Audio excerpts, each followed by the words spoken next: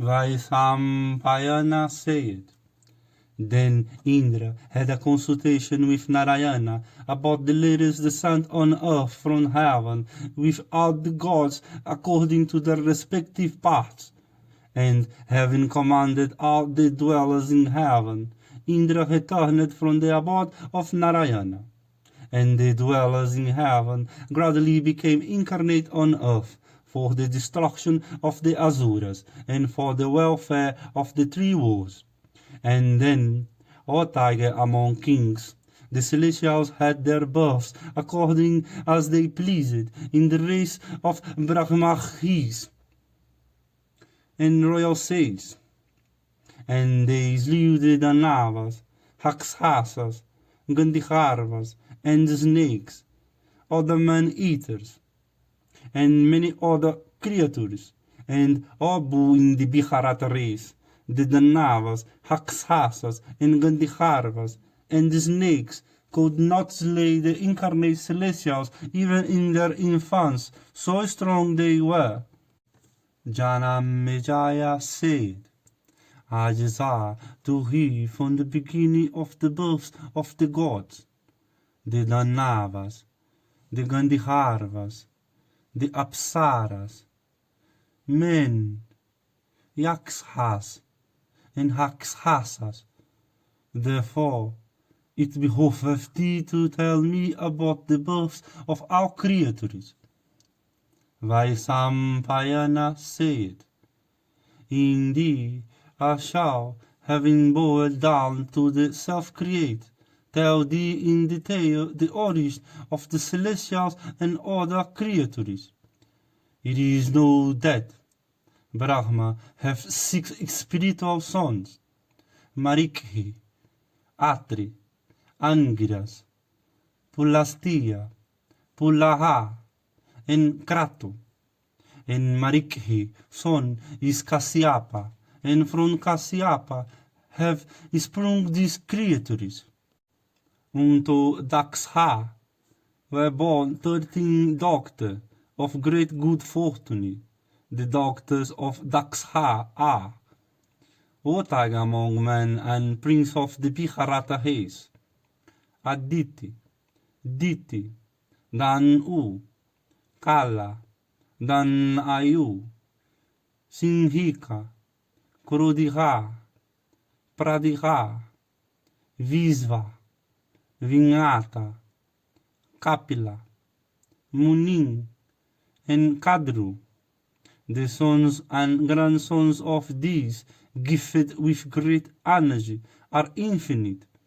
From Aditi have sprung the 12 Adityas, who are the laws of the universe. And O Mahabharata, as they are according to their names, I shall recount them to thee. They are Dikhatri, Mitra, Aryaman, Sakra, Varuna, Ansa, Vaga, Vivasvat, Usha, Savitri, Tastri, and Vishnu. The youngest, however, is superior to them all in merit. Diti had one son called Hiranyakasipu, and the illustrious Hiranyakasipu had 5 sons, all famous throughout the world. The eldest of them all was Prahlada. The next was Sanghihadiha. The third was Anuhada. And after him were Sivi and Vaskala. And O Mahabharata, it is known everywhere that Prahlada had 3 sons. They were Virokhana, Kumbhiha, and Nikumbhiha. And unto Virokhana was born a son, Vali, of great prowess. And the son of Vali is known to be the great Asura Vana.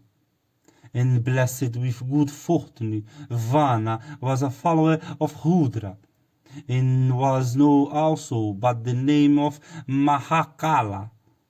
And Danu had 40 sons. O Mahabharata, The else of then was Viprakhiti, of great fame. Sambhava and Namukhi, Poloman, as Iloman, and Kesi, and Durjaya, Aisiras, as Vasiras, and the powerful as Vasanku. Also Gaganam Dihan, in Vegavat, and he called Ketumat, Sivar Bihanu, Asvapati, Vrisha Parvan, and then Ajaka, and Asvagriva, and Sukshama, and Tuhunda, of great strength, Ekapada, and Ekakhakra, Virupaksha, Mahodara, and Nikhandra, and Nikumbiha, Kupata, and then Kapata, Sarabiha, and Sulabiha, Suriya, and then Khandramas. These in the race of Danu are stated to be well known. The Surya and Khandramas of the Cilicia are other persons, and not the sons of Danu as mentioned above. The following 10, gifted with great strength and vigor, were also, O king, born in the race of Danu: Ekaksha, Amritapa, of heroic courage, Pralamva, and Naraka, Vatrapi, Satrutapana, and Satiha, the great Asura, Gavistiha, and Vanayu, and the Danava called Dirgihajiva, and Obhiharata. The sons and the grandsons of these were known to be countless. And Singhika gave birth to Hahu, the persecutor of Sun and the Moon, and to 3 others, Sukhandra, Khandrahantri, and Khandra Pramardana, and the countless progeny of Krura were as much crooked and wicked as herself, and the tribe was wrathful of crooked deeds, and persecutors of their foes. And Danayu also had 4 sons who were bulls among the Asuras. They were Vikshara, Vala, Vira, and Viritra, the great Asura. And the sons of Kala were all like Yama himself and smithies of our foes. And they were of great energy, and oppressor of our foes. And the sons of Kala were Vinasana and Krodiha, and then Krodiha Hantri, and Krodiha Satru. And there were many others among the sons of Kala, and Sukra, the son of Hish, was the chief priest of the Asuras, and the celebrated Sukra had 4 sons who were priests of the Asuras, and they were Tastadihara and Atri, and 2 others of fierce deeds. They were like the sun himself in energy, and set their hearts on acquiring the regions of Brahman. Thus have been recited by me, as heard in the Purana, of progeny of the gods and the Asuras, both of great strength and energy. I am incapable, O king, of counting the descendants of these, countless as they are not much known to fame.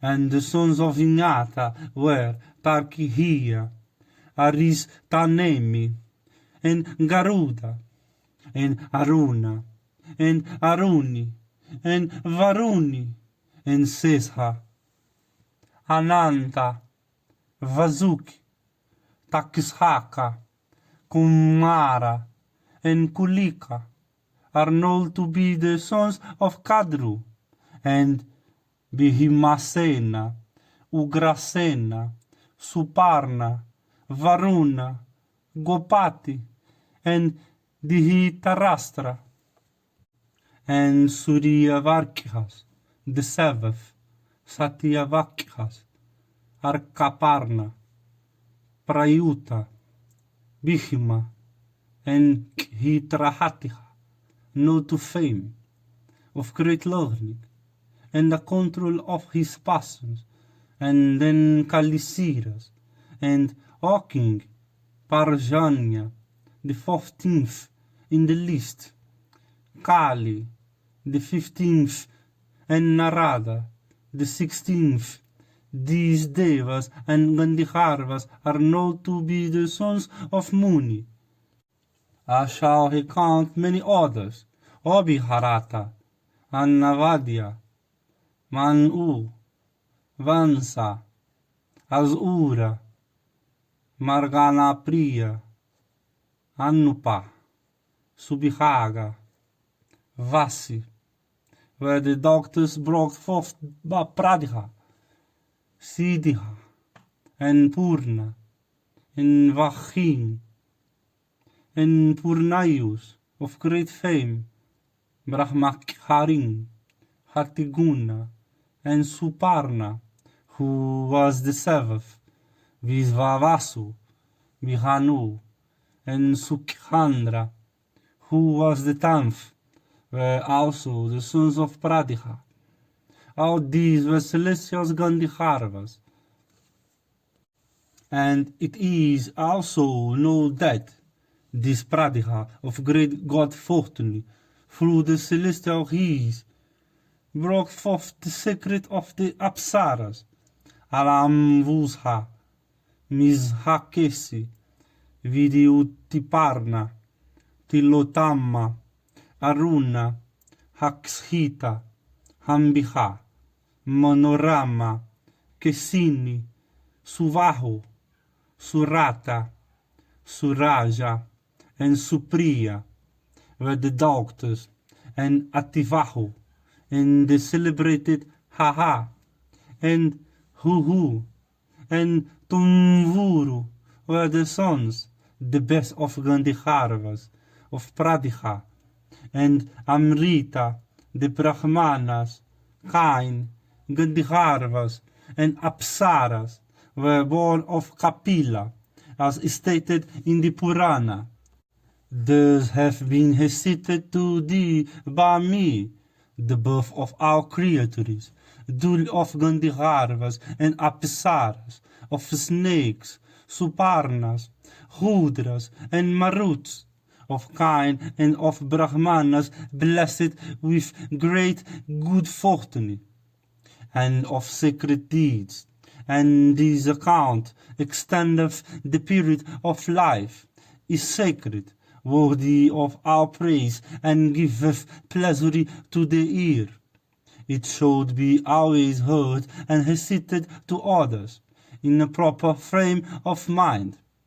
He who duly heedeth this account of the birth of our high-souled creatures in the presence of the gods and Brahmanas obtaineth large progeny, good fortune, and fame, and attaineth also to excellent words hereafter. Vaisampayana said, it is known that the spiritual sons of Brahma were the 6 great He's. There was another of the name of Sitihanu, and the sons of Sitihanu, gifted with great honors, were, it is known, 11. They were Mrigavayadiha, Sarpa, Nirit, of great fame, Ajay Kapat, Ahiradna, and Pinak, the oppressor of fools, Dahana, and Visvara, and Kapali, of great splendor, and Sitihano, and the illustrious Biharga. These are called the 11 Hudras. It hath been already said that Marikhi, Angiras, Atri, Pulastia, Pulaha, and Kratu, these 6 great he's of great energy, are the sons of Brahma. It is well known in the world that Angira's sons are 3, Vrihaspati, Utatihiya, and Samvarta, are of his vows. And, O king, it is said that the sons of Atri are numerous, and being great he's, they are all conversant with the Vedas, crowned with ascetic success, and of souls in perfect peace. And, O tiger among kings, the sons of Pulastia of great wisdom are Rakshasas, monkeys, Naras, and Yakshas.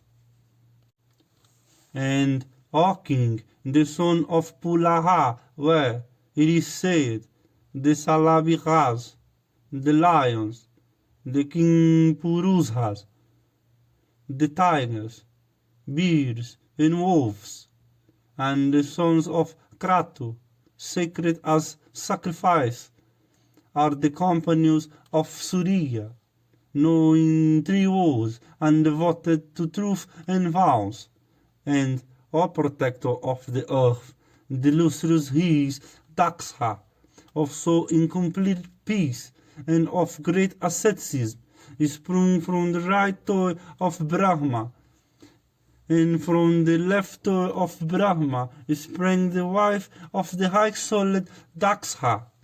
And the Muni begat upon her 50 daughters, and all those daughters were of faultless features, and limbs, and of eyes like lotus petals. And the Lord Daksha, not having any sons, made those daughters his putrikas.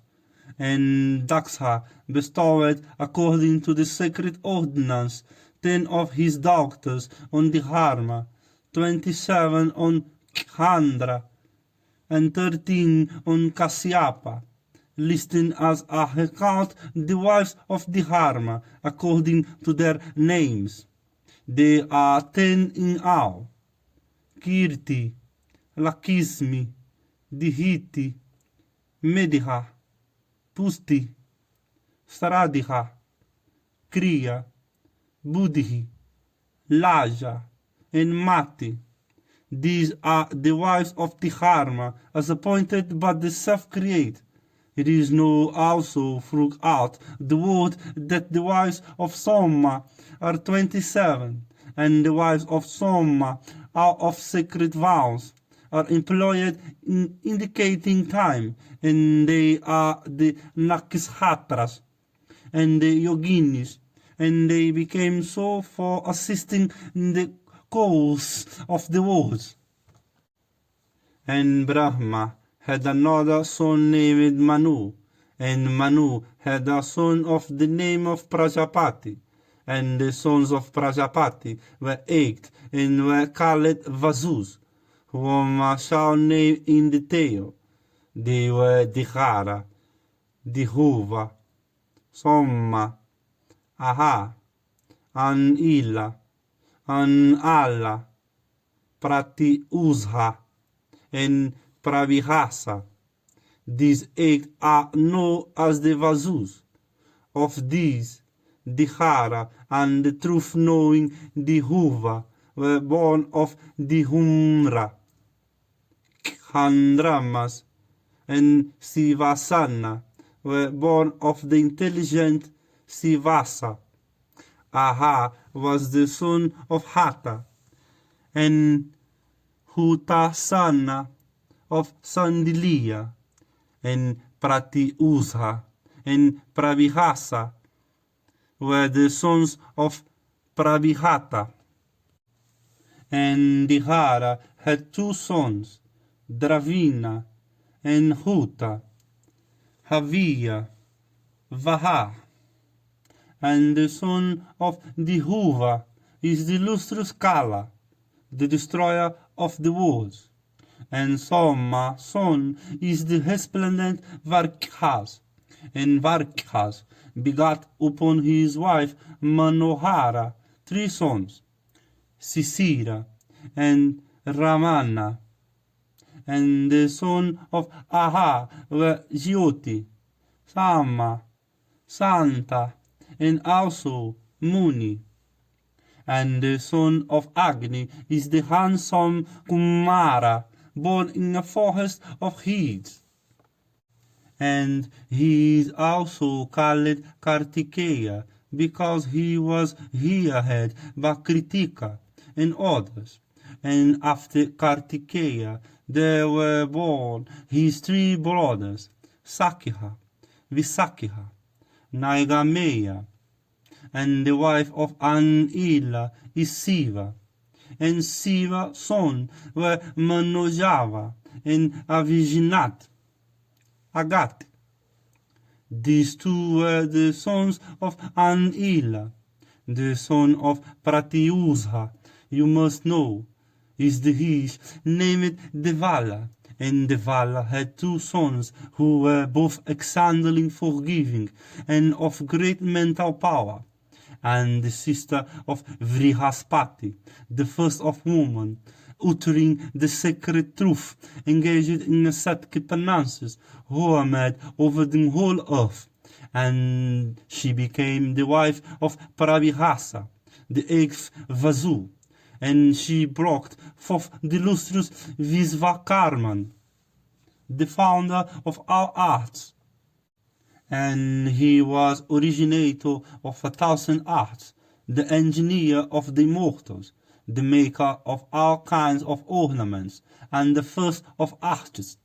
And he it was who constructed the celestial cars of the gods, and mankind are enabled to live in consequence of the inventions of that illustrious one.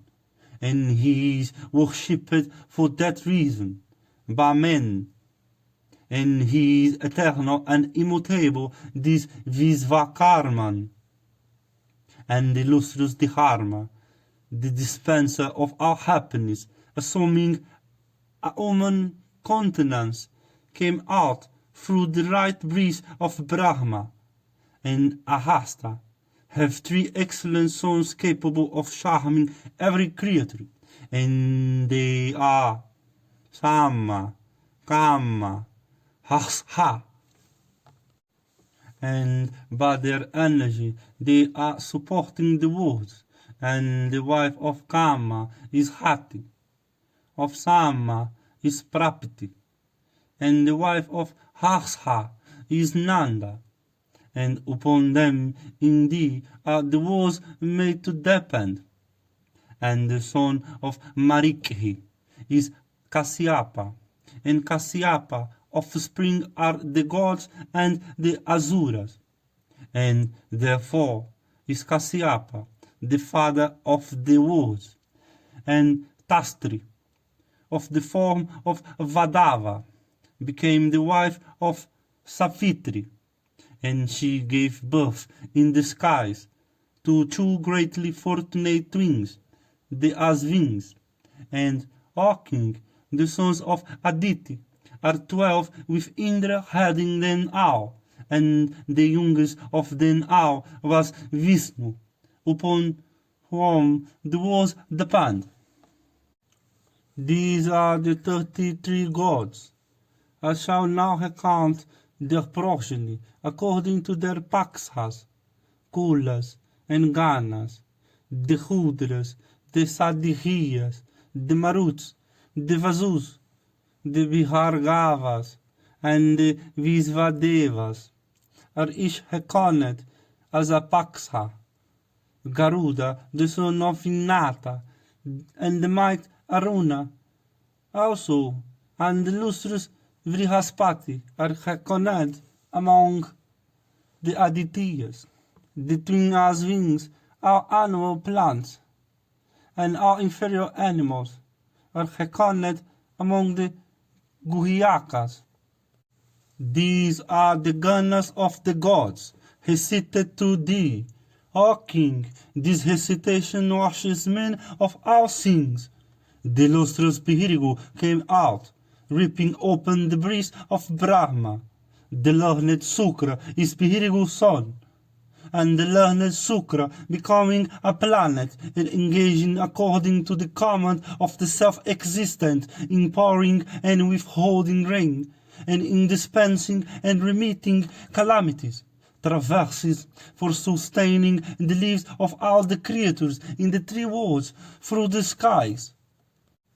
And the learned Sukra of great intelligence and wisdom, of rigid vows, leading the life of Brahmacharin, divided himself in twain by power of asceticism, and became the spiritual guide of both the deities and the gods. And after Sukra was thus employed by Brahma in seeking the welfare, Bhirigu begot another excellent son. This was Hyavana, who was like the blazing sun, of virtuous soul, of great fame. And he came out of his mother's womb in anger, and became the cause of his mother's release. O king, and the learned Sukra, of great intelligence and wisdom, of rigid vows, leading the life of Brahmacharin, divided himself in twain by power of asceticism, and became the spiritual guide of both the deities and the gods. And after Sukra was thus employed by Brahma in seeking the welfare, Bhirigu begot another excellent son. This was Hyavana, who was like the blazing sun, of virtuous soul, and of great fame. And he came out of his mother's womb in anger, and became the cause of his mother's release. O king, and Aruzhi, the daughter of Manu, became the wife of the wise Hyavana, and on her was begot Aurva, of great reputation. And he came out, ripping open the thigh of Aruzhi, and Aurva begot Hikhika. And Hikhika, even in his boyhood, became possessed of great power and energy, and of every virtue, and Hikhika begot Jamadagni. And the high-souled Jamadagni had 4 sons, and the youngest of them was Rama. And Rama was superior to all his brothers in the possession of good qualities, and was skillful in all weapons, and became the slayer of the Kshatriyas, and had his passion under complete control. And Aurva had 100 sons with Jamadagni, the eldest, and these 100 sons had offspring by thousands spread over this earth. And Brahma had 2 other sons, Dihatri and Vidhatri, who stayed with Manu. Their sister is the auspicious Lakshmi, having her about amid lotuses. And the spiritual sons of Lakshmi are the sky-ranging horses. And the daughter born of Sukra, named Divi, became the eldest wife of Varuna. Of her were born a son named Vala, and a daughter named Sura, to the joy of the gods. And Adhiharma was born when creatures began to devour one another. And Adhiharma always destroys every creature. And Adhiharma have Nirit for his wife, whence the Rakshasas, who are called Nairitas. And she have also 3 other cruel sons, always engaged in sinful deeds. They are Vihaya, Mahabharata, and Mritu, who is always engaged in slaying every created thing. And as he is all-destroying, he hath no wife and no son. And Tamra broke 4 5 daughters, no throughout the world. They are Kaki, Sieni, Pihasi, Dihiritarastri, and Suki. And Kaki broke forth the crows, Sieni, the hawks, the cocks, and vultures, Dihiritarastri, all ducks and swans. And she also brought forth all kravacas, and the fair Suki, of amiable qualities, and possessing all auspicious signs, brought forth all the parrots. And Krudiha gave birth to 9 daughters, all of wrathful disposition, and their names were Mrigi, Mrigamanda, Hari, Vihadramana, Matangi, Sarduli, Siveta, Suravi, and the agreeable Sihurasa, blessed with every virtue, and all foremost of men, the offspring of Mrigi, are all animals of the D species, and the offspring of Mrigamanda are all animals of the bear species, and those called Sirimara. And Bihadramana begot the celestial elephant Airavata for her son, and the offspring of Hari are all animals of the monkey species, endowed with great activity, so also are the horses. And those animals also that are called Langula are said to be the offspring of Hari. And Sarduli begot lions and tigers in numbers, and also leopards, and no doubt of it, all other strong animals. And Oking, the offspring of Matangi, are all the elephants. And Siveta begot the last elephant known by the name of Siveta, and with great speed. And Oking, Surabihi, gave birth to 2 daughters, the amiable Hohini and the far-famed Gandhiharvi. And Abhiharata, she had also 2 other daughters, named Vimala and Anala. From Hohin have sprung all kind, and from Gandhiharvi all animals of the horse species. And Anala begot the 7 kinds of trees yielding purple fruits. And she had also another daughter called Suki. And Surasa begot a son called Kanka. And Sieni, the wife of Aruna, gave birth to 2 sons of great energy and strength, named Sampati and the might Jatayu.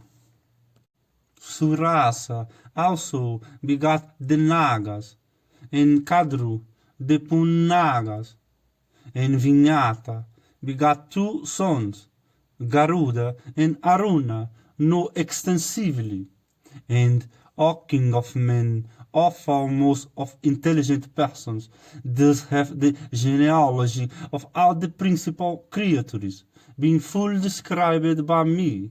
By listening to these, a man is full cleansed of all his sins, and acquireth great knowledge, and finally attaineth to the first of the states in after life. Janamejaya said, O worshipful one, I wish to hear from thee in detail about the birth among men of the gods, the Danavas, the Gandhiharvas, the Rakshasas, the lions, the tigers, and the other animals, the snakes, the birds, and in fact of all creatures. I wish also to hear about the acts and achievements of those in due order after they became incarnate in human forms. Vaisampayana said, O king of men, I shall first tell thee about those celestials and the Navas that were born among men. The first of the Navas, who was known by the name of Viprakhiti, became that bull among men, noted as Jarasandha, And O king, that son of Diti, who was known as Hiranyakasipu, was known in the world among men as the powerful Sisupala, he who had been known as Sangilada, the youngest brother of Pralada, became among men the famous Salia, that bore among Valikas, the spirited Anulada, who had been the youngest, became noted in the world as the Hiristaketu.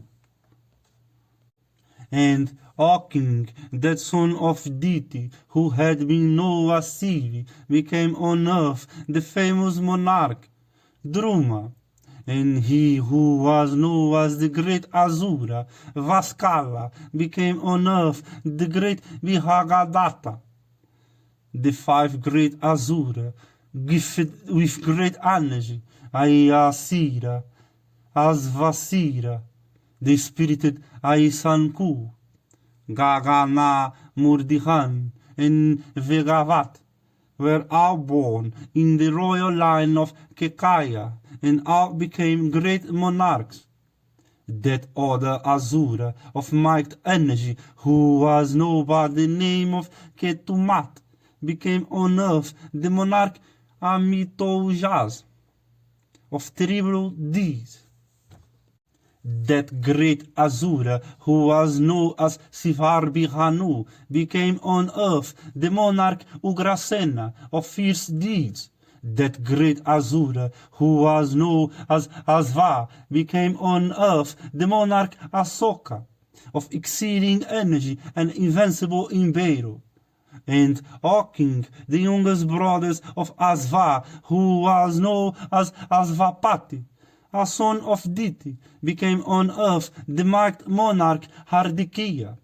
The great and fortunate Asura, who was known as Vrishaparvan, became noted on earth as King Dirgihaprachna. And O king, the youngest brother of Vrishaparvan, who was known by the name of Ajaka, became noted on earth as King Salva. The powerful and mighty Asura, who was known as Asvagriva, became noted on earth as King Hokhamana.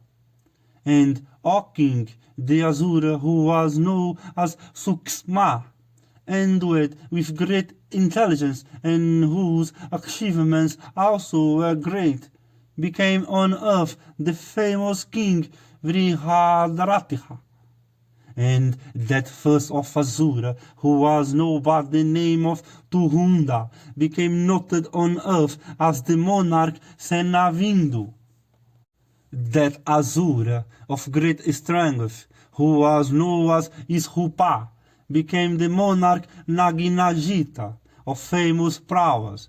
The great Asura, who was known as Ekakhakra, became noted on earth as Prithivindihya. The great Asura Virupaksha, capable of displaying various modes of fight, became noted on earth as King Hitravarman. The first of the Navas, the heroic Hara, who humbled the pride of our foes, became on earth the famous unfortunate Suvahu. The Asura Sutra, of great energy and the destroyer of foemen, became noted on earth as the fortunate monarch Munjakesa. That Asura of great intelligence, called Nikumbiha, who was never vanquished in battle, was born on earth as King Devadihipa, the first among monarchs. That great Asura, known among the sons of Diti by the name of Sarabiha, became on earth the royal sage called Paurava. And O king, the great Asura of exceeding energy, the fortunate Kupatiha, was born on earth as the famous monarch Suparsva. The great Asura, O king, who called Kratiha, was born on earth as the royal sage Parvateya, of form resplendent like a golden mountain. He amongst the Asura, who was known as Salabiha the second, became on earth the monarch Pralada, in the country of the Valhikas, the foremost among the sons of Diti, known by the name of Khandra, and handsome as the Lord of the Stars himself, became on earth noted as Khandravarman, the king of the Kambojas. That bull amongst the Danavas, who was known by the name of Arka, became on earth our king, the royal sage Hishika. That best of Asuras, who was known as Mritapa, became on earth our best of kings, the monarch Paskmanupaka. That great Asura of surpassing energy, known as Garista, became noted on earth as King Drumasena. The great Asura, who was known as Mayura, became noted on earth as the monarch Visva. He who was the youngest brother of Mayur and called Suparna became noted on earth as the monarch Kalakirti. The might Asura, who was known as Khandrahantri, became on earth the royal sage Sunaka. The great Asura, who was called Khandravinasana, became noted on earth as the monarch Janaki. That bull amongst the Danavas, or prince of the Kuru race, who was called the Hirgirajiva, became noted on earth as Kasiraja. The Graha, who was brought forth by Singhika, and who persecuted the sun and the moon, became noted on earth as the monarch Kratiha. The eldest of the four sons of Danayu, who was known by the name of Vikshara, became known on earth the spirited monarch Vasumitra. The second brother of Vikshara, the great Asura, was born on earth as the king of the country called Pandya. That best of Asuras, who was known by the name of Valina, became on earth the monarch Paundra Matsyaka. And our king, that great Asura, who was known as Viritra, became on earth the royal sage known by the name of Manimat. That Asura, who was the younger brother of Viritra, and known as Krodihahantri, became noted on earth as King Danda. That other Asura, who was known by the name of Krodihavardihana, became noted on earth as the monarch Dandadihara.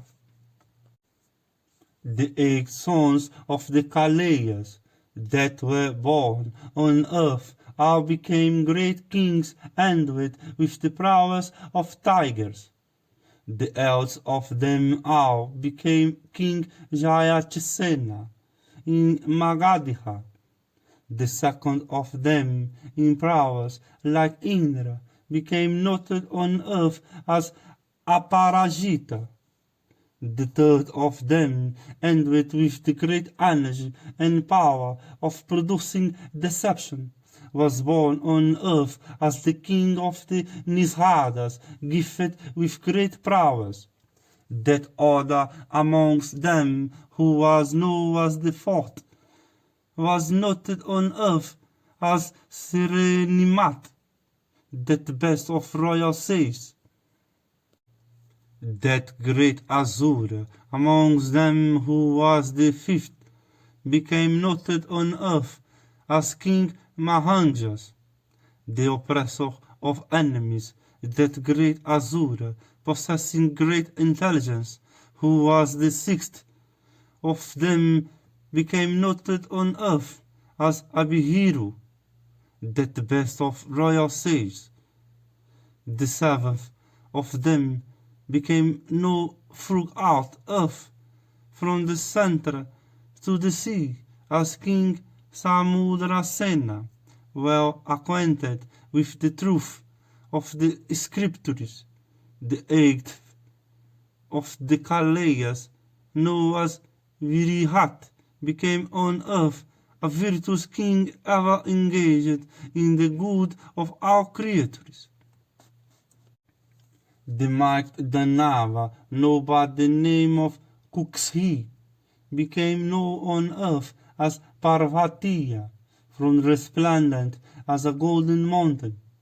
The might Azura, Karatihana, gifted with great energy, became noted on earth as the monarch Suryaksha. The great Azura of handsome features, known by the name of Surya, became on earth the monarch of the Valikas, by name Darada, that foremost of all kings. And a king from the tribe of Azura, called Krodihavasa, of whom I have already spoken to thee, were born many heroic kings on earth. Madraka and Karnavesta, Siddhartha, and also Kitaka, Suvira, and Suvahu, and Mahavira, and also Vahilka, Kratiha, Vikhitra, Suratiha, and the handsome King Nila, and Hiravasa, and Vihumipala, and Dantavakra, and he who was called Durjaya, the tiger amongst kings named Hukimi, and King Janamejaya, Ashada, and Vayuvega, and also Vihuhitejas, Ekalavia, and Sumitra, Vatadihana, and also Gomukha. The tribe of kings called the Karushakas, and also Kihemadihurti, Srutayu, and Udivaha, and also Vrihatsena, Kishema, Ugratirtiha, the king of the Kalingas, and Matimat, and he was known as King Isvara. These first of kings were all born of the Azura class called Krodihavasa. There was also born on earth a might Azura, known amongst the Danavas by the name of Kalanemi, endowed with great strength, of grand achievements, and blessed with a lasha of prosperity. He became the mighty son of Ugrasena, and was known on earth by the name of Kansa. And he who was known among the Azuras by the name of Devaka, and was besides in splendor like unto Indra himself, was born on earth as the foremost king of the Gandhiharvas. And, O monarch, know thou that Drona, the son of Viharadivaja, not born of any woman, is sprung from a portion of the celestial race Vrihaspati of grand achievements. And he was the prince of all bowmen, conversant with all weapons, of might achievements, of great energy. Thou shouldst know he was also well acquainted with the Vedas and the science of arms. And he was of wonderful deeds and the pride of his race. And, O king, his son, the heroic Asvataman, of eyes like the lotus petals, gifted with surpassing energy, and the terror of our foes, the great oppressor of our enemies, was born on earth of the night portions of Mahadeva, Yama, Kama, and Krodiha, and from the coast of Vasistiha, and the command also of Indra. The 8 Vasus were born of Ganga by her husband Santanu. The youngest of them was Mesma, the dispeller of the fears of the Kurus, gifted with great intelligence, conversant with the Vedas, the first speakers, and the tenor of the enemy's ranks, and possessed of might energy, and the first of all persons acquainted with weapons. He encountered the lustrous Rama himself, the son of Jamadagni, of the Pihirigu race, and O king, that Brahma, sage, who, on earth, was known by the name of Kripa, and was the embodiment of all manliness, was born of the tribe of the Rudras, and the mighty chariot fighter, and king who on earth was known by the name of Sakuni, that crusher of foes. Thou shouldst know, O king, was Divapara himself, and he who was Satyaki of so a arm, that upholder of the pride of Vrishni race, that oppressor of foes, begotten of the portion of gods called the Maruts, and that royal sage Drupada, who on earth was a monarch, the first among all persons bearing arms, was also born of the same tribe of the Celestials. And, O king, thou shouldst also know that Kritavarman, that prince among men, of deeds unsurpassed by any, and the foremost of all bulls amongst Kshatriyas, was born of the portion of the same Celestials. And that royal sage also, Virata by name, the scourger of the kingdoms of others, and the great oppressor of all foes, was born of the portion of the same gods, that son of Arista, who was known by the name of Hansa, was born in the Kuru race, and became the monarch of the Gandhiharvas. He who was known as the Hitarashtra, born of the seed of Krishna, and gifted with long arms and great energy, also a monarch of the prophetic eye, became blind in consequence of the fault of his mother and the wrath of his youngest brother, who was possessed of great strength and was really a great being known as Pandu, was devoted to truth and virtue, was purity itself. And, O king, thou shouldst know that he who was known on earth as Vidyura, who was the first of all virtuous men, who was the god of justice himself, was the excellent and greatly fortunate son of his Atri, the evil-minded and wicked king Duryodhana, the destroyer of the fair fame of the Kurus, was born of a portion of Kali on earth. He it was who caused all creatures to be slain and the earth to be wasted. And he it was who famed the flame of hostility that ultimately consumed all. They who had been the sons of Pulastia were born on earth among men of Duryodhana brothers, that century of wicked individuals, commencing with Dusasana as their first.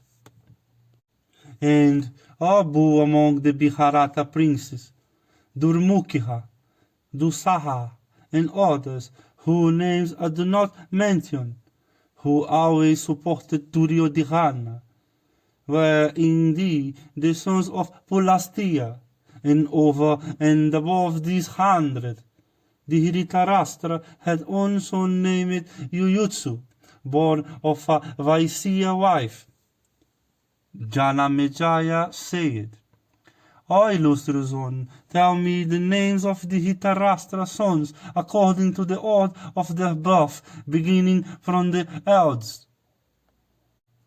Vaisampayana said, O king, they are as follows: Duryodhana and Yuyutsu, and also do Sasana, do Saha, and do Shala, and then Durmukha, Vivingisati, and Vikarna, Jalasandiha, Sulokhana, Vinda, and Anuvinda, do Diharsha, Suvahu, dus Pradiharshana, Durmarshana, and Durmukha, Duskarna, and Karna, Khitra, and Ipakhitra, Khitraksha, Khahukitra, and Angada, Durmada, and Duspradhiharsha, Vivitsu, Vikata, Sama, Urnanabiha, and Padimanabiha, Nanda, and Upanandaka, Sanapati, Sushena, Kundodara, Mahodara, Khitravahu, and Khitravarman, Suvarman, Durvirokhana, Ayovahu, Mahavahu, Khitrakhapa, and Sukundala, Mihimaveda, Mihimvala, Valaki, Mihimavikrama, Ugrayudiha, Mihimayara, Kanakayu, Diridihayudiha, Diridihavarman, Diridihaksatra, Somakirti, Annadara, Jarashandiha, Diridihasandiha, Satyasandiha, Sahasrava, Ugrasravas, Ugrasena, and Kshemamurti, Aprajita, Panditaka, Vislaksha, Duradihara, Dihiridhahasta, and Suhasta, Vatavega, and Suvarkhasa, Adityaketu, Vavasin, Nagadata, and Anuyaina, Nidhangi, Kuvakhi, Dandi, Dandadihara, Dihanugraha, Ugra, Bihimarat, Vira, Viravahu, Alolupa, Abhaya, Haudrakarma, also he who was Dridharatiha, Anadihizhiya, Kundaveda, Viravi, Dihirgihalokhana, Dirgihavahu, Mahavahu, Viudihoru, Kanakangana, Kundaja, and Khitraka. There was also a doctor named Dausala, who was over and above the 100, and Yuyutsu, who was the Hitarashtra son, Bavaisia's wife, was also over and above the 100. Thus, O king, have I cited the names of the 100 sons and also that of the doctor. Thou hast now known their names according to the order of their births. All of them were heroes and great warriors and skilled in the art of warfare. Besides, all of them were versed in the Vedas, and, O king, all of them had got through the scriptures. All of them were mighty in attack and defense, and all were graced with learning. And, O monarch, all of them had wives suitable to themselves in grace and accomplishment. And, O king, when the time came, the Kaurava monarch bestowed his daughter, Dusala, on Jayadratha, the king of the Sindhus, agreeably to the counsels of Sakuni. And, O monarch, know that King Yudhishthira was a portion of the Dharma, that Bhishmasena was of the deity of wind, that Arjuna was of Indra, the chief of the celestials, and that Nakula and Sahadeva, the handsomest beings among all creatures, and unrivaled for beauty on earth, were similarly portions of the twin as wings. And he who was known as the mighty Markhas, the son of Soma, became Abhimanyu of wonderful deeds, the son of Arjuna. And before his incarnation, O king, the god Soma has said these words to the celestials: I cannot give my son. He is dearer to me than life itself. Let this be the compact, and let it be not transgressed. The destruction of the Asuras on earth is the work of the celestials, and therefore it is our work as well. Let this Markhas therefore go thither, but let him not stay there long. Nara, whose companion is Narayana, will be born as Indra's son, and in thee will be known as Arjuna, the mighty son of Pandu. This boy of mine shall be his son, and become a mighty warrior in his boyhood. And let him, ye best of immortals, stay on earth for 16 years. And when he attaineth to his 16th year, the battle shall take place in which all who are born of your portions shall achieve the destruction of mighty warriors. But a certain encounter shall take place without both Nara and Narayana. And in thee your portions, ye celestials, shall fight, having made that disposition of the force which is known by the name of Chakra Vyuha. And my son shall compel our foes to retreat before him. The boy of mighty arms, having penetrated the hardly impenetrable array, shall range within its fearless and send forth part of the hostile force in course of half a day, unto the regions of the king of the dead. Then, when numberless heroes and mighty warriors will return to the charge towards the close of the day, my boy of mighty arms shall reappear before me. And he shall beget an heroic son in his line, who shall continue the almost extinct Mahabharata race. Hearing these words of Soma, the dweller in heaven replied, So be it. And then altogether applauded and worshipped the King of Stars. Thus, O King, have I recited to thee the birth of thy father. Know also, O monarch, that the mighty warriors, the Hiristariuna, was a portion of Agni, and know also that Sikhandi, who was at first a female, was a Rakshasa, and Abu in Mahabharata race, they who became the 5 sons of Draupadi, those bulls amongst the Mahabharata prince, were the celestials known as the Visvas. Their names were Prithivindihya, Sutasoma, Srutakirti, Satanika, the son Nakula, and Srutasena, endowed with might energy. Sura, the foremost of the Yadus, was the father of Vasudeva. He had a daughter called Pritha, who, for her beauty, was unrivaled on earth.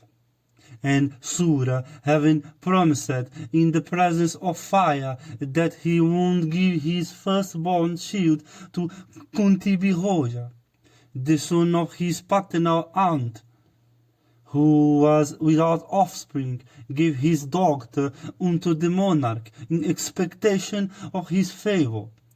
Kunti Bhiroja thereupon made her his daughter, and she became thenceforth in the house of her father, engaged in attending upon Brahmanas and guests. And she had to wait upon the wrathful ascetic of rigid vows, Durvasa by name, acquainted with truth and full conversant with the mysteries of religion. And Pritha, with all possible care, gratified the wrathful his with so under complete control. The Holy One, gratified with the attentions bestowed on him by the maiden, told her, I am satisfied, O fortunate one, with thee. By this mantra thou shalt be able to summon whatever celestial thou likest, and by their grace shalt thou also obtain children. Thus addressed, the girl, seized with curiosity, summoned during the period of her maidenhood the god Surya, and the Lord of Light thereupon made her conceive and begat on her a son who became the first of all wielders of weapons. From fear of relatives, she brought forth in secret that child who had come out with earrings and coat of mail. And he was gifted with the beauty of a celestial infant, and in splendor was like unto the Maker of day himself, and every part of his body was symmetrical and well adorned. And Kunti cast the handsome shield into the water, but the shield thus thrown into the water was taken up by the excellent husband of Hadiha, and given by him to his wife to be adopted by her as their son. And the couple gave him the name of Vasusena, by which appellation the shield soon became known all over the land. And as he grew up, he became very strong and excelled in all weapons. The first of all successful persons, he soon mastered the science. And when the intelligent one, having truth for his strength, he cited the Vedas, there was nothing he would not then given to the Brahmanas. At that time, Indra, the originator of all things, moved by the desire of benefiting his own son Arjuna, assumed the guise of a Brahmana, came to him, and begged of the hero his earrings and natural armor. And the hero, taking off his earrings and armor, given them unto the Brahmana. And Sakra presented to the giver a dart, surprised and addressed him in this word: O invincible one amongst the celestials, Asuras, men, Gandharvas, Nagas, and Rakshasas, he at whom thou hurlest that one shall certainly be slain. And the son of Surya was at first known in the world by the name of Vasusena. But for his deeds he subsequently came to be called Karna, and because that he of great fame had taken of his natural armor, therefore was he the first son of Pritha, called Karna.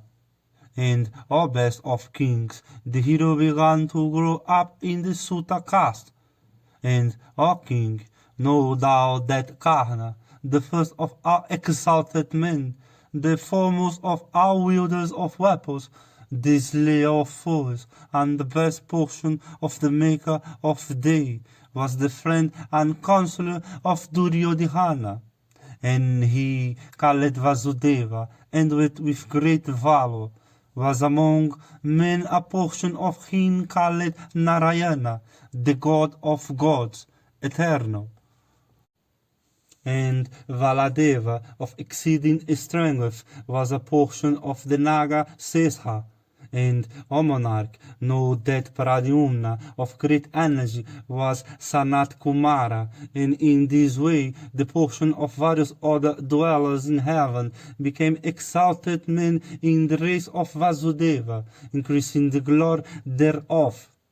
And, O king, the portions of the tribe of Apsaras, which I have mentioned already, also became incarnate on earth according to Indra commands. And 16,000 portions of those goddesses became, O king, in this world of men, the wives of Vasudeva. And the portion of Sri herself became incarnate on earth, for the gratification of Narayana in the line of Bhismaka. And she was by name the caste Hokimini, and the faultless Draupadi, slender-waisted like the wasp, was born of a portion of Sakhi in the line of Drupada, and she was neither low nor tall in stature, and she was of the fragrance of the blue lotus, of eyes large as lotus petals, of tight fair and round, of dense masses of black cool hair, and endowed with every auspicious feature, and of complexion like that of the emerald. She became the charmer of the hearts of 5 foremost of men, and the 2 goddesses Siddhi and Dhriti became the mothers of those 5, and were called Kunti and Madri. And she who was Mati became the daughter of Suvala.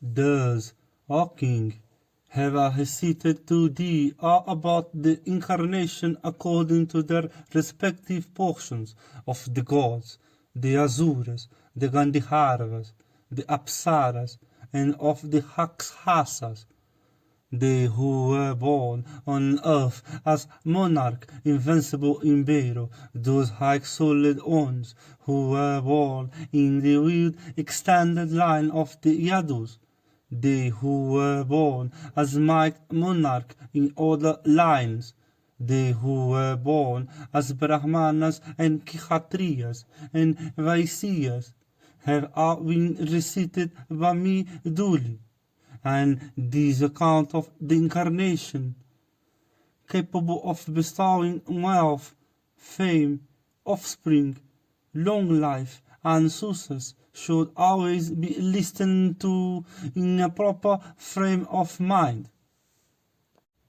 And having listened to this account of incarnation, according to their portions, of gods, Gandharvas, and Rakshasas, the hero becoming acquainted with the creation, preservation, and destruction of the universe, and acquiring wisdom is never cast down even under the most engrossing sorrows. Janamejaya said, O Brahmana, I have, indeed, heard from thee this account of the incarnation, according to their portions, of the gods, the Danavas, the Rakshasas, and also of the Gandharvas and the Apsaras. However, again desire to hear of the dynasty of the Kurus from the very beginning.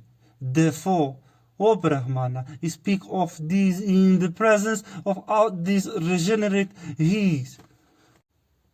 Vaisampayana said, O exalted one of Bharat race, the founder of the Parva line was Dusmanta, gifted with great energy, and he was the protector of the earth, bounded by the 4 seas, and that king had full sway over 4 quarters of this world, and he was the lord of also of various regions in the midst of the sea. And that great oppressor of our foes had sway over the countries even of the Melekas. And during his rule there were no men of mixed castes. no tiller of the soil, no workers of mines, and no sinful men, our virtues, and did everything from virtuous motives. O tiger among men, there was no fear of thieves. O Dion, no fear of famine, no fear of the sea. And our four orders took pleasure in doing their respective duties and never performed religious acts for obtaining fruition of desires. And his subjects, depending upon him, never entertained any fear. In Parjania, poured shower at the proper time, and the produce of the fields was always pulpy and juice. And the earth was full of all kinds of wealth, and all kinds of animals. And the Brahmanas were always engaged in their duties, and they were always truthful.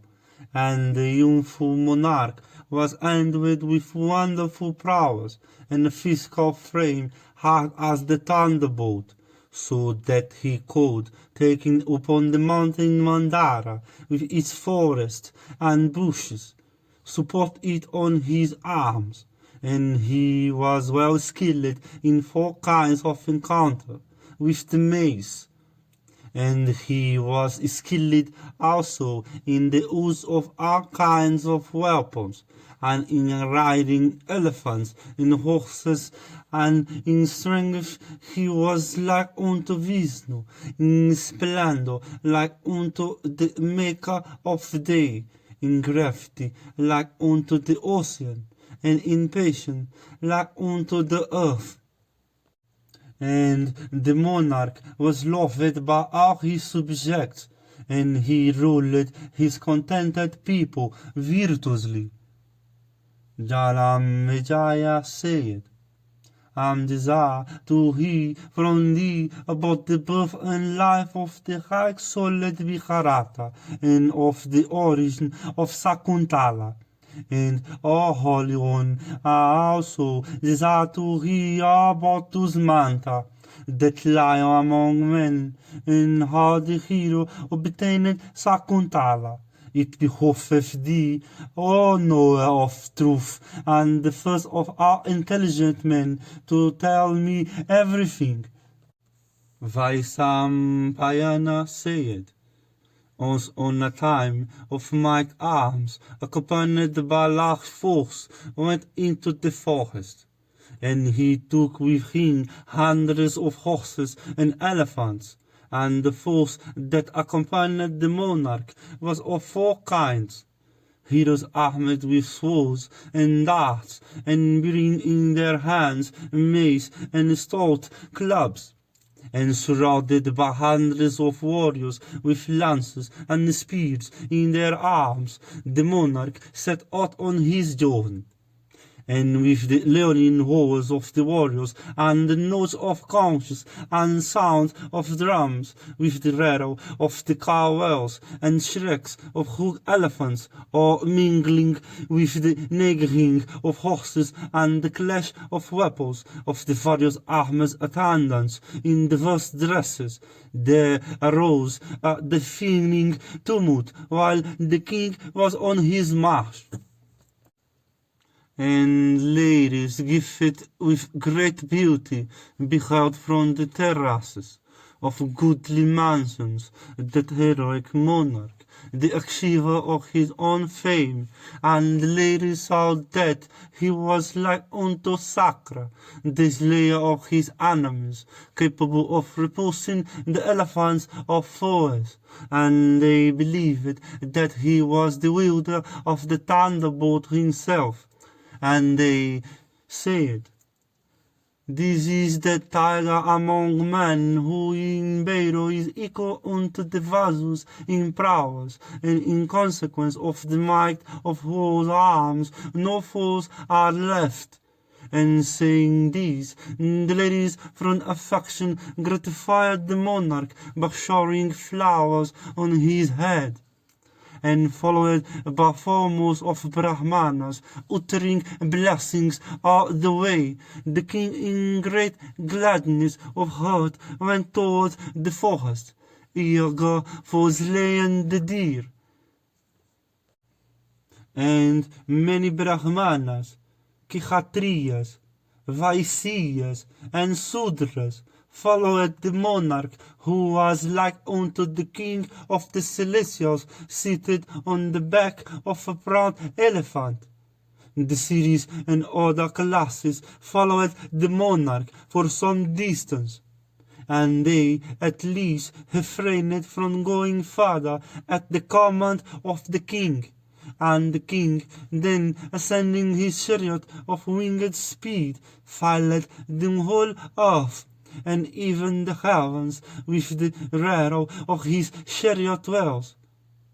And as he went, he saw around him a forest like unto Nandana itself, and it was full of Valva, Arka, Kihadira, Kopitha, and the Hava trees.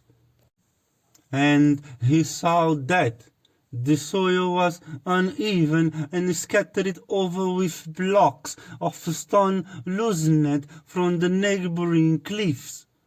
And he saw that it was without water and without human beings, and lay extended for many yojanas around. And it was full of deer and lions and other terrible beasts of prey. And King Dusmanta, the tiger among men, assisted by his followers and warriors in his train, agitated that forest, killing numerous animals. And Dusmanta, piercing them with his arrows, felled numerous tigers that were within shooting range. And the king wounded many that were too distant, and killed men that were too near with his heavy sword. And that foremost of all wielders of darts killed men by hurling his darts at them. And well conversant with the art of wielding the mace, the king of immense prowess fearlessly wandered over the forest. And the king roamed about killing the denizens of the wilderness, sometimes with his sword, and sometimes by festing the sanding blows of his mace and her club.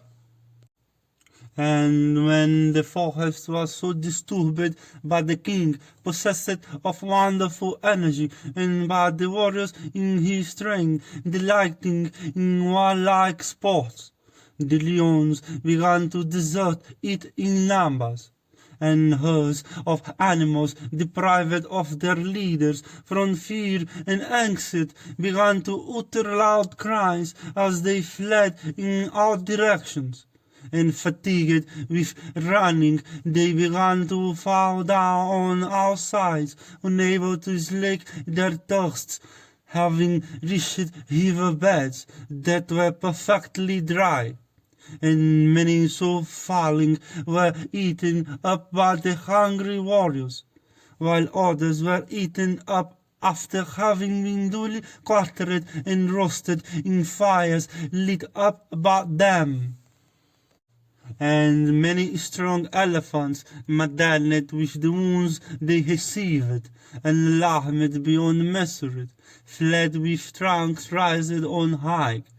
And those wild elephants, betraying the usual symptoms of alarm by urinating and ejecting the contents of their stomachs and vomiting blood in large quantities, trampled as they ran many warriors to death. And that forest, which had been full of animals, was but the king with his bands of followers, and with sharp weapons soon made bereft of lions and tigers and other monarchs of the wilderness.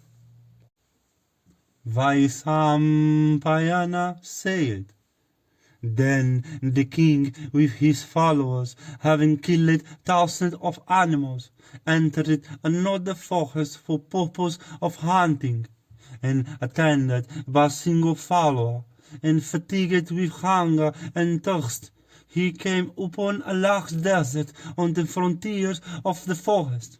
And having crossed this herbless plain, the king came upon another forest full of the trees of ascetics, beautiful to look at, delightful to the heart, and of cool agreeable breeze.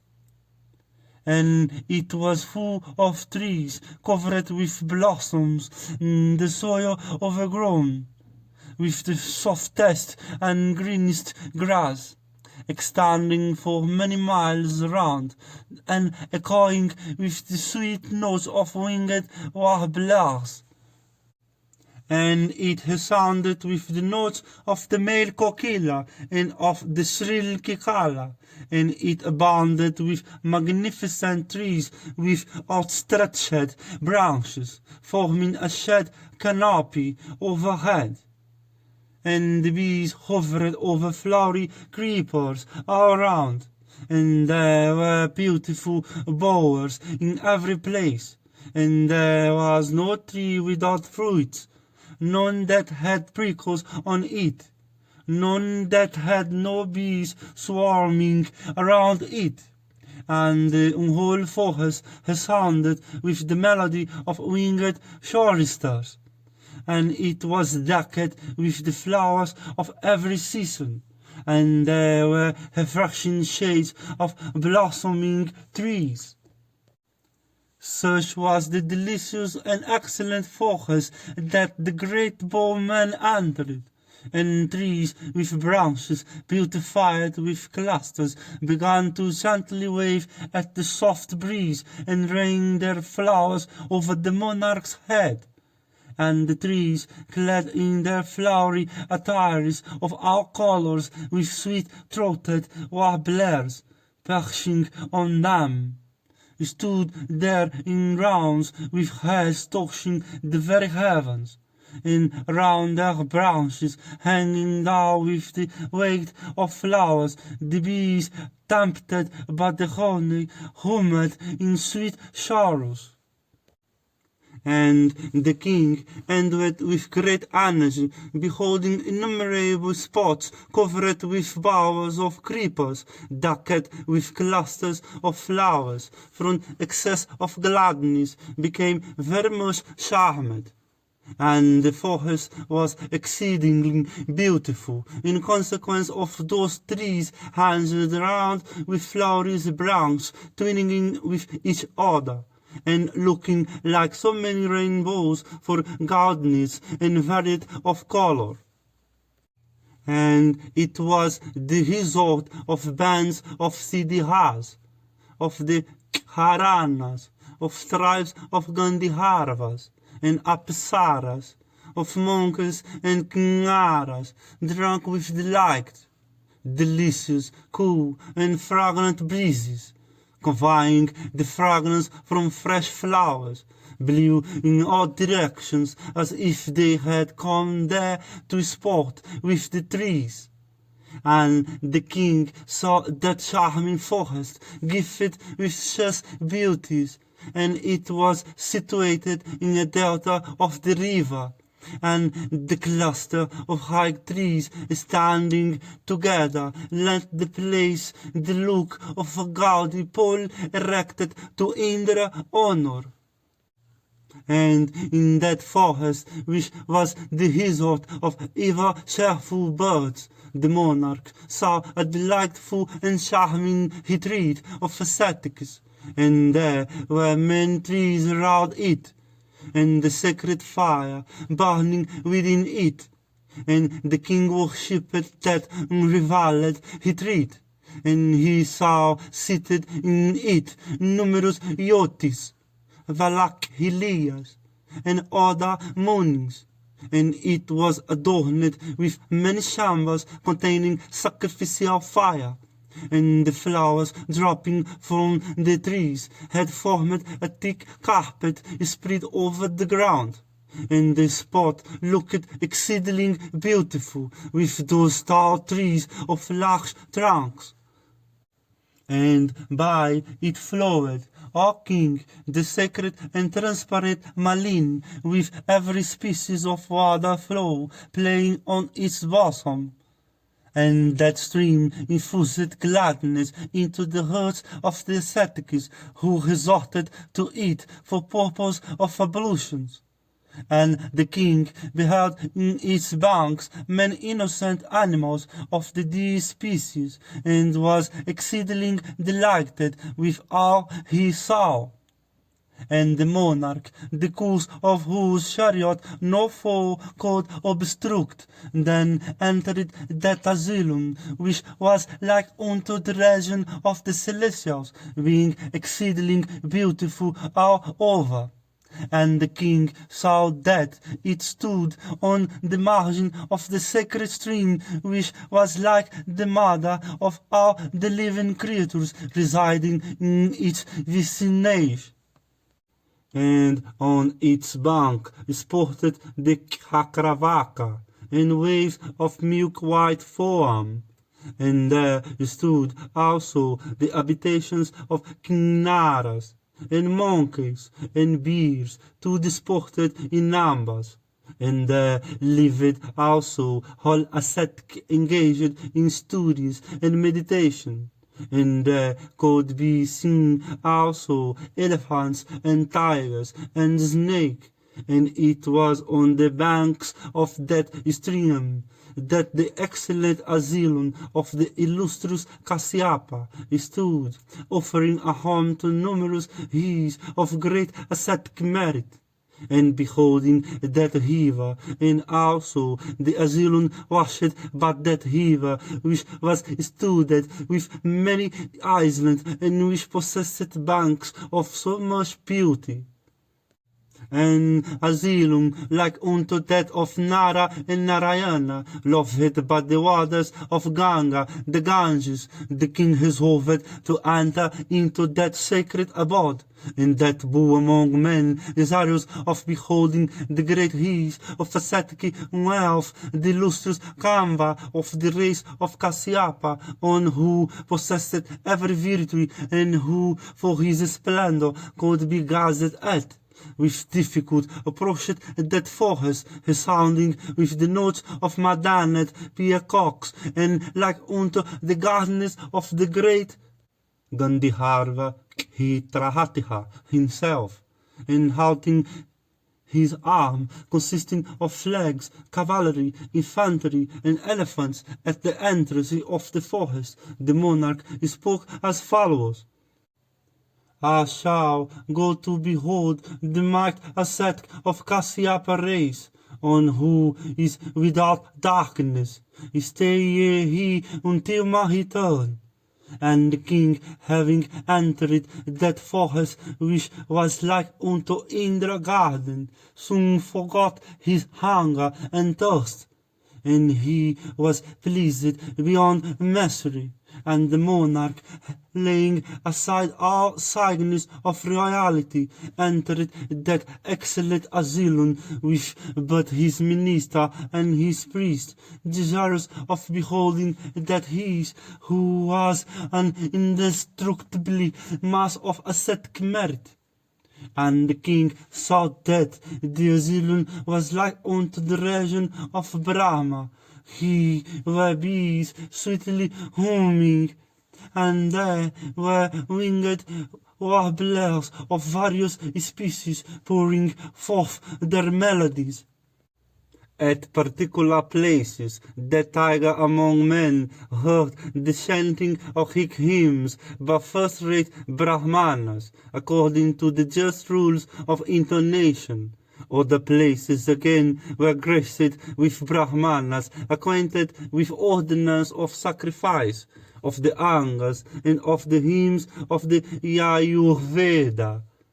Other places again were filled with the harmonious strains of Saman hymns sung by vow-observing youths. At other places, the asylum was decked with Brahmanas learned in the Astiharvan Veda. At other places, again, Brahmanas learned in the Atiharvan Veda, and those capable of chanting the sacrificial hymns of the Saman were reciting the Samhitas according to the just rules of voice. And at other places again, other Brahmanas were acquainted with the science of orthoepy, were reciting mantras of other kinds. In fact, that sacred retreat, resounding with these holy notes, was like unto a second region of Brahma himself. And there were men Brahmanas skilled in the art of making sacrificial platforms and in the rules of karma in sacrifice, conversant with logic and mental science, and possessing a complete knowledge of the Vedas. There were those also who were full acquainted with the meanings of all kinds of expressions, those that were conversant with all special rites, those also that were followers of moksha dharma, those again that were well skilled in establishing propositions, rejecting superfluous causes, and drawing right conclusions. There were those having a knowledge of the science of words, of prosody, of nirukita, those again that were conversant with astrology and learned in the properties of matter and the fruits of sacrificial rites, possessing a knowledge of causes and effects, capable of understanding the seeds of birds and monkeys, were read in large treatises, and skilled in various science. And the king, as he proceeded, heard their voices, and the retreat sounded also with voice of men capable of charming woman hearts, and the slayer of hostility heroes. Also Sharal him learned Brahma, of rigid vows, engaged in japa and homa.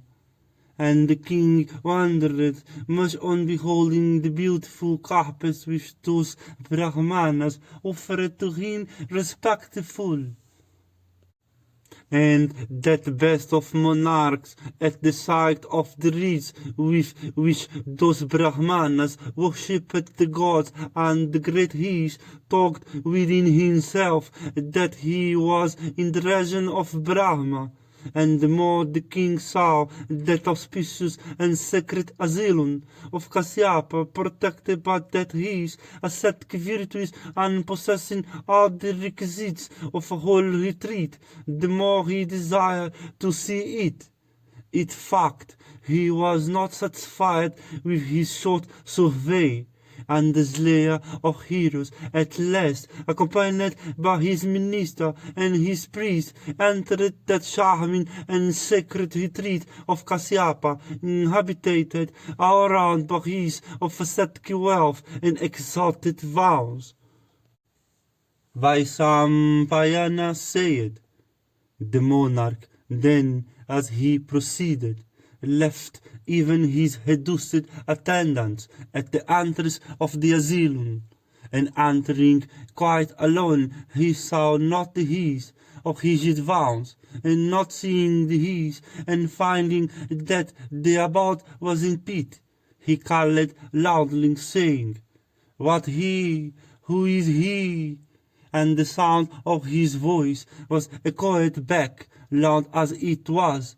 And hearing the sound of his voice, there came out of the his about a maiden beautiful as Sri herself, but dressed as an ascetic doctor. And the black-eyed fair one, as she saw King Dusmanta, bade him welcome and worshipped him duly, and showing him due respect by the offer of a seat, whether to wash his feet, and Arghia, she inquired about the monarch's health and peace. And having worshipped the king and asked him about his health and peace, the maiden reverently asked, what must be done? O king, I await your commands. The king, dull worshipped by her, said unto that maiden of faultless features and sweet speech, I have come to worship the highly blessed his Canva. Tell me, O amiable and beautiful one, where has the lustrous his gone? Sakuntala then answered, my lustrous father hath gone away from the asylum to fetch fruit. Wait but a moment, and thou wilt see him when he arrives. Vaisampayana continued. The king, not seeing these, and addressed thus by her, beheld that the maiden was exceedingly beautiful and endowed with perfect symmetry of shape. And he saw that she was of sweet smiles, and she stood decked with the beauty of her faultless features, her ascetic penances, and her humility. And he saw that she was in the bloom of youth. He therefore asked her, who art thou, and whose doctor, O beautiful one? Why hast thou come into the wombs also? O handsome one, gifted with so much beauty and such virtues, whence hast thou come? O charming one, at the very first glance hast thou stole my heart. I desire to learn about thee, therefore tell me how. And thus addressed by the monarch in the asylum, the maiden, smiling, replied in these sweet words, O Dusmanta, I am the doctor of the virtuous, wise, high-souled, and illustrious ascetic Canva. Dusmanta, hearing this, replied, the universal, worshipped, and high-blessed his own, whose seed hath been drawn up.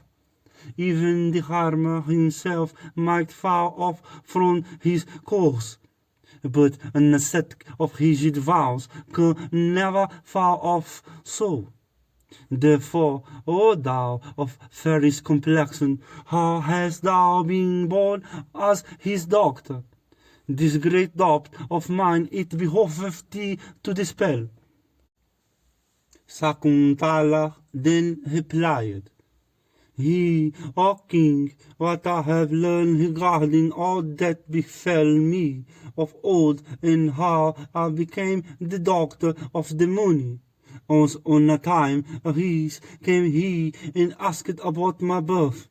All that the illustrious one told him, he now from me, O king.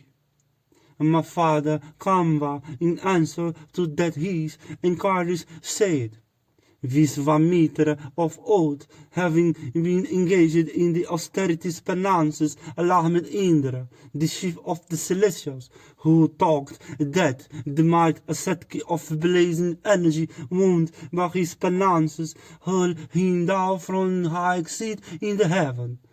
Indra, thus alarmed, summoned Menaka, and told her, Thou, O Menaka, art the first of celestial Apsaras, therefore, O amiable one, do me this service. Hear what I say. This great ascetic Visvamitra, like unto the sun in splendor, is engaged in the most severe of penances. My heart is trembling with fear. In thee, O slender wasted Menaka, this is thy business. Thou must see that Visvamitra, of so rapt in contemplation and engaged in the austerities penances, who might hurl down me from my seat. Go and tempt him, and frustrating his continued austerities, accomplish my good.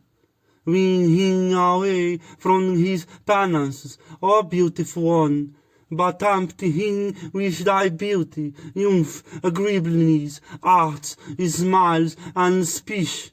Hearing all these, Menaka replied, The illustrious Visvamitra is endowed with great energy, and is a might ascetic.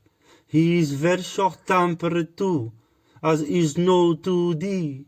The energy, penances, and wrath of the high solid one have made even thee anxious.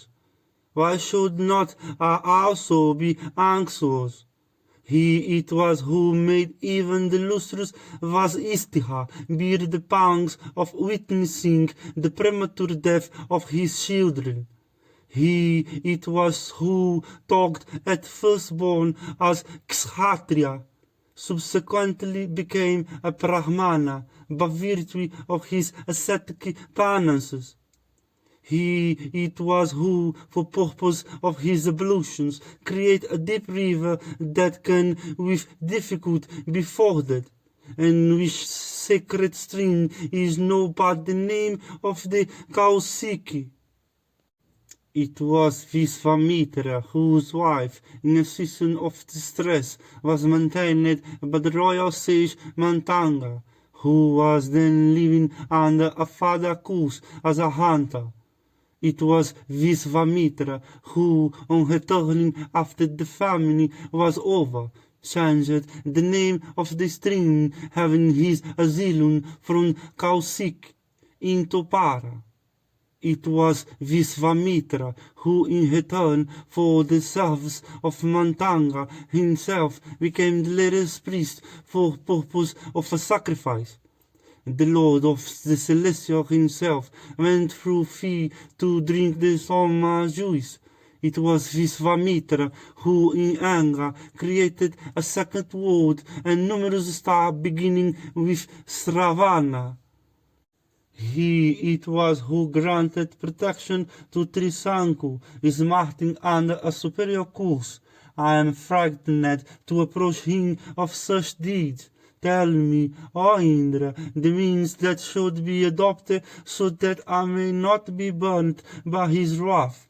He can burn the three walls by his splendor, can by stamp cause the earth to quake. He can serve the great Meru from the earth and hurl it to any distance.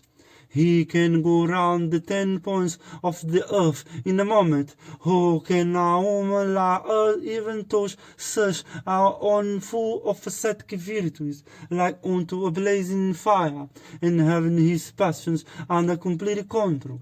His mouth is like unto a blazing fire. The pupils of his eyes are like the sun and the moon. His talk is like unto Yama himself. How shall, O chief of the celestial, a woman like us even touch him? At the thought of his prowess, Yama, Soma, the great His, the Sadihiyas, the Visvas, Valakhilias are terrified. How can a woman like me gaze at him without alarm? Commanded, however, by thee, O King of the Celestials, I shall somehow approach that His. But, O Chief of the Gods, devise thou some plan whereby, protected by thee, I may safely move about that His. I think that, when I begin to play before the His, Marut had better go there and rob me of my dress, and Manmatha had also, at thy command, better help me then.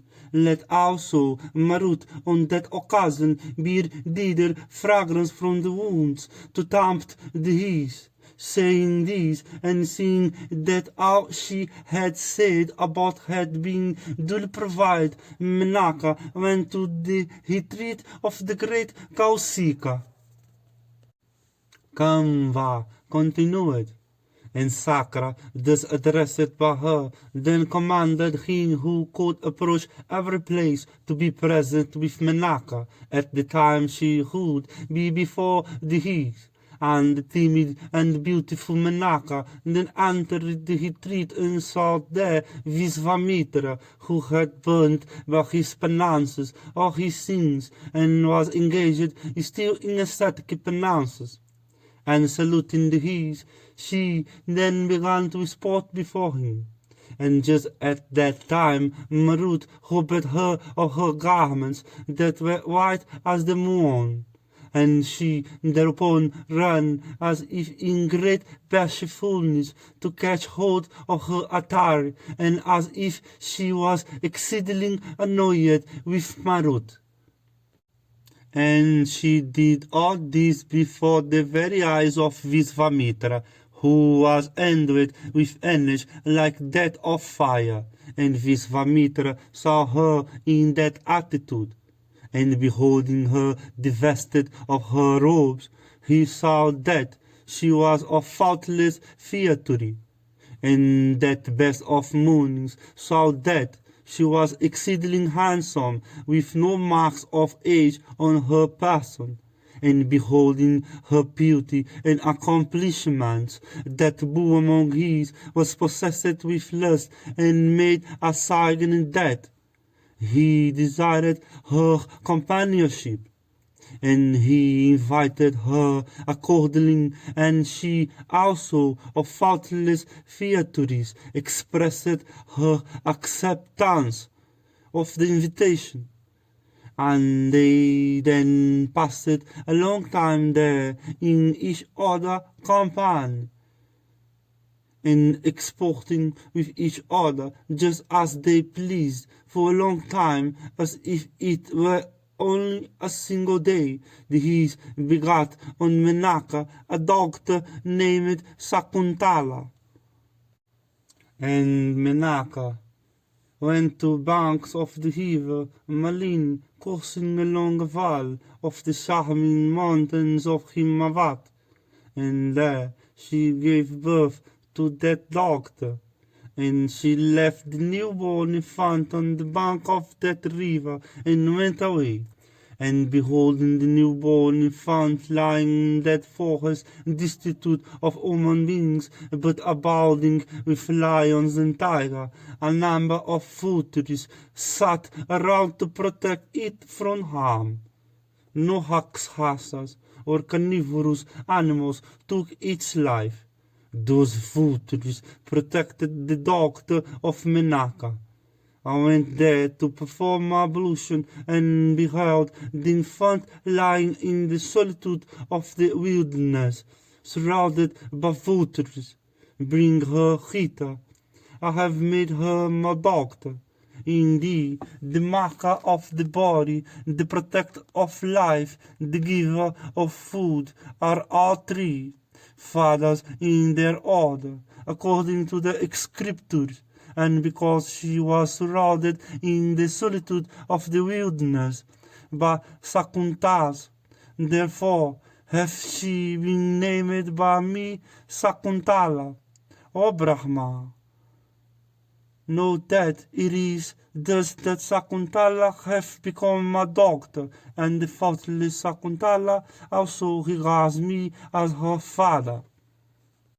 This is what my father had said unto his, having been asked by him, O King of men, it is thus that thou must know I am the daughter of Kamva, and not knowing my real father, I regard Kamva as my father. Thus have I told thee, O King, all that hath been heard by me regarding my birth. Vaisampayana continued. King Dusmanta, hearing all these, said, Well spoken by thee, O princess, this is all, O blessed one, that thou hast said. By my wife, O beautiful one, what shall I do for thee? Golden garlands, robes, earrings of gold, and handsome pearls from various countries, golden coins, finest carpets, I shall present thee this very day. Let the whole of my kingdom be thine today. O beautiful one, come to me. O timid one, wedding me. O beautiful one, according to the Gandhara form. O thou of tapering tigers, of all forms of marriage. The Gandhara only is regarded as the first.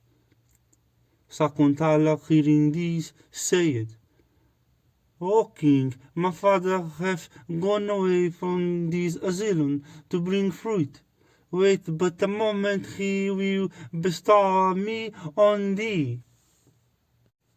Dusmanta replied, O beautiful and faultless one, I am desired that thou shouldst be companion. No doubt that I exist for thee, and my heart is in thee. One is certainly on own friend, and on certainly may depend upon oneself.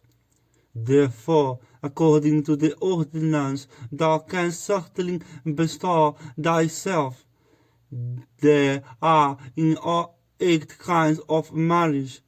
These are Brahma, Daiva, Arsha, Prajapatiya, Asura, Gandharva, Rakshasa, and Paisakha, the 8th.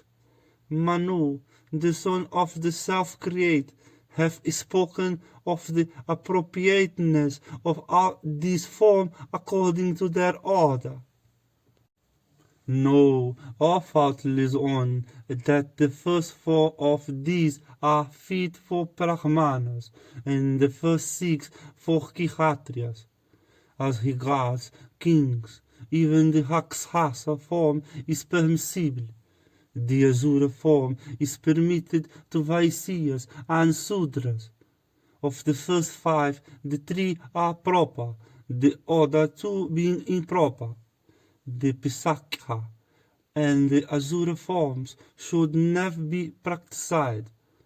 These are the institutes of religion, and one should act according to them. The Gandharva and the Rakshasa form are consistent with the practices of Kshatriyas. Thou needst not entertain the least fear. There is not the least doubt that either according to any one of these last mentioned forms, or according to a union of both of them, or wedding may take place. O thou of the fairest complexion, full of desire as I am, thou also in a similar mode mayst become my wife according to the Gandharva form. Sakuntala, having listened to all these, answered, If this be the course sanctioned by religion, if indeed I am my own disposer, hear, O thou foremost one of Puru race, what my terms are. Promise truly to give me what I ask thee amongst ourselves alone. The son that shall be begotten on me shall become thy heir apparent. This, O king, is my fixed resolve. O Tusmanta, if thou grant these, then let our union take place. Vaisampayana continued. The monarch, without taking time to consider at once, told her, Let it be so. I will even take thee, O thou of agreeable smiles, with me to my capital. I tell thee truly, O beautiful one, thou deservest all these. And so saying, that first of kings wedded the handsome Sakuntala of graceful gait, and knew her as a husband, and assuring her dule, he went away, telling her repeatedly, I shall send thee for thy escort, my troops of 4 classes. Indeed, it is even thus that I shall take thee to my capital, O thou of sweet smiles. Vaisampayana continued. O Janamejaya, having promised so unto her, the king went away. And as he retraced his way homewards, he began to think of Kasyapa, and he asked himself, What will the illustrious ascetic say after he was known all? Thinking of this, he entered his capital. The moment the king had left, Kamva arrived at his abode. But Sakuntala, from a sense of shame, did not go out to receive her father. That great ascetic, however, possessed of spiritual knowledge, knew all. Indeed, beholding everything with his spiritual eye, the illustrious one was pleased, and addressing her said, Amiable one, what hath been done by thee today in secret without having waited for me? Intercourse with a man hath not been destructive of thy virtue. Indeed, union according to the Gandhara form of a wishful woman with a man of sensual desire, without mantras of any kind, it is said, is the best for Kshatriyas. That best of men, to Smanta, is also high solid and virtuous. Thou hast, O Sakuntala, accepted him for thy husband. The son that shall be born of thee shall be mighty and illustrious in this world, and he shall have sway over the sea, and the forces of that illustrious King of kings, while he goeth out against his foes, shall be irresistibly. Sakuntala then approached her fatigued father, and washed his feet, and taking down the load he had with him, and placing the fruits in proper order, she told him, It behoveth thee to give thy grace to that Dusmanta, whom I have accepted for my husband, as well as his ministers. Kamva replied, O thou of the fairest complexion, for thy sake I am inclined to bless him, but receive from me, O blessed one, the one that thou desirest. Vaisampayana continued. Sakuntala, thereupon, moved by desire of benefiting Dusmanta, asked the boon that the Paurava monarch might ever be virtuous and never deprived of their thrones. Vaisampayana said, after Dusmanta had left the asylum, having made those promises unto Sakuntala, the litter of tapering tigers brought forth a boy of immeasurable energy, and when the child was 3 years old, he became in splendor like the blazing fire. And all Janamejaya, he was possessed of beauty and magnanimity in every accomplishment, and that first of virtuous men, Kamva, caused all the rites of religion to be performed in respect of that intelligent child, thriving day by day. And the boy, gifted with pearl teeth and shining locks, capable of slaying lions even then, with all auspicious signs in his palm, and broad, expansive forehead, grew up in beauty and strength, and like unto a celestial child in splendor, he began to grow up rapidly. And when he was on 6 years of age, endowed with great strength, he used to seize and bind to the trees that stood around that asylum, lions and tigers and bears and buffaloes and elephants, and he hold on some animals and pursued others in sportive mood. The dwellers at Kamva Asylum thereupon bestowed on him a name, and they said, because his size and his strength are animals however strong, let him be called Sarvadamana. And it was thus that the boy came to be named Sarvadamana, endowed as he was with prowess and energy and strength. And he, seeing the boy, and marking also his extraordinary acts, told Sakuntala that the time had come for his installation as the heir apparent, and beholding the strength of the boy, Kamva commanded his disciples, saying, Be ye without delay the Sakuntala with her son from this abode to that of her husband, blessed with every auspicious sign. Women should not live long in the houses of their paternal or maternal relations. Such residence is destructive of their reputation, their good conduct, their virtue. Therefore, delay not in bearing her hands. These disciples of the his thereupon, saying, so be it, went towards the seed named after an elephant, with Sakuntala and her son ahead of them. And then she of her eyebrows, taking with her that boy of celestial beauty, and with eyes like lotus petals, left the wounds where she had been first known Batus Manta. And having approached the king, she with her boy, resembling in splendor the rising sun, was introduced to him. And the disciples of the his, having introduced her, returned to the asylum. And Sakuntala, having worshipped the king according to the proper form, told him, this is thy son, O king, let him be installed as thy heir apparent.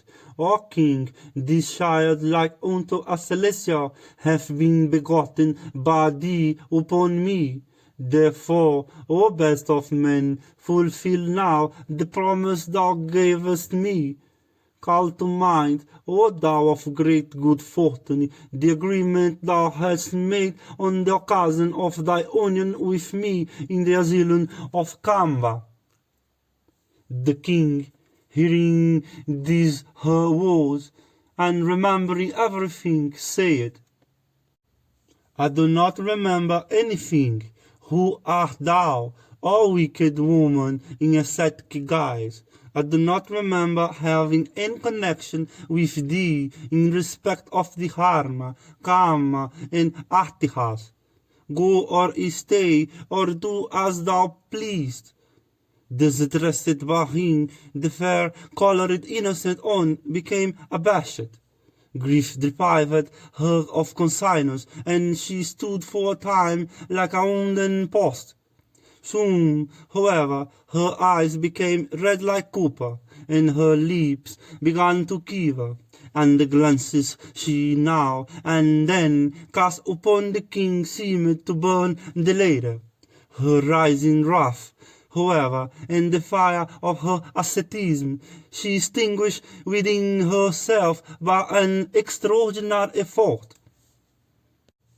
Collecting her thoughts in a moment, her heart possessed with sorrow and rage, she thus addressed her lord in anger, looking at him, knowing everything. O monarch, how canst thou like an inferior person thus say that? Thou knowest it not. Thy heart is a witness to the truth or falsehood of this matter. Therefore, speak true without degrading thyself. He who being one thing representeth himself as another thing to others is like a thief and robber of his own self. Of what sin is he not capable? Thou thinkest that thou alone hast knowledge of thy deed. But knowest thou not that the ancient, omniscient one liveth in thy heart? He knoweth all thy sins, and thou sinnest in his presence. He that sins thinks that none observe him, but he is observed by the gods, and by him also who is in every heart, the sun, the moon, the air, the fire, the earth, the sky, water, the earth, Yama, the day, the night, both twilights and the Dharma, I witness the acts of men. Yama, the son of Surya, takes no account of the sins of him with whom Narayana, the witness of our acts, is gratified. But he with whom Narayana is not gratified is tortured for his sins by Yama. Him who degradeth himself by representing himself falsely, the gods never bless. even his own soul blesseth he not. I am a wife devoted to my husband. I have come of my own accord, it is true, but do not, on that account, treat me with disrespect. I am thy wife, and therefore deserve to be treated respectful. Wilt thou not treat me so, because I have come hither of my own accord? In the presence of so many, why dost thou treat me like an ordinary woman? I am not certainly crying in the wilderness. Dost thou not hear me? But if thou refuse to do what I supplicate thee for, Odusmanta, thy head this moment shall burst into 100 pieces. The husband entering the womb of the wife cometh out himself in the form of the son. Therefore is the wife called by those cognizant of the Vedas as Jaya. And the son that is so born unto persons cognizant of the Vedic mantras escapeth the spirits of the seated ancestor. And because the son escapeth ancestor from the hair called Put, therefore hath he been called by the self-creator himself as Putra. By son on conquereth the three worlds, by son on enjoyeth eternity, and by grandson great-grandfathers enjoy everlasting happiness. She is a true wife who is skillful in household affairs. She is a true wife who hath borne a son. She is a true wife whose heart is devoted to her Lord. The wife is a man half. The wife is the first of friends. The wife is the root of religion, prophecy, and desire. The wife is the root of salvation. They that have wives can perform religious acts. They that have wives can lead domestic lives. They that have wives have the means to be cheerful. They that have wives can achieve good fortune. Sweet-speeched wives are friends on occasions of joy. They are as fathers on occasions of religious acts.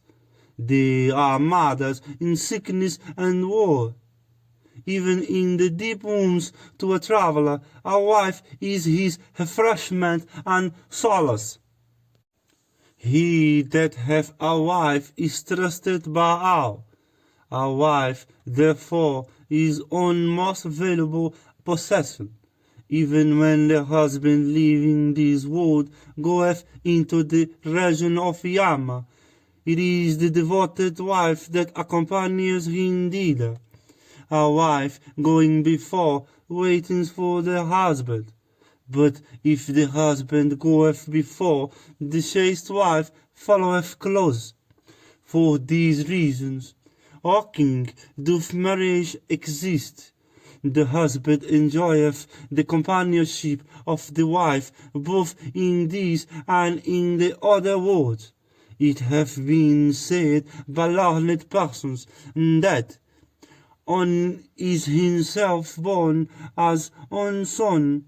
Therefore, a man whose wife hath borne a son should look upon her as his mother, beholding the face of the son one hath begotten upon his wife, like his own face in a mirror.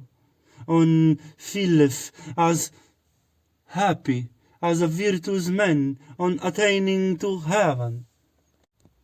Man is crushed by mental grief or suffering under bodily pain, feel as much refreshed in the companionship of their wives as a perspiring person in a cold bath. No man, even in anger, should ever do anything that is disagreeable to his wife, seeing that happiness, joy, and virtue, everything dependeth on the wife. A wife is the sacred field in which the husband is born himself. Even rich cannot create creatures without woman.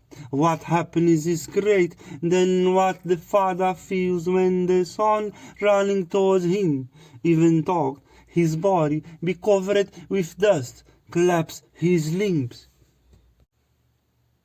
Why then dost thou treat with indifference such a son, who hath approached thee himself, and who casteth wistful glances towards thee, for climbing thy knees?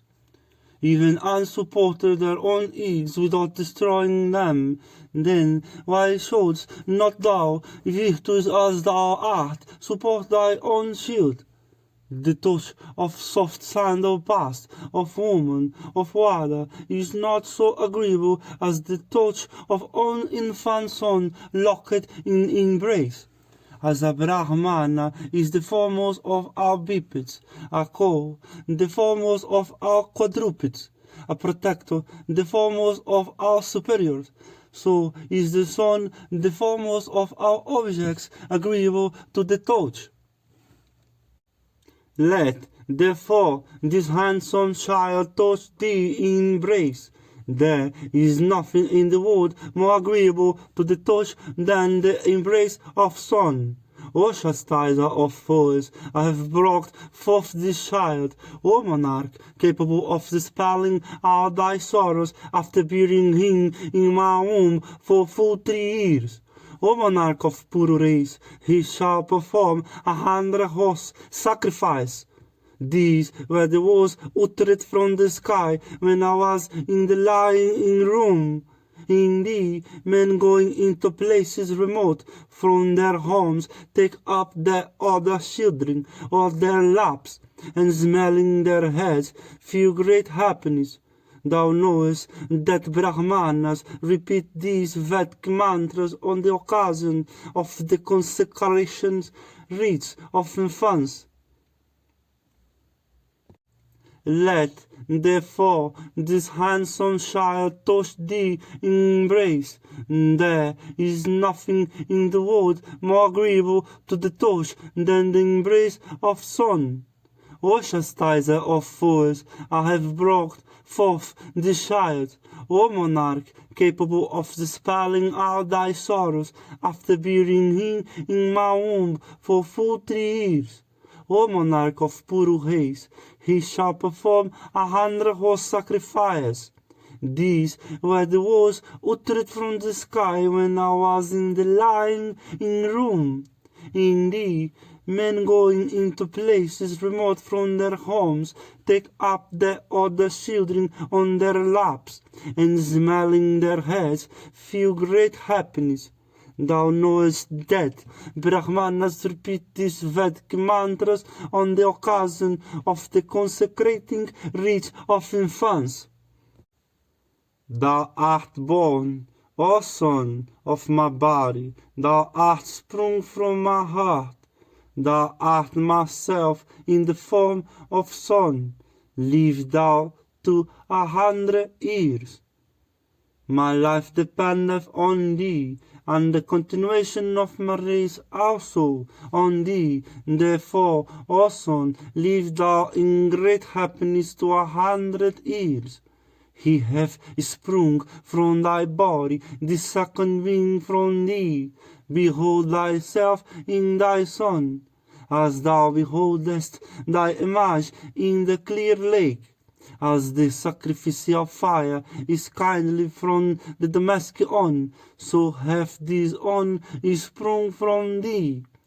Talked on, thou hast divided thyself. In course of hunting, while engaged in pursuit of the deer, I was approached by thee. O king, who was then a virgin in the asylum of my father, Urvasi, Purvakhiti, Sahajanya, Menaka, Visvakhi, and Gihiritakhi. These are the 6 foremost of Apsaras.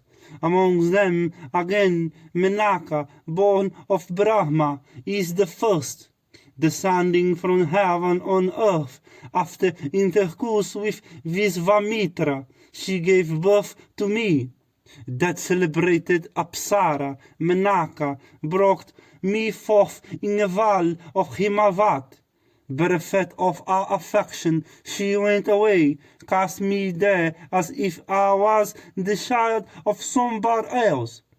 What sinful act did I do of old in some other life, that I was in infants cast away by my parents, and at present I am cast away by thee, put away by thee? I am ready to return to the asylum of my father, but it behoveth thee not to cast off this child who is thy own.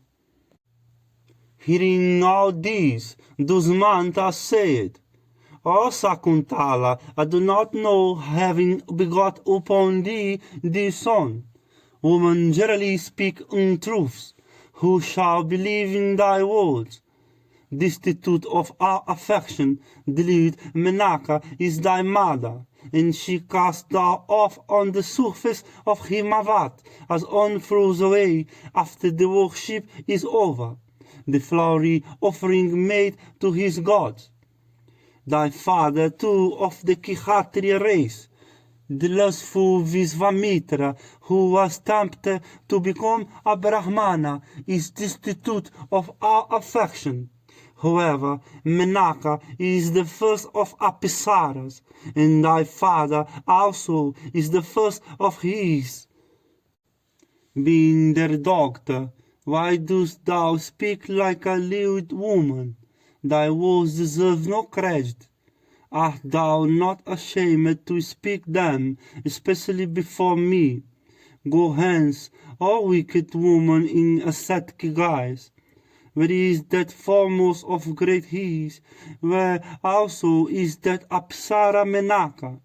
And why art thou, low as thou art, in the guise of an ascetic? Thy shield too is grown up.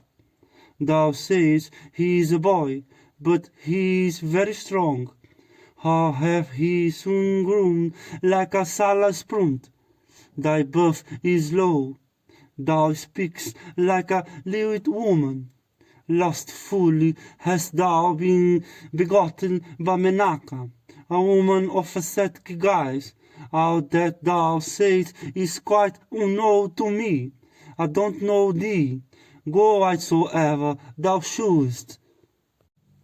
Sakuntala replied, Thou seest, O king, the fault of others, even though they be as small as a mustard seed. But seeing thou noticest not thy own faults, even though they be as large as the vilva fruit. Menaka is one of the celestials. Indeed, Menaka is reckoned as the first of celestials. My birth, therefore, O Dusmanta, is far higher than thine. Thou walkest upon the earth, O king, but roam in the skies.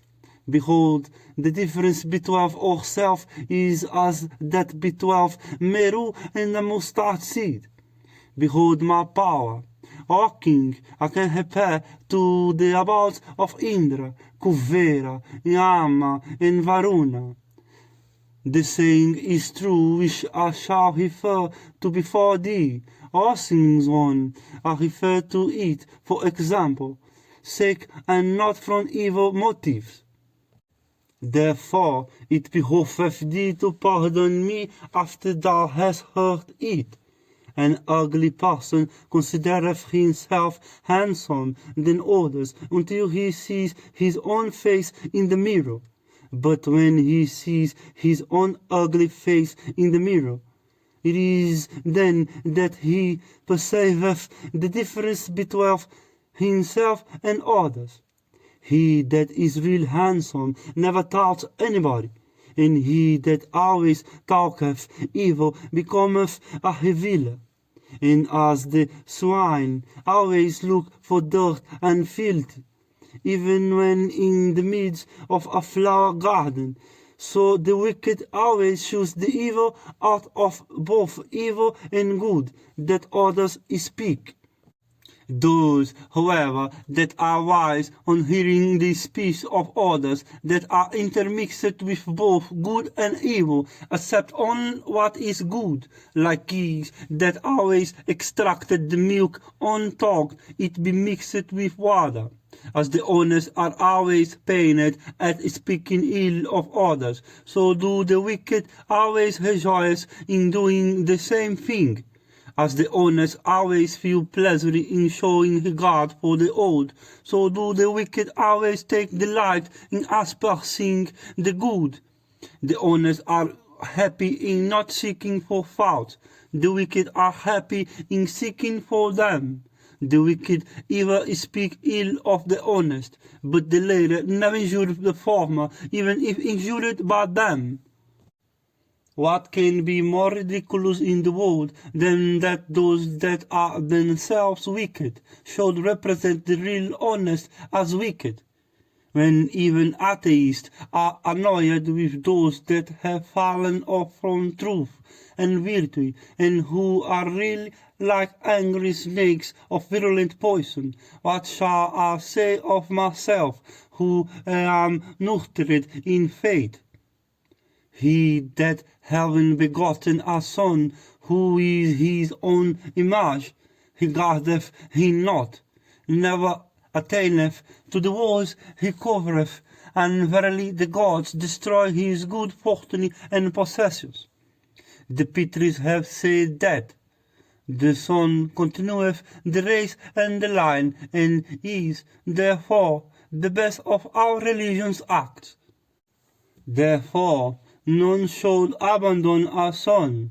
Manu have said that there are 5 kinds of sons, those begotten by oneself upon his own wife, those obtained from others, those purchased for a consideration, those reared with affection, and those begotten upon other women than upon wedded wives.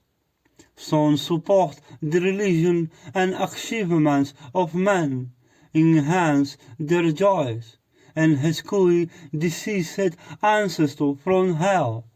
It behoveth thee not, therefore, O tiger among kings, to abandon a son who is such. Therefore, O Lord of earth, cherish thy own self, truth and virtue, by cherishing thy son. O liar among monarchs, it behoveth thee not to support this deceitfulness. The dedication of a tank is more meritorious than that of 100 wells. A sacrifice, again, is more meritorious than the dedication of a tank. A son is more meritorious than a sacrifice. Truth is more meritorious than 100 sons. 100 horse sacrifice had once been waged against truth, and truth was found heavier than 100 horse sacrifice. O king, truth, I ween, may be equal to the stud of the entire Vedas and ablutions in our whole place. There is no virtue equal to truth. There is nothing superior to truth. O king, truth is God himself. Truth is the highest vow. Therefore, violate not thy pledge, O monarch. Let truth and thee be even united.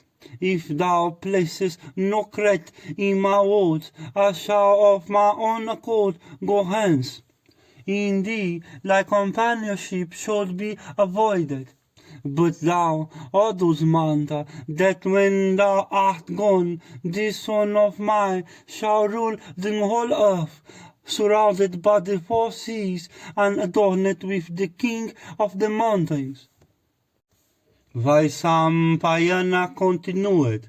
Sakuntala, having spoken to the monarch in this wise, left his presence.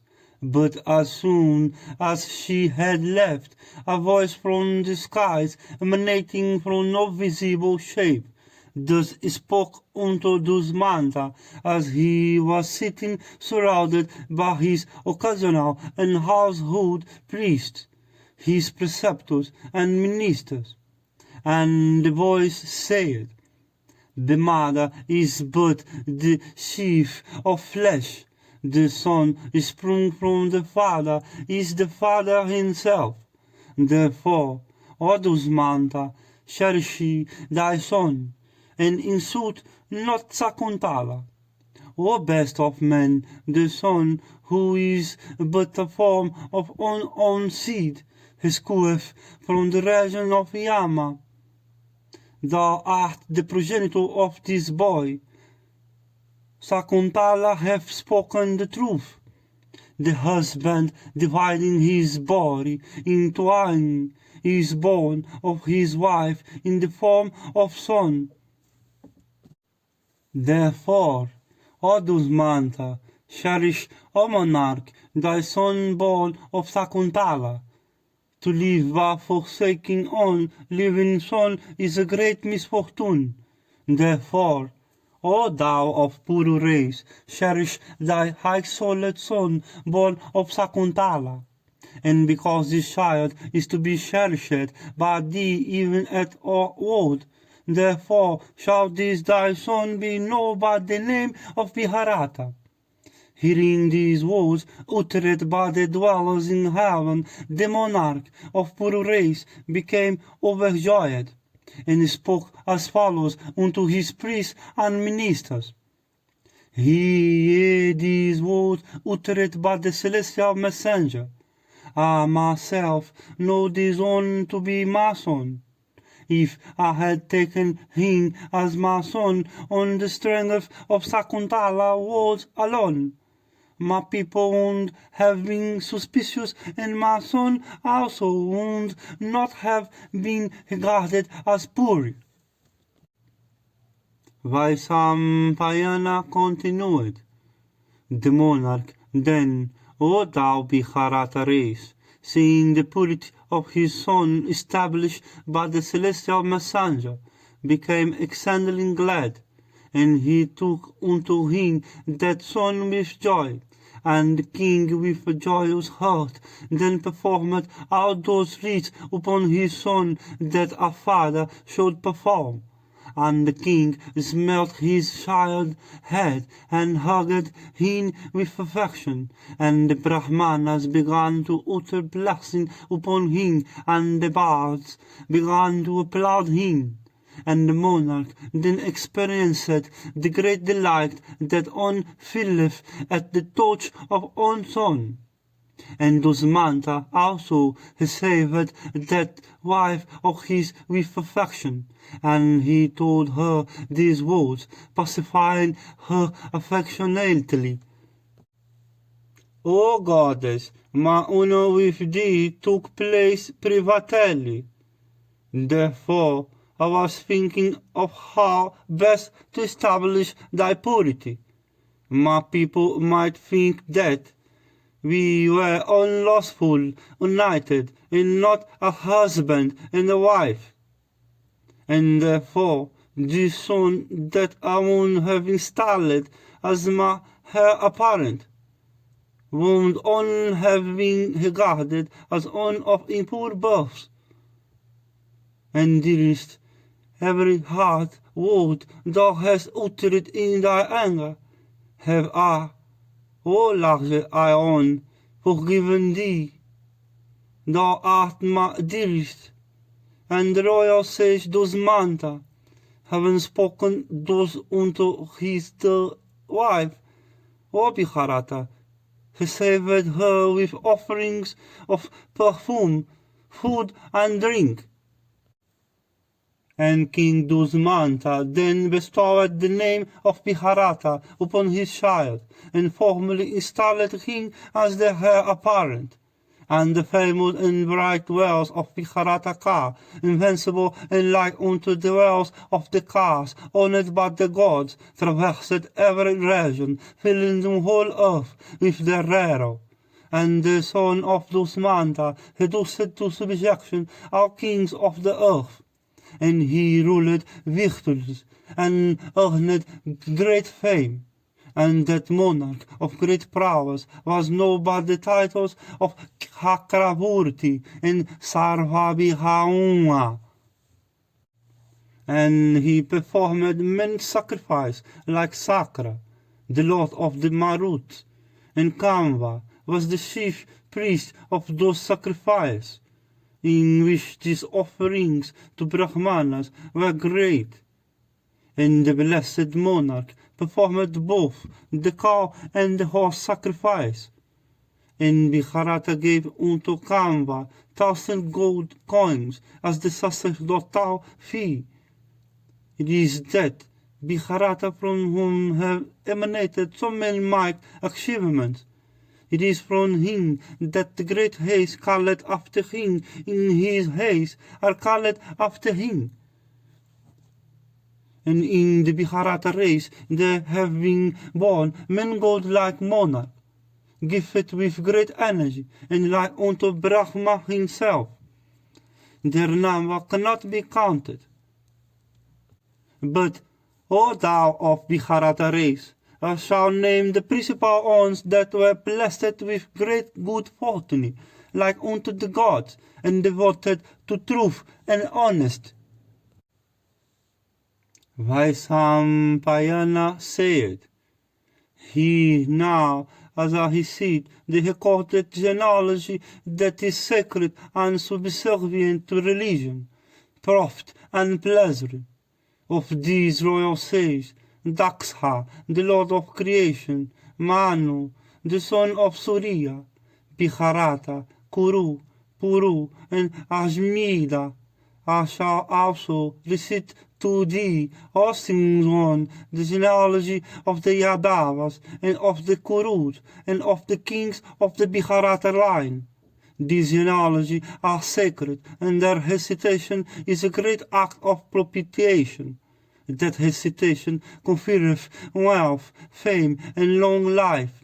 And all things on all these I have named shone in their splendor, and were equal unto the great heirs in energy.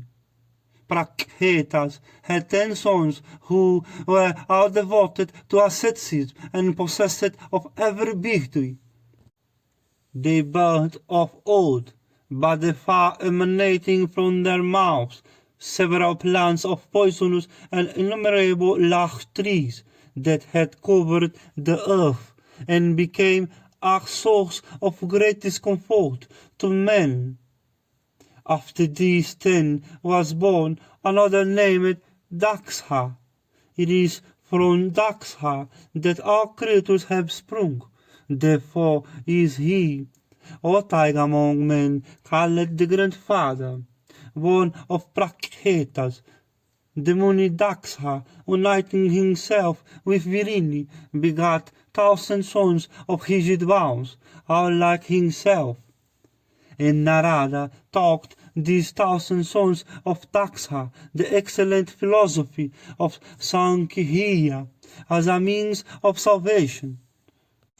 And O Janamejaya, the Lord of creation, Daksha, then from the desire of making creatures begat 50 doctors, and he made all of them his appointed doctors. And he bestowed 10 of his doctors on Dharma and 13 on Kasyapa, and he gave 27 to Chandra, who are all engaged in indicating time. And Kasyapa, the son of Marikhi, begat on the eldest of his 13 wives, the Adityas, the Celestials, and with great energy, and having Indra as their head, and also Visvasvat. And of Visvasvat was born the Lord Yama, and Martanda also begat another son after Yama, gifted with great intelligence, and named Manu.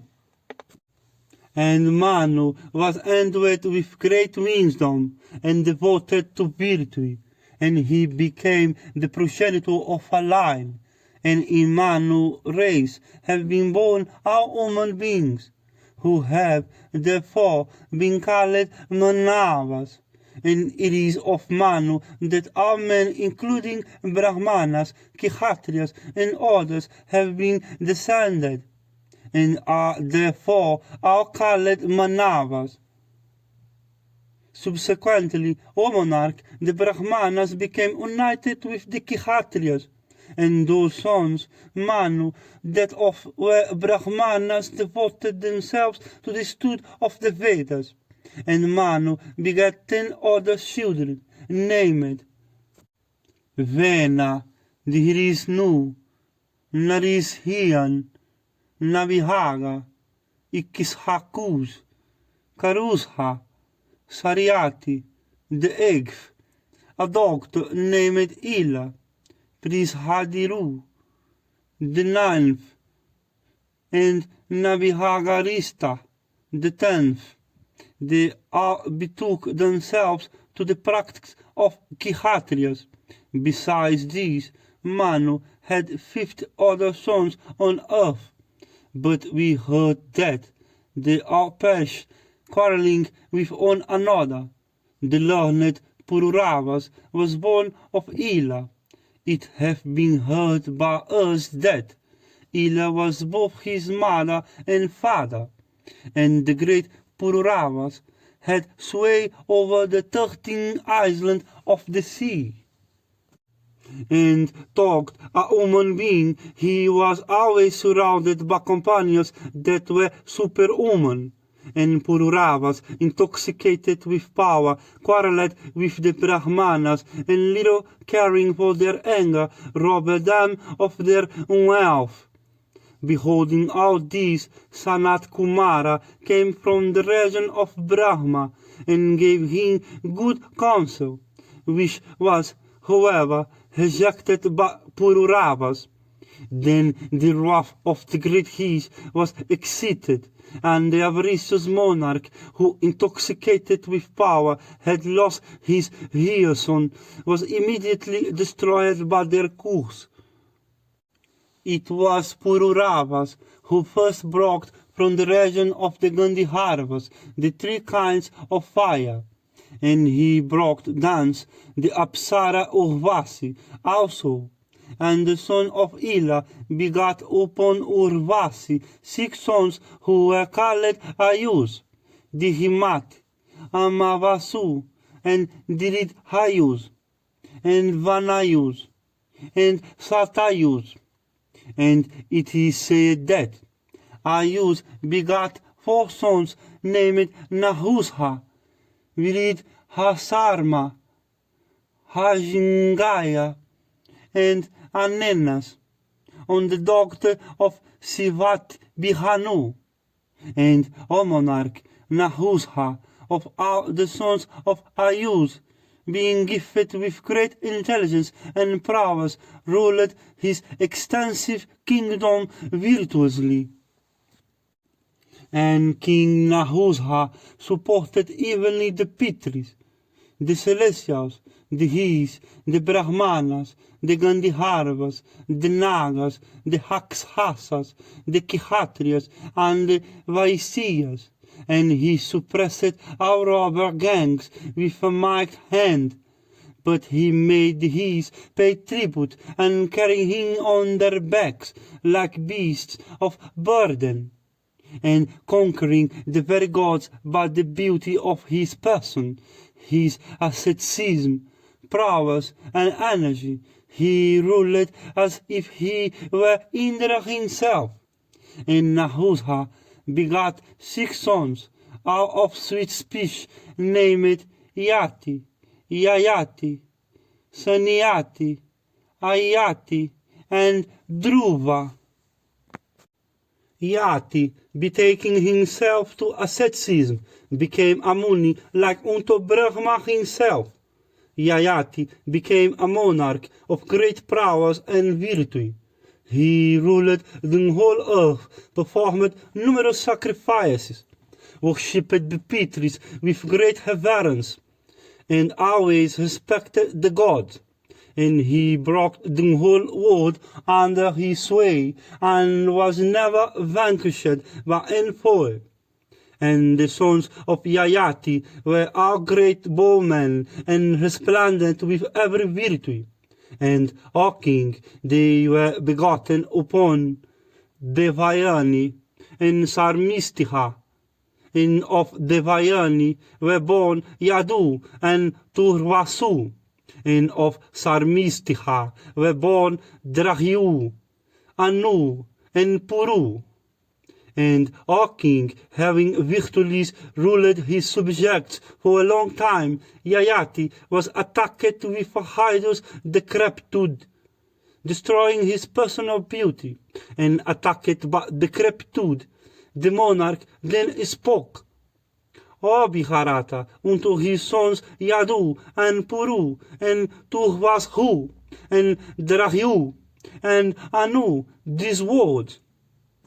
Ye, dear sons, I wish to be a young man, and to gratify my appetites in the company of young woman. Do you help me therein? To him his eldest son, born of Devayani, then said, What needst thou, O king? Dost thou want to have your youth? Yayati then told him, Accept thou my decrepitude. O son, with thy youth I would enjoy myself. During the time of a great sacrifice I have been cursed by the money usans.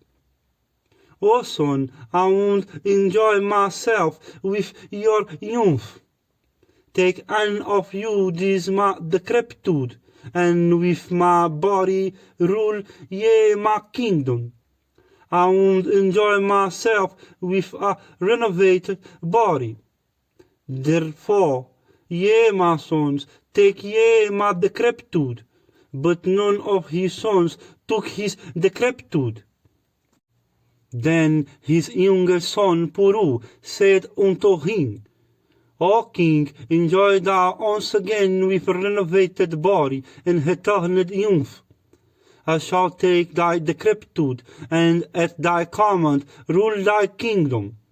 Thus addressed the royal sage by virtue of his ascetic power, then transferred his own decrepitude unto that high-souled son of his, and with the youth of Puru became a youth.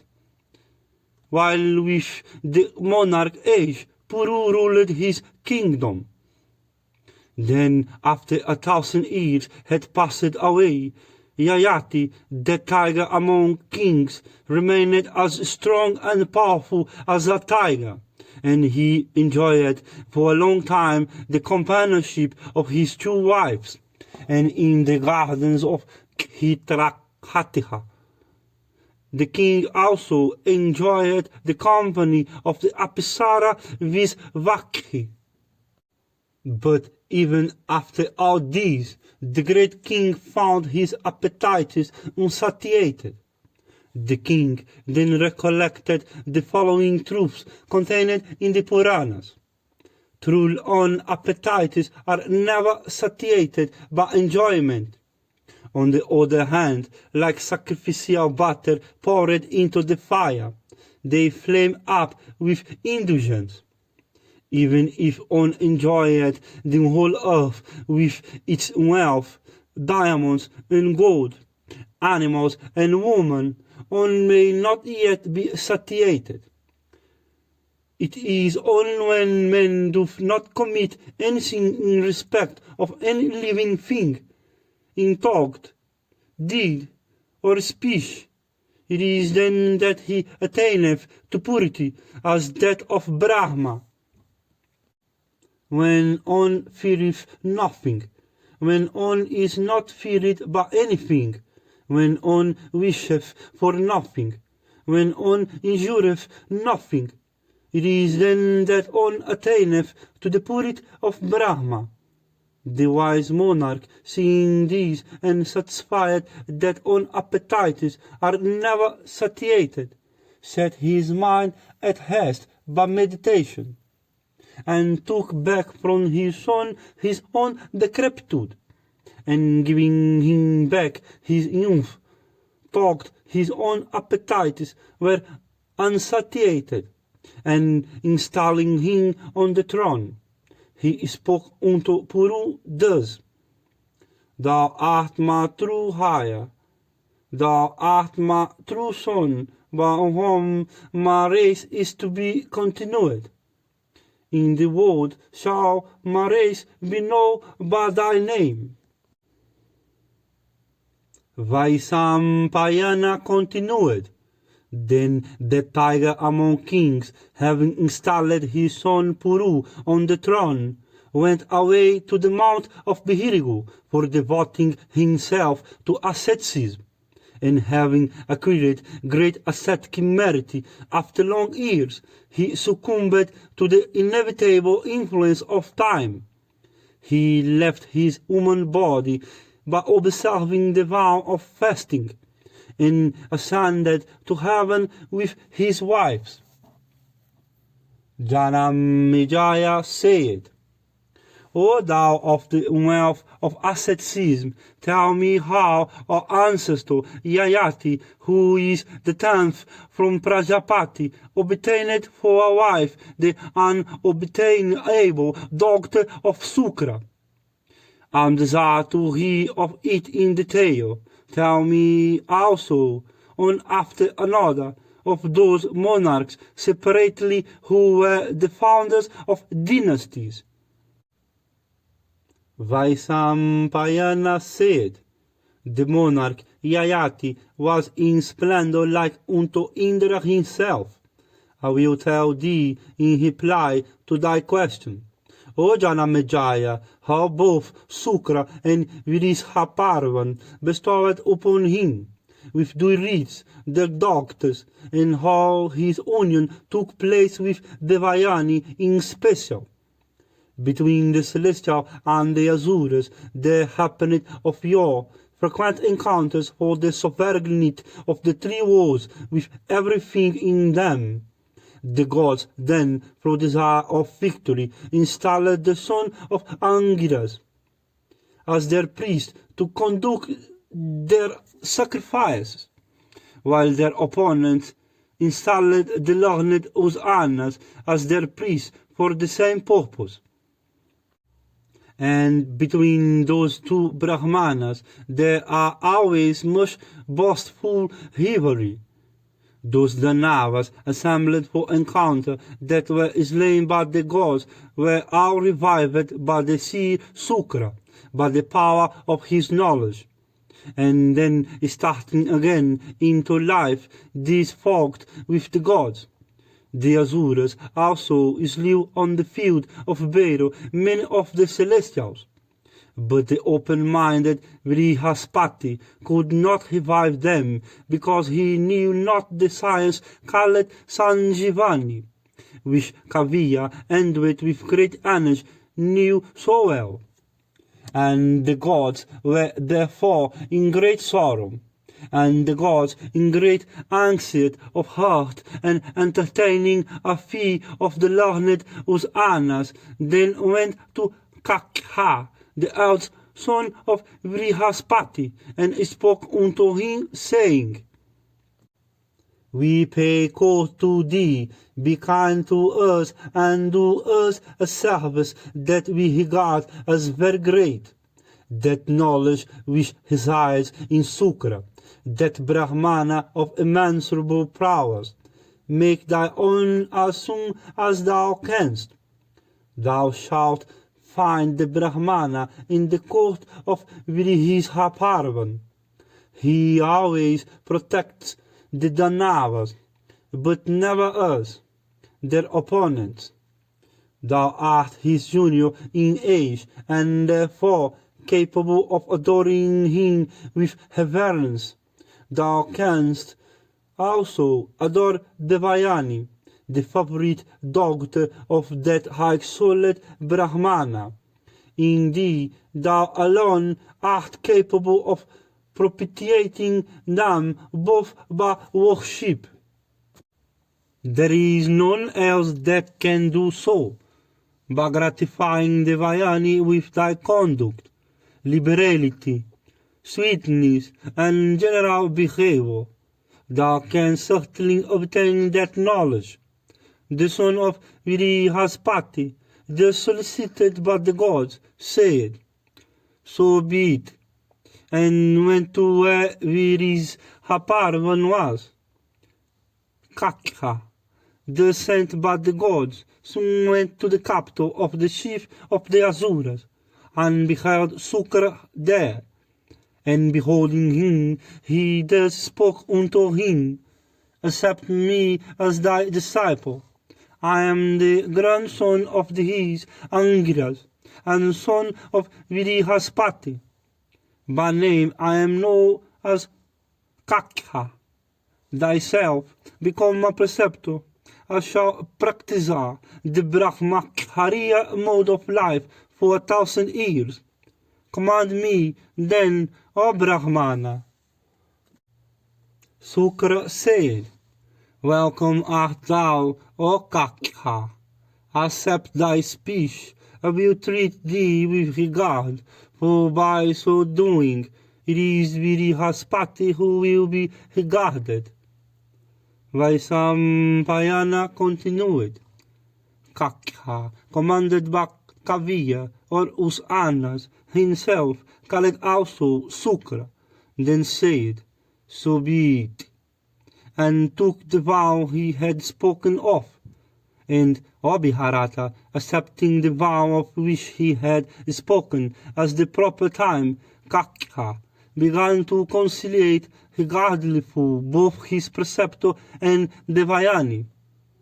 Indeed, he began to conciliate both, and as he was young, by singing and dancing and playing on different kinds of instruments, he soon gratified Devayani, who was herself in her youth. And Mahabharata, with his whole heart set upon it, he soon gratified the maiden Devayani, who was then a young lady, by presents of flowers and fruits, and service handled with alacrit. And Devayani also with her songs and sweetness of manners used, while they were alone, to attend upon that youth carrying out his vow. And when 500 years had thus passed of Kakha vow, the Danavas came to learn his intention. And having no compunctions about slaying a Brahmana, they became very angry with him. And one day they saw Kakha in a solitary part of the woods, engaged in tending kine. They then slew Kakha from their hatred of Virihaspati, and also from their desire of protecting the knowledge of reviving the dead from being conveyed by him. And having slain him, they hacked his body into pieces and gave them to be devoured by jackals and wolves. And the kine returned to the fold without him who tended them. And Devayani, seeing the kine returned from the wounds without Kakha, spoke Mahabharata unto her father thus, "Thy evening fire hath been kindled. The sun also hath set. O father, the kine have returned without him who tendeth them. Kakha is, indeed, not to be seen. It is plain that Kakha has been lost, or is dead. Truly do I say, O father, that without him I will not live."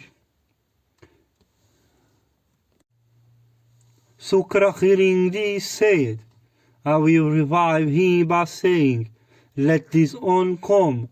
Then, having recourse to the science of reviving the dead, Sukra summoned Kakha, and summoned by his preceptor Kakha appeared before him in the gladness of heart, tearing by victory of his preceptor, scienced the bodies of the wolf, and asked about the cause of his delay.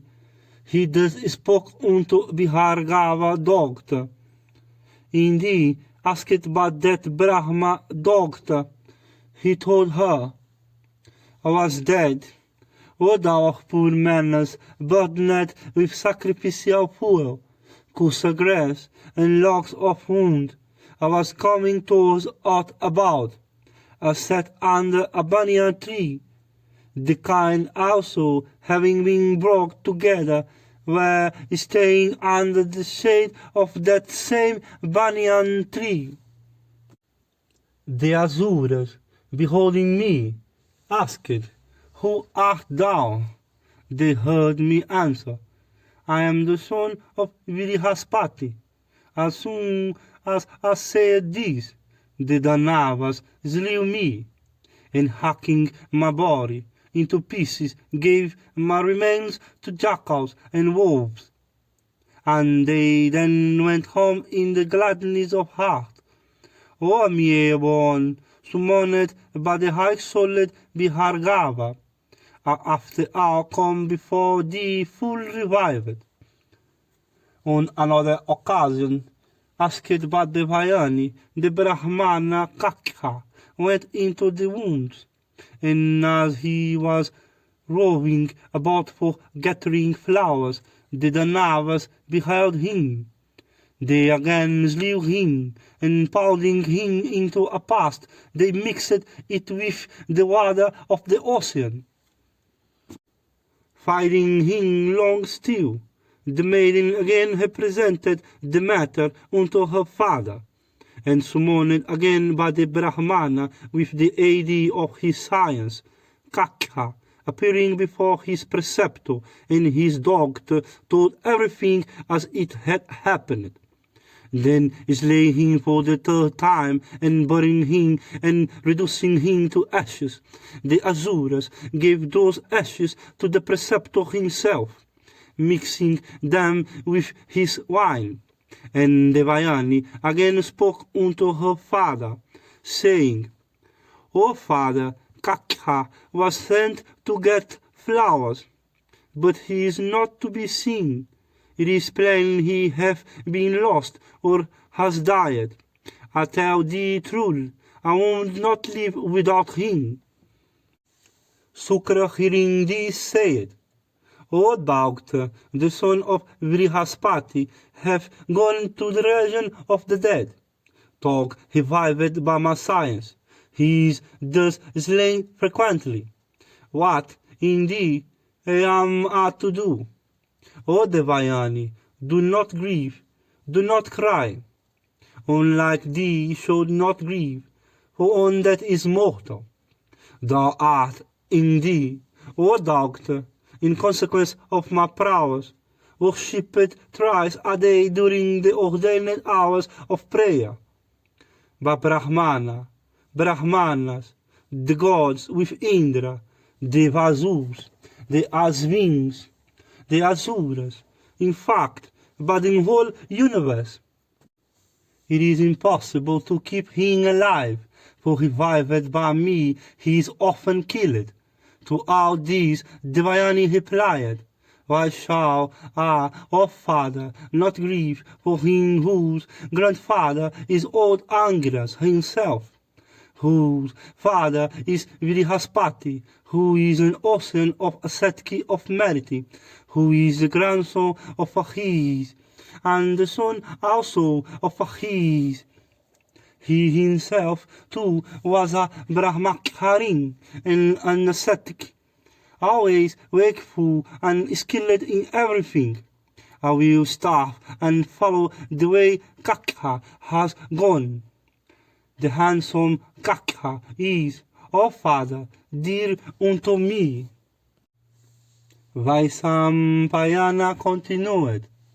The great His, Kavya, then, afflicted by what the Vayani said, cried in anger, circling the Asuras, seeking to injure me, for they slay my disciple that stayeth with me. These followers of Rudra desire to divest me of my character as a Brahmana by making me participate in their crime. Truly, this crime hath a terrible end. the crime of slaying a Brahmana and even burn Indra himself. Having said this, the Brahmana Sukra, urged by the Vayani, began to summon on Kakha, who had entered the jaws of death. But Kakha, summoned with the aid of science, and afraid of the consequence to his preceptor, feebly replied from within the stomach of his preceptor, saying, Be graceful unto me, O Lord, I am Kakha, that worshippeth thee. Behave unto me as to thy own dearly loved son. Vaisampayana continued. Sukra then said, By what path, O Brahmana, hast thou entered my stomach, where thou stayest now? Leaving the Asuras this very moment, I shall go over to the gods. Kakha answered, By thy grace, memory hath not failed me. Indeed, I do recollect everything as it hath happened. My ascetic virtues have not been destroyed. It is, therefore, that I am able to bear this almost insufferable pain. O Kavya is slain by the Asuras and burnt and reduced to powder. I have been given to thee with thy wine, when thou art present. O Brahmana, the art of the Asuras will never be able to vanquish the science of the Brahmana. Hearing this, Sukra said, O doctor, what good can I do to thee? It is with my death that Kakha can get his life back. O Devayani, Kakha is even within me.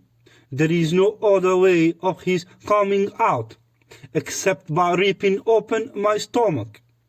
Devayani replied, Both evils shall like fire burn me. The death of Kakha and thy own death are to me the same. The death of Kakha and deprived me of life. If thou also diest, I shall not be able to bear my life. Then Sukra said, O son of Vrihaspati, thou art indeed an auret crowned with success, because the Vayani regards thee so well. Accept the science that I will today impart to thee.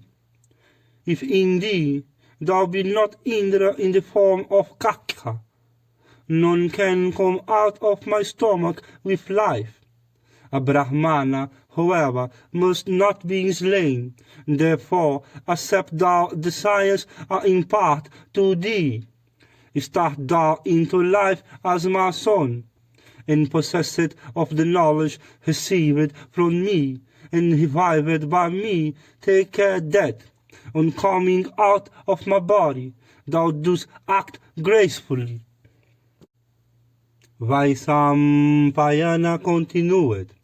Receiving the science parted to him by his preceptor, the handsome Kakha, he put open his stomach, came out like the moon at evening on the 15th day of the bright fortnight, and beholding remains of his preceptor, lying like a heap of penances, and learning Kakha revived him, aided by the science he had learned. Worshipping him with regard, Kakha said unto his preceptor, Him who poureth the nectar of knowledge into on ears, even as thou hast done into those of myself who was void of knowledge, him do I regard both as my father and mother. And remembering the immense service done by him, who is there so ungrateful as to injure him, they that, having acquired knowledge, injure their preceptor, who is always an object of worship, who is the giver of knowledge, who is the most precious of all precious objects on earth, came to be hated on earth and finally go to the regions of the sinful. Vaisampayana continued.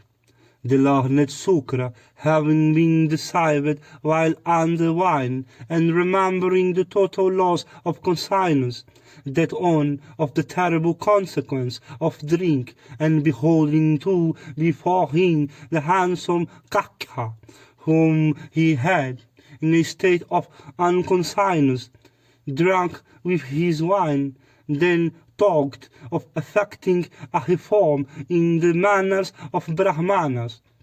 The high-souled Usanas, rising up from the ground in anger, then spoke as follows. The wretched Brahmana, who from this day, unable to resist the temptation, will drink wine, shall be regarded as having lost his virtue, shall be reckoned to have committed the sin of slaying a Brahmana, shall be hated both in this and the other worlds. I set this limit to the conduct and dignity of Brahmanas everywhere. Let the honest, let Brahmanas, let those with regard for their superiors, let the gods, let the three worlds listen. Having said these words, that high-souled on, that ascetic of ascetics, then summoning the Danavas, who had been deprived by fate of the good sense, told them these words. Ye foolish Danavas, know ye that Kakha hath obtained his wishes. He will henceforth dwell with me, having obtained the valuable knowledge of reviving the dead, that Brahmana hath indeed become in prowess even as Brahmana himself. Vaisampayana continued. Bhargava, having said so much, cut short his speech. The Danavas were surprised and went away to their homes. Kakha, too, having stayed with his preceptor for a full 1,000 years, then prepared to return to the abode of the celestials, after having obtained his preceptor permission. After the expiration of the period of his vow, Kakha, having obtained his preceptor leave, was about to return to the abode of the celestials, when Devayani, addressing him, said, O grandson of his Angiras, in conduct and birth, in learning, asceticism, and humility, thou shinest most brightly. As the celebrated his Angiras is honored and regarded by my father, so is thy father regarded and worshipped by me. O thou of ascetic wealth, knowing this, listen to what I say. Recollect my conduct toward thee during the period of thy vow. Thy vow hath now been over. It behoveth thee to fix thy affection on me. O accept my hand duly with ordained mantras. Kakha replied, Thou art to me an object of regard and worship even as thy father. O thou of faultless virtue, thou art indeed even an object of greater reverence. Thou art dearer than life to the high-souled Bhargava. O mere one, as the doctor of my preceptor, thou art ever worthy of my worship. As my preceptor Sukra, thy father is ever deserving of my regard. So art thou, O Devayani, therefore it behoveth thee not to say so. Hearing this, Devayani replied, Thou, too, art the son of my father, preceptor son. Therefore, O best of Brahmanas, thou art deserving of my regards and worship. O Kakha, when thou wert slain so many times by the Asuras, recollect today the affection I showed for thee, remembering my friendship and affection for thee, and in thee my devoted regard also. O virtuous one, it behoveth thee not to abandon me without any fault. I am truly devoted to thee. Hearing all this, Kakha said, O thou of virtuous vows, do not urge me unto such a sinful course. O thou of fair eyebrows, be graceful unto me. Beautiful one, thou art to me an object of greater regard than my preceptor. Full of virtues his hopes, O last Aedon, of face as handsome as Muon, the place where thou hadst resided, the border of Kavia, hath also been my abode. Thou art truly my sister. Therefore, O slender wasted one, say so. Amiable one, happily have we passed the days that we have been together. There is perfect good understanding between us. I ask thy leave to return to my abode. Therefore, bless me so that my journey may be safe.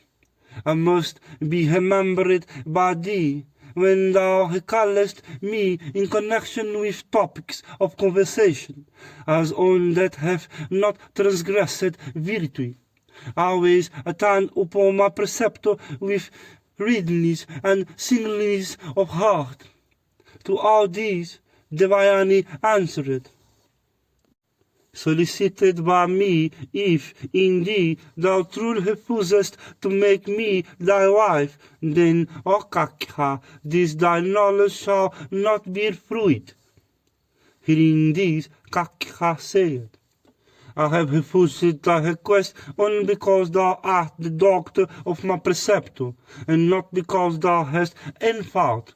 Not have my preceptor in this respect ensued any comment. Curse me if it please thee.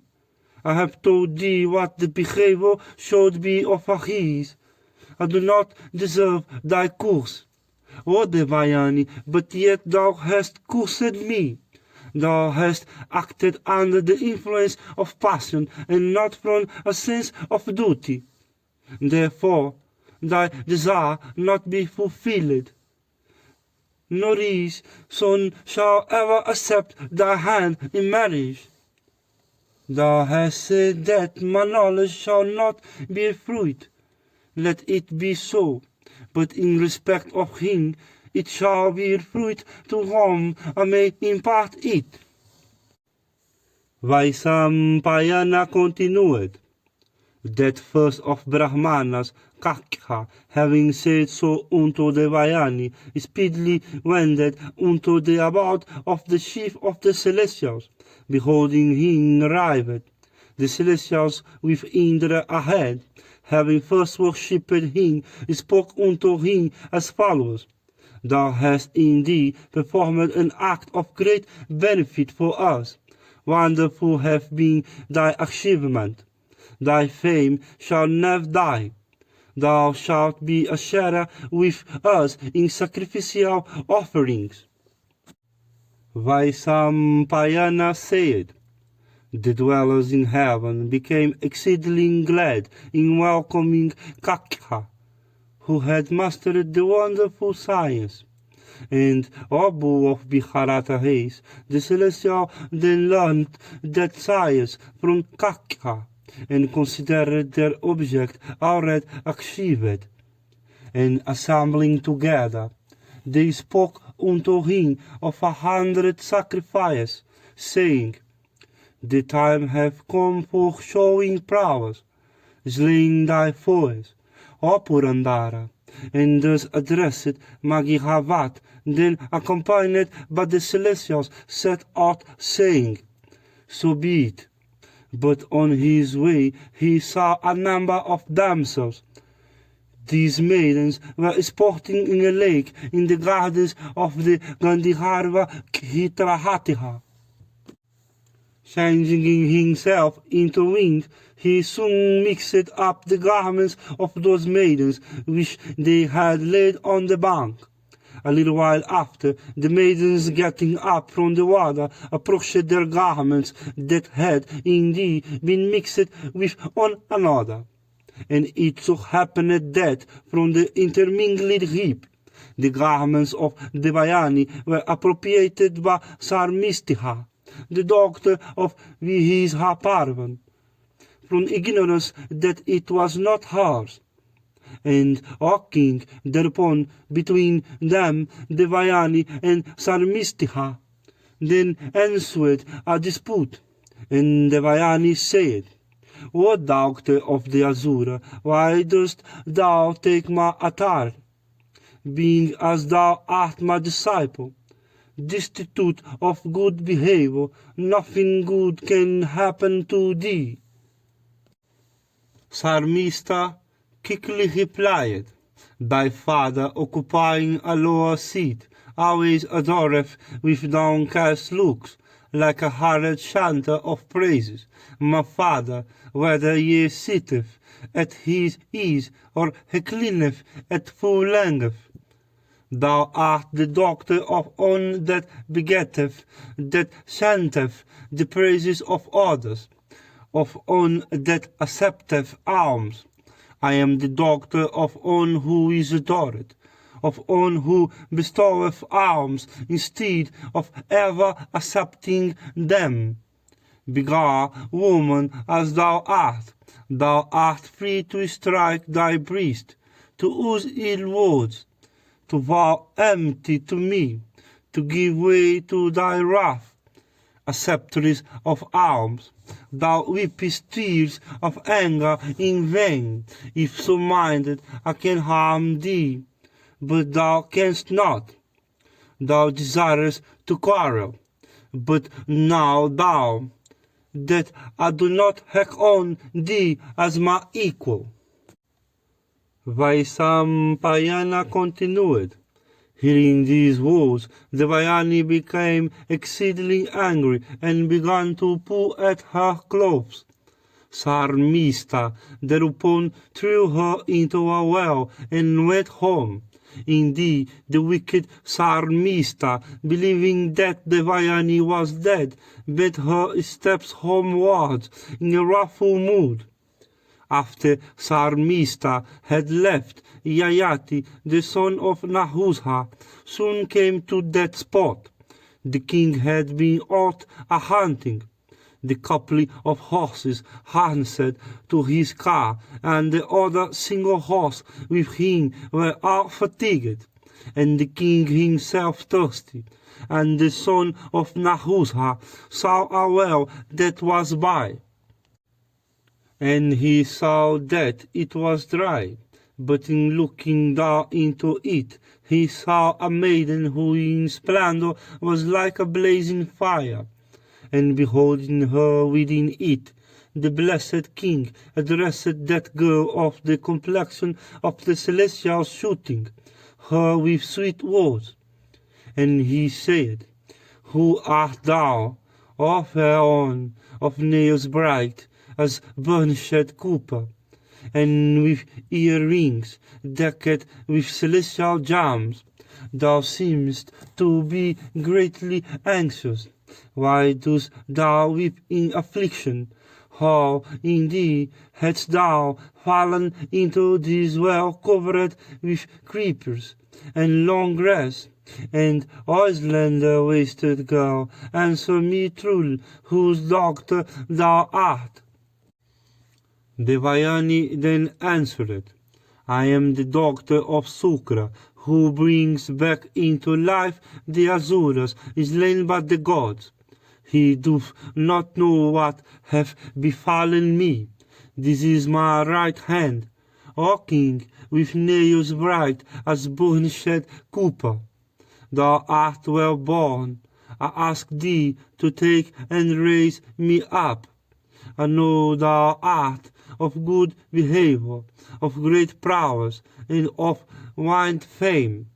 It behoveth thee, therefore, to raise me from this well. Vaisampayana continued.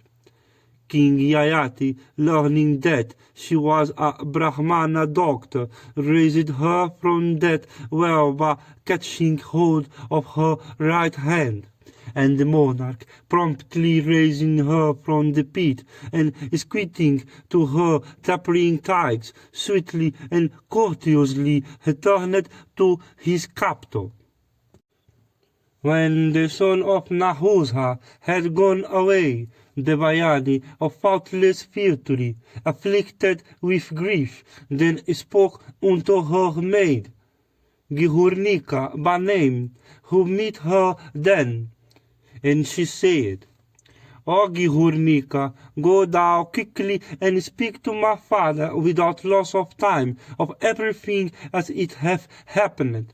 I shall not now enter the seat of Vihishaparvan. Vaisampayana continued. Gihurnika thus commanded her hurried quickly to the mansion of the Asura chief, where she saw Kaviya, and spoke unto him with her perception dimmed by anger.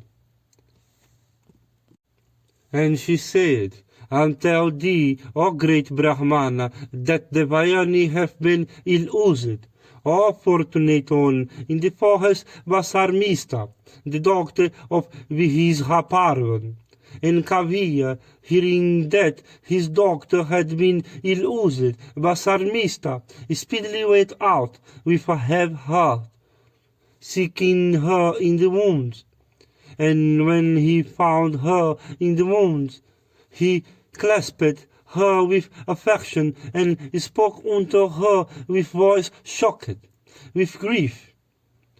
O daughter, the well or woe that befalleth people is always due to their own fault.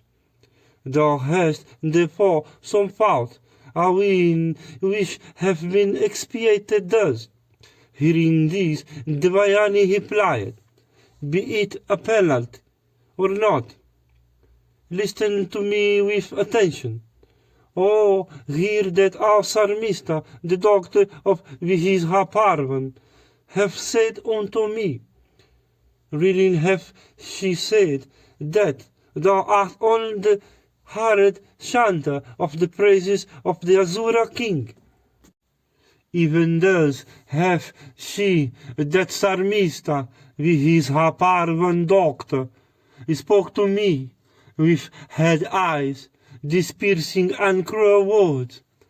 Thou art the doctor of one that ever chanteth for her the praises of others, of one that asketh for charities, of one that accepteth alms, whereas I am the doctor of one that receiveth adorations, of one that giveth, of one that never accepteth anything as gifted.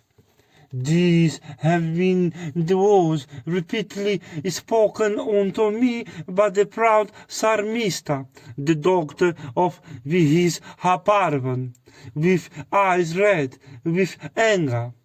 If, O Father, I am real the daughter of a hired chanter of praises of one that accepteth gifts, I must offer my adorations in the hope of obtaining her grace. Oh, of these I have already told her. Sukra replied, Thou art, O Devayani, no daughter of a hired adorer, of one that asketh for alms and accepteth gifts. Thou art the daughter of one that adores none, but of one that is adored by all. Vihishaparvan himself knoweth it, and Indra, and King Yayati too, that inconceivable Brahma, that unopposable Godhead, is my strength. The self-created himself, gratified by me, hath said, that I am the Lord of that which is in all things, on earth or in heaven. I tell thee truly that it is I who reign for the good of creatures, and who nourish the animal plants that sustain all living things. Vaisampayana continued. It was by such sweet words of excellent import. The father pacified his daughter, afflicted with war and oppressed by anger. Sukra continued. Know then, O Devayani, that he that mindeth not the evil speech of others conquereth everything. The wise say that he is a true charioteer, who without slackening holdeth tightly the reins of his horses. He, therefore, is the true man that subdueth without indulging his rising wrath. Know thou, O Devayani, by him is everything conquered, who calmly subdueth his rising anger. He is regarded as a man who, by having recourse to forgiveness, shaketh off his rising anger like a snake casting off its log. He that suppresseth his anger, he that regardeth not the evil speech of others, he that becometh not angry, talk there because certainly acquireth the four objects for which we live. Between him that performeth without fatigue sacrifice every month for 100 years, and him that never feeleth angry at anything, he that feeleth not wrath, is certainly the higher. Boys and girls, unable to distinguish between right and wrong, quarrel with each other. The wise never imitate them. Devayani, on hearing this speech of her father, said, O father, I know also what the difference is between anger and forgiveness, as regards the power of each. But when a disciple behaveth disrespectful, he should never be forgiven by the preceptor if the latter is really desirous of benefiting the former. Therefore, I do not desire to live any longer in a country where evil behavior is at a premium. The wise man desirous of good should not dwell among those sinful, inclined men who always speak ill of good behavior and high birth. But there should one live in thee that have been said to be the best of dwelling place, where good behavior and purity of birth are known and respected. The cruel words uttered by his Parvan doctor burn my heart even as men, desirous of kindling a fire, burn the dry fuel. I do not think anything more miserable for a man in the three worlds than to adore on enemies blessed with good fortune, himself possessing none. It hath been indeed said by the learned that for such a man even death won't be better. Vaisampayana said. Then Kavya, the foremost of Bihirigu line, became angry himself, and approaching with his Haparvan where the lady was seated, began to address him without wagging his words. O king, sinful acts do not, like the earth, bear fruit immediately, but gradually and secretly do they extirpate their doers. Such fruit receiveth either in on own self, on son, or on grandson. Sins must bear their fruit. Like rich food, they can never be digested.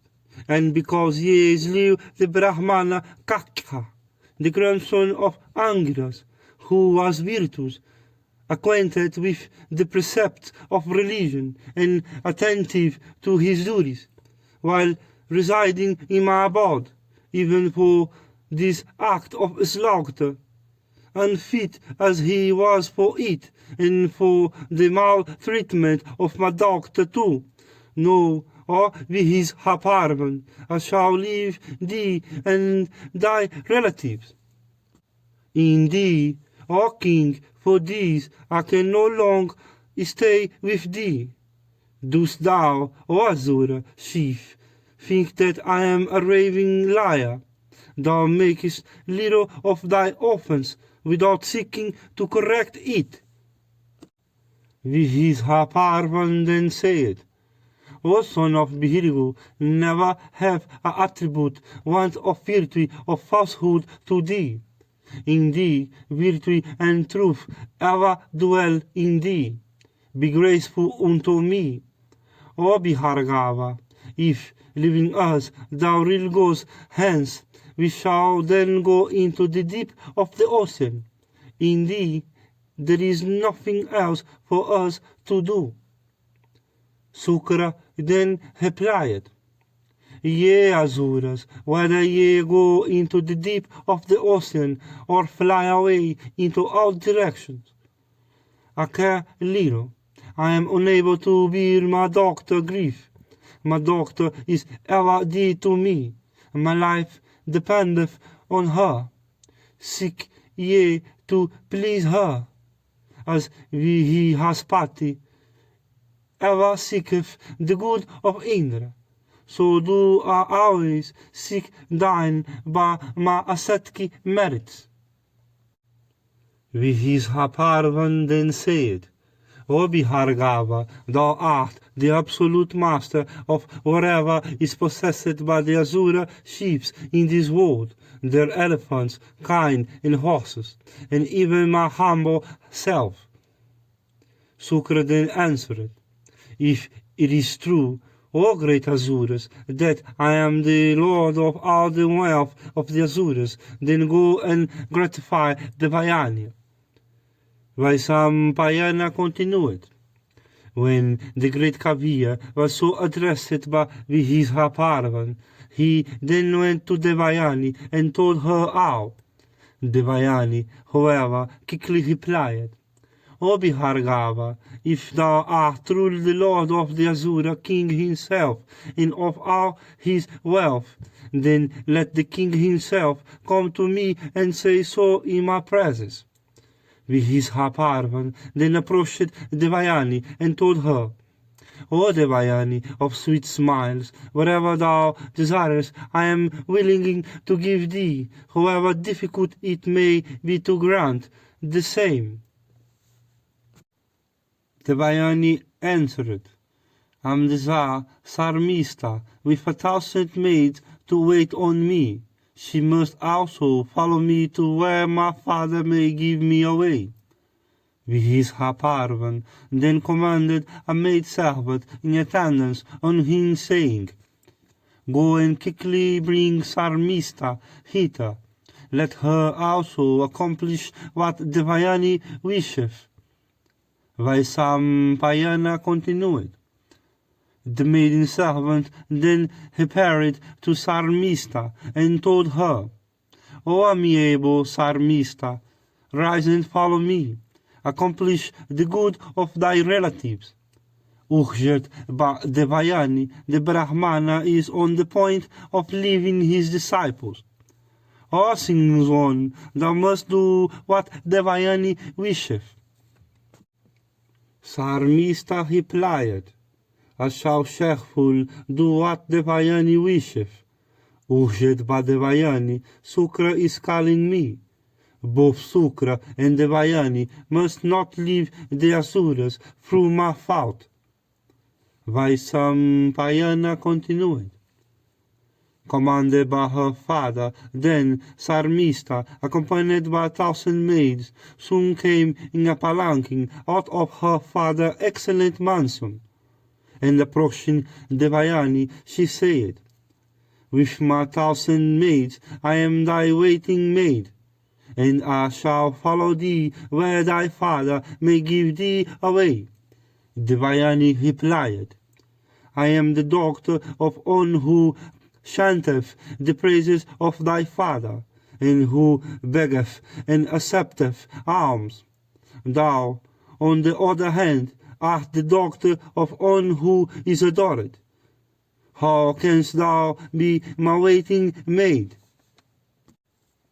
Sarmista answered, one must by all means contribute to the happiness of unafflicted relatives. Therefore shall I follow thee wherever thy father may give thee away. Vaisampayana continued. When Sarmista had thus promised to be Devayani waiting maid, the lady, O king, then spoke unto her father thus. O best of our excellent Brahmanas, I am gratified. I shall now enter the Asura capital. I now know that thy science and power of knowledge are not futile.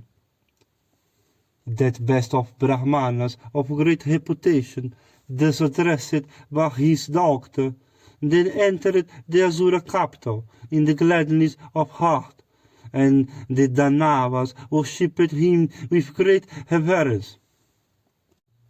After some length of time, O best of monarchs, Devayani of the fairest complexion went into the same wounds for purpose of pleasure, and accompanied by Sarmista with her 1,000 maids, she reached the same spot and began to wander in freedom. And waited upon by all those companions, she felt herself supremely happy. And sporting with light hearts, they began drinking the honey in flowers, eating various kinds of fruit, and biting some. And just at that time, King Yayati, the son of Nahusha, again came there tired and thirsty, in course of wanderings, in search of deer. And the king saw Devayani and Sarmista, and those other maidens also, all decked with celestial ornaments and full of voluptuous languor in consequence of the flower honey they drank. And Devayani, of sweet smiles, unrivalled for beauty, and possessed of the fairest complexion amongst them all, was reclining at her ease. And she was waited upon by Sarmista, who was gently kneading her feet.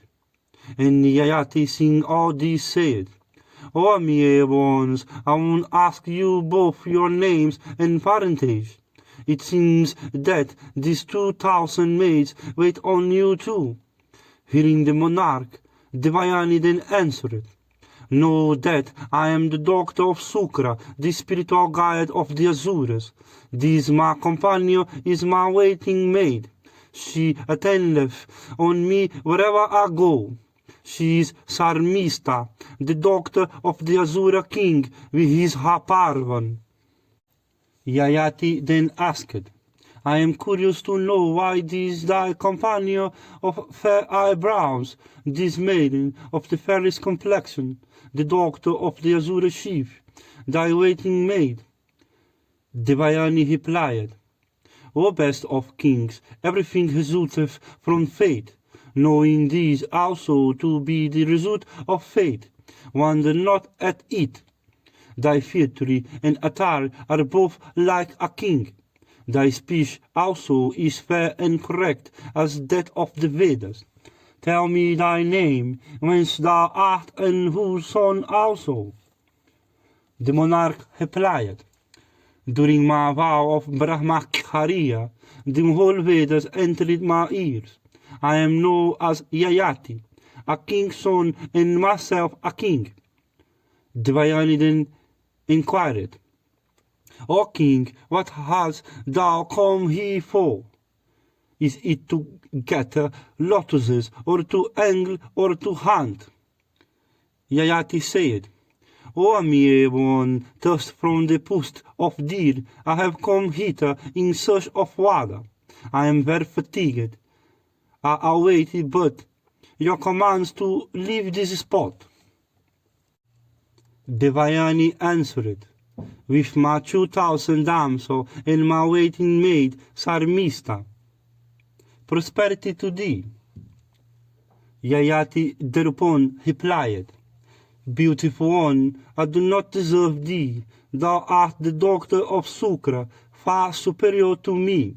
Thy father cannot bestow thee even on great king. To these Devayani said, Brahmanas had before these been united with the Kshatriyas, and Kshatriyas with Brahma. Thou art the son of his, and thyself a his. Therefore, O son of Nahusha. Yayati, however, replied, O thou of the handsome features, the 4 orders have in thee sprung from one body, but their duties and purity are not the same, the Brahma being truly superior to all. Devayani answered, This hand of mine hath never been touched before by any man or woman. Therefore, I cannot accept thee for my lord. Yayati then said, The wise know that a Brahmana is more to be avoided than an angry snake of virulent poison, or a blazing fire of spreading flames. Devayani then told the monarch, O bull amongst men, why dost thou in thee say that Brahmana should be more avoided than an angry snake of virulent poison, or a blazing fire of spreading flames? The monarch answered, The snake killeth on, the sharpest weapon slayeth but a single person. The Brahmana, when angry, destroyeth whole cities and kingdoms. Therefore, O timid one, a Brahmana is more to be avoided than either. I cannot hence wed thee, O mere one, unless thy father bestoweth thee on me. Devayani then said, Thou art. And, O king, it is understood that thou wilt accept me if my father bestoweth me on thee. Thou needest not fear to accept my poor self bestowed on thee. Thou dost not, indeed, ask for me. After this, Devayani quickly sent a maid servant to her father. The maid represented to Sukra everything as it had happened, and as soon as he had heard all, Bhargava came and saw Yayati. And beholding Bhargava come, Yayati, that lord of bowing down, worshipped and adored that Brahmana, and stood with joined hands, in expectation of his commands. And Devayani then said, This, O father, is the son of Nahusha. I bow to thee, don't bestow me upon him. Yayati then said, O Brahmana, that by so doing the sin of begetting a mixed caste might not touch me. Sukra replied, This other maiden, with his Parvan doctor, Sarmista, thou shalt not summon her to thy bed. Vaisampayana said, Yayati then, on returning to his capital, which was like unto the seat of Indra, entered his inner apartments and established there his bride Devayani. And the monarch, directed by Devayani, established with his Parvan doctor, Sarmista, in a mansion especially erected near the artificial woods of Asokas in his gardens. And the king surrounded with his Parvan doctor, Sarmista, with 1,000 maids, and honored her. But it was with Devayani, the royal son of Nahusha, sported like a celestial for many years in joy and bliss. And when her season came, the fair Devayani conceived, and she brought forth as her first child, a fine boy. And when 1,000 years had passed away, with his Parvan daughter Sarmista, having attained to puberty, saw that her season had come. She became anxious and said to herself, "My season hath arrived. Oh, what hath happened? What should I do? How am I to obtain the fruit of my wishes?"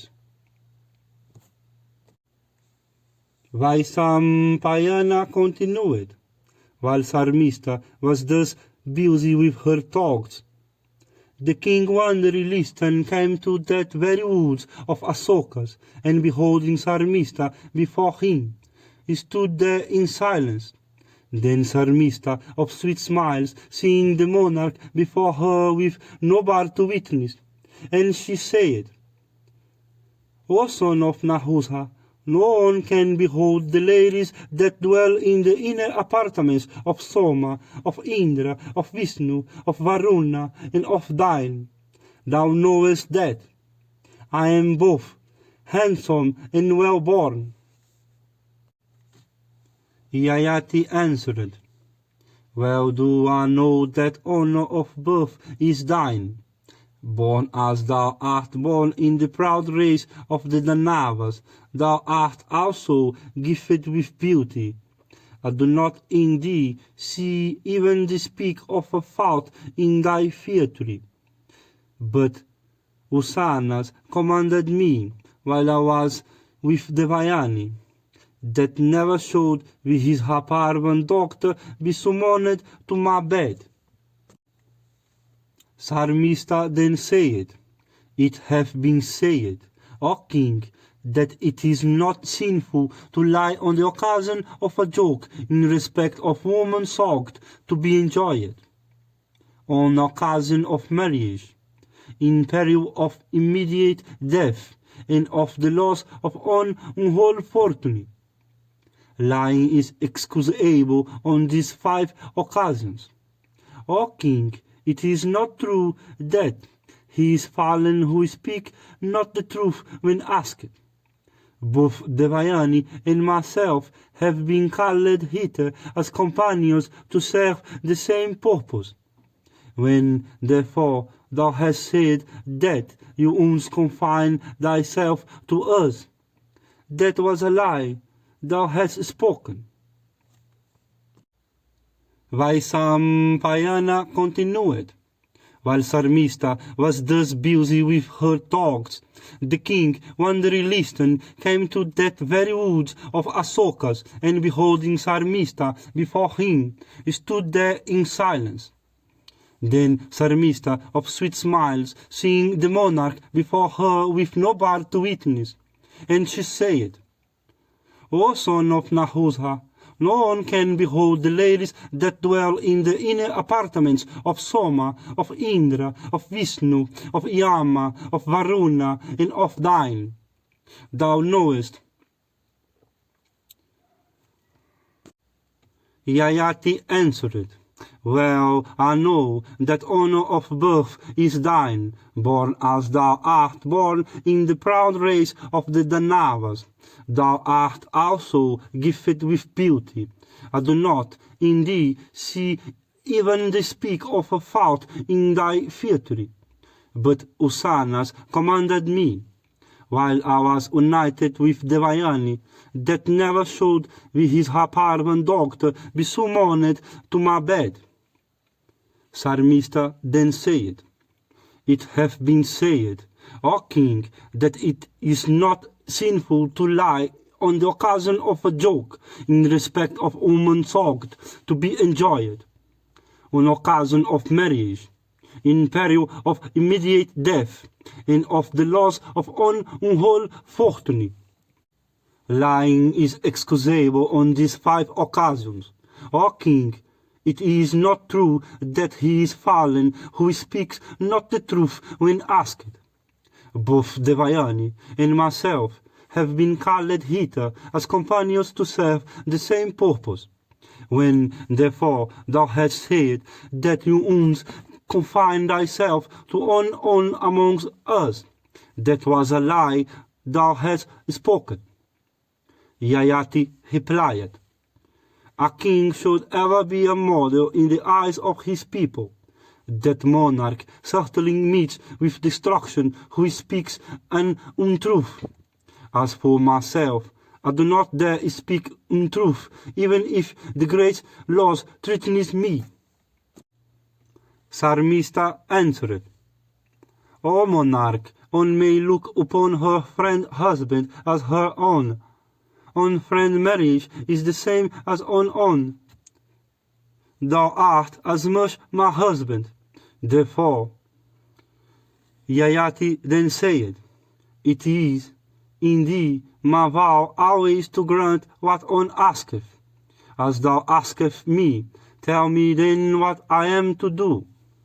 Sarmista then said, absolve me, O king, from sin. It is said, O king, that a wife, a slave, and a son can never earn wealth for themselves. What they earn always belongeth to him who owneth them. Thou art Devayani, master and lord. Thou art therefore, O king, my master and lord, as much as Devayani. I solicit thee, O fulfill my wishes. Thus addressed by Sarmista, the monarch was persuaded into the truth of all she spoke. He, therefore, honored Sarmista by protecting her virtue, and taking affectionate farewell of each other. They then parted, each returning to whence he or she had come. And it came to pass that Sarmista of sweet smiles and fair eyebrows, conceived in consequence of that connection of her with that best of monarch, and, O king, that lotus-eyed laid, then in due course of time brought forth a son, of the splendor of a celestial giant, and of eyes like lotus petals. When Devayani of sweet smiles heard of the birth of this child, she became jealous, and Mahabharata, Sarmista, became an object of her unpleasant reflections. And Devayani, repairing to her, addressing her thus, O thou of fair eyebrows, what sin is this thou hast committed by yielding to the influence of lust? Sarmista replied, a certain heat of virtuous soul and full conversant with the Vedas came to me. Capable of granting boons, he was solicited by me to grant my wishes that were based on considerations of virtue. O thou of sweet smiles, I will not seek the sinful fulfillment of my desires. And tell thee truly that this child of mine is but that his. Devayani answered, it is all right, if that be the case, O timid one, but if the lineage, name, and family of that Brahmana be known to thee, I should like to hear them. Sarmista replied, O thou of sweet smiles, in asceticism and energy, that his is resplendent like the sun himself. Beholding him, I had not any need to make these inquiries. Devayani then said, if this is true, if indeed thou hast obtained thy child from such a superior Brahma, then, O Sarmista, I have no cause of anger. Vaisampayana continued. Having thus talked and loghead with each other, they separated, Devayani returning to the palace with the knowledge imparted to her by Sarmista.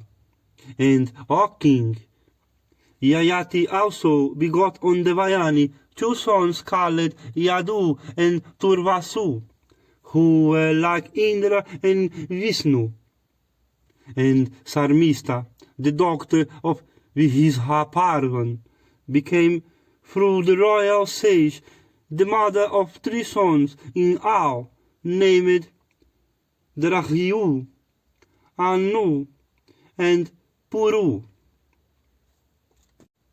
And, O king, it so came to pass that one day Devayani of sweet smiles, accompanied by Ayati, went into a solitary part of the woods, and there she saw 3 children of celestial beauty playing with perfect trustfulness. And Devayani asked in surprise, "Whose children are they, O king, who are so handsome and so like unto the children of the celestials? In splendor and beauty they are like thee, I should think." And Devayani, without waiting for a reply from the king, asked the children themselves, "Yes, children, what is your lineage? Who is your father? Answer me truly. I desire to know all." Those children then pointed at the king, and spoke of Sarmista as their mother. And having so said, the children approached the king to clasp his knees, but the king dared not curse them in the presence of Devayani. The boys then left the place, and made towards their mother, weeping in grief. And the king, at this conduct of the boys, became very much abashed. But Devayani, marking the affection of the children, for the king learned the secret, and addressing Sarmista, said, "How hast thou dared to do me an injury, being as thou art, dependent on me? Dost thou not fear to have recourse once more to that azure custom of thine?" Sarmista said, "O thou of sweet smiles, all that I told thee of Achilles is perfectly true. I have acted rightly and according to the precepts of virtue, and therefore do I not fear thee. Thou art the daughter of a Brahmana." Devayani then, hearing those words of hers, exclaimed, "O king, thus thou hast wronged me. O monarch, I shall not live here any longer." And saying this, she quickly rose, with tearful eyes, to go to her father. And the king was grieved to see her thus, and alarmed greatly, followed her footsteps, endeavoring to appease her wrath. But Devayani, with eyes red with anger, would not desist. Speaking not a word to king, with eyes bathed in tears, she soon reached the side of her father, Usanas, the son of Kavi, and beholding her father, she stood before him after due salutations. And Yayati also immediately after saluted Bhargava. And Devayani said, "O father, virtue have been vanquished by vice, the low have risen, and the high have fallen. I have been offended against by Sarmista, the daughter of Parvan. 3 sons have been begotten upon her by this king Yayati. But, O father, luckless as I am, I have got on 2 sons. O son of Bihirigu, this king is renowned for his knowledge of the precepts of religion. But, O Kavya, I tell thee that he hath deviated from the path of rectitude." Sukra, hearing all this, said, "O monarch, since thou hast made wise thy beloved pursuit, through full acquainted with the precepts of religion, invincibly decrepitude shall paralyze thee. Thou art dependent on me, thou shouldst have awaited my command, having acted falsely in the matter of thy duty. O son of Nahusha, thou hast been guilty of the sin of theft." Vaisampayana continued. Yayati, the son of Nahusha, thus cursed by the angry Usanas, was then divested of his youth and immediately overcome by decrepitude. And Yayati said, O son of Vihirigu, I have not yet been satisfied with youth. Therefore, O Brahmana, be graceful unto me, so that decrepitude might not touch me. Sukra then answered, I never speak an untruth, even now, O king, art thou attacked by decrepitude.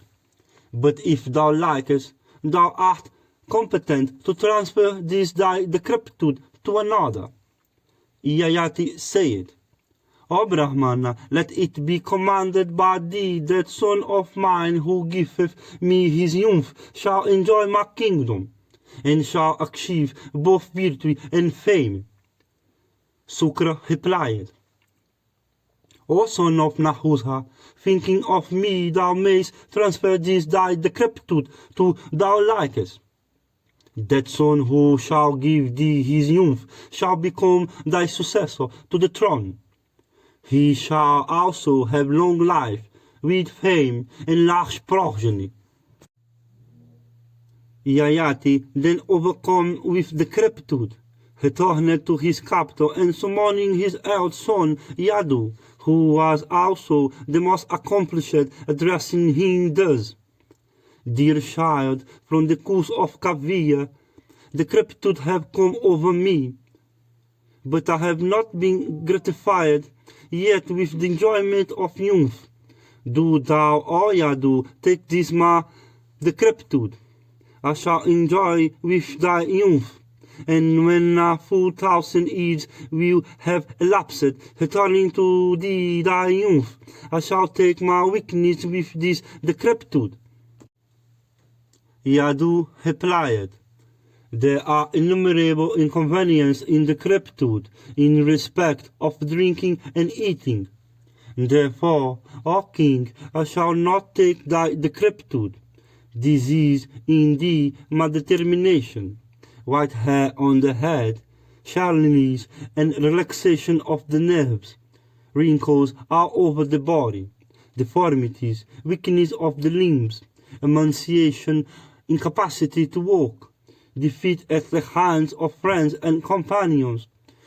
These are the consequences of decrepitude. Therefore, O king, I desire not to take it. O king, thou hast many sons, some of whom are dearest to thee. Thou art acquainted with the precepts of virtue. Ask some other son of thine to take thy decrepitude. Thou art sprung from my heart, O son, but thou givest me not thy youth. Therefore thy children shall never be king. And he continued, addressing another son of his, O Turvasu, take thou this weakness of mine along with my decrepitude. With thy youth, O son, I like to enjoy the pleasure of life.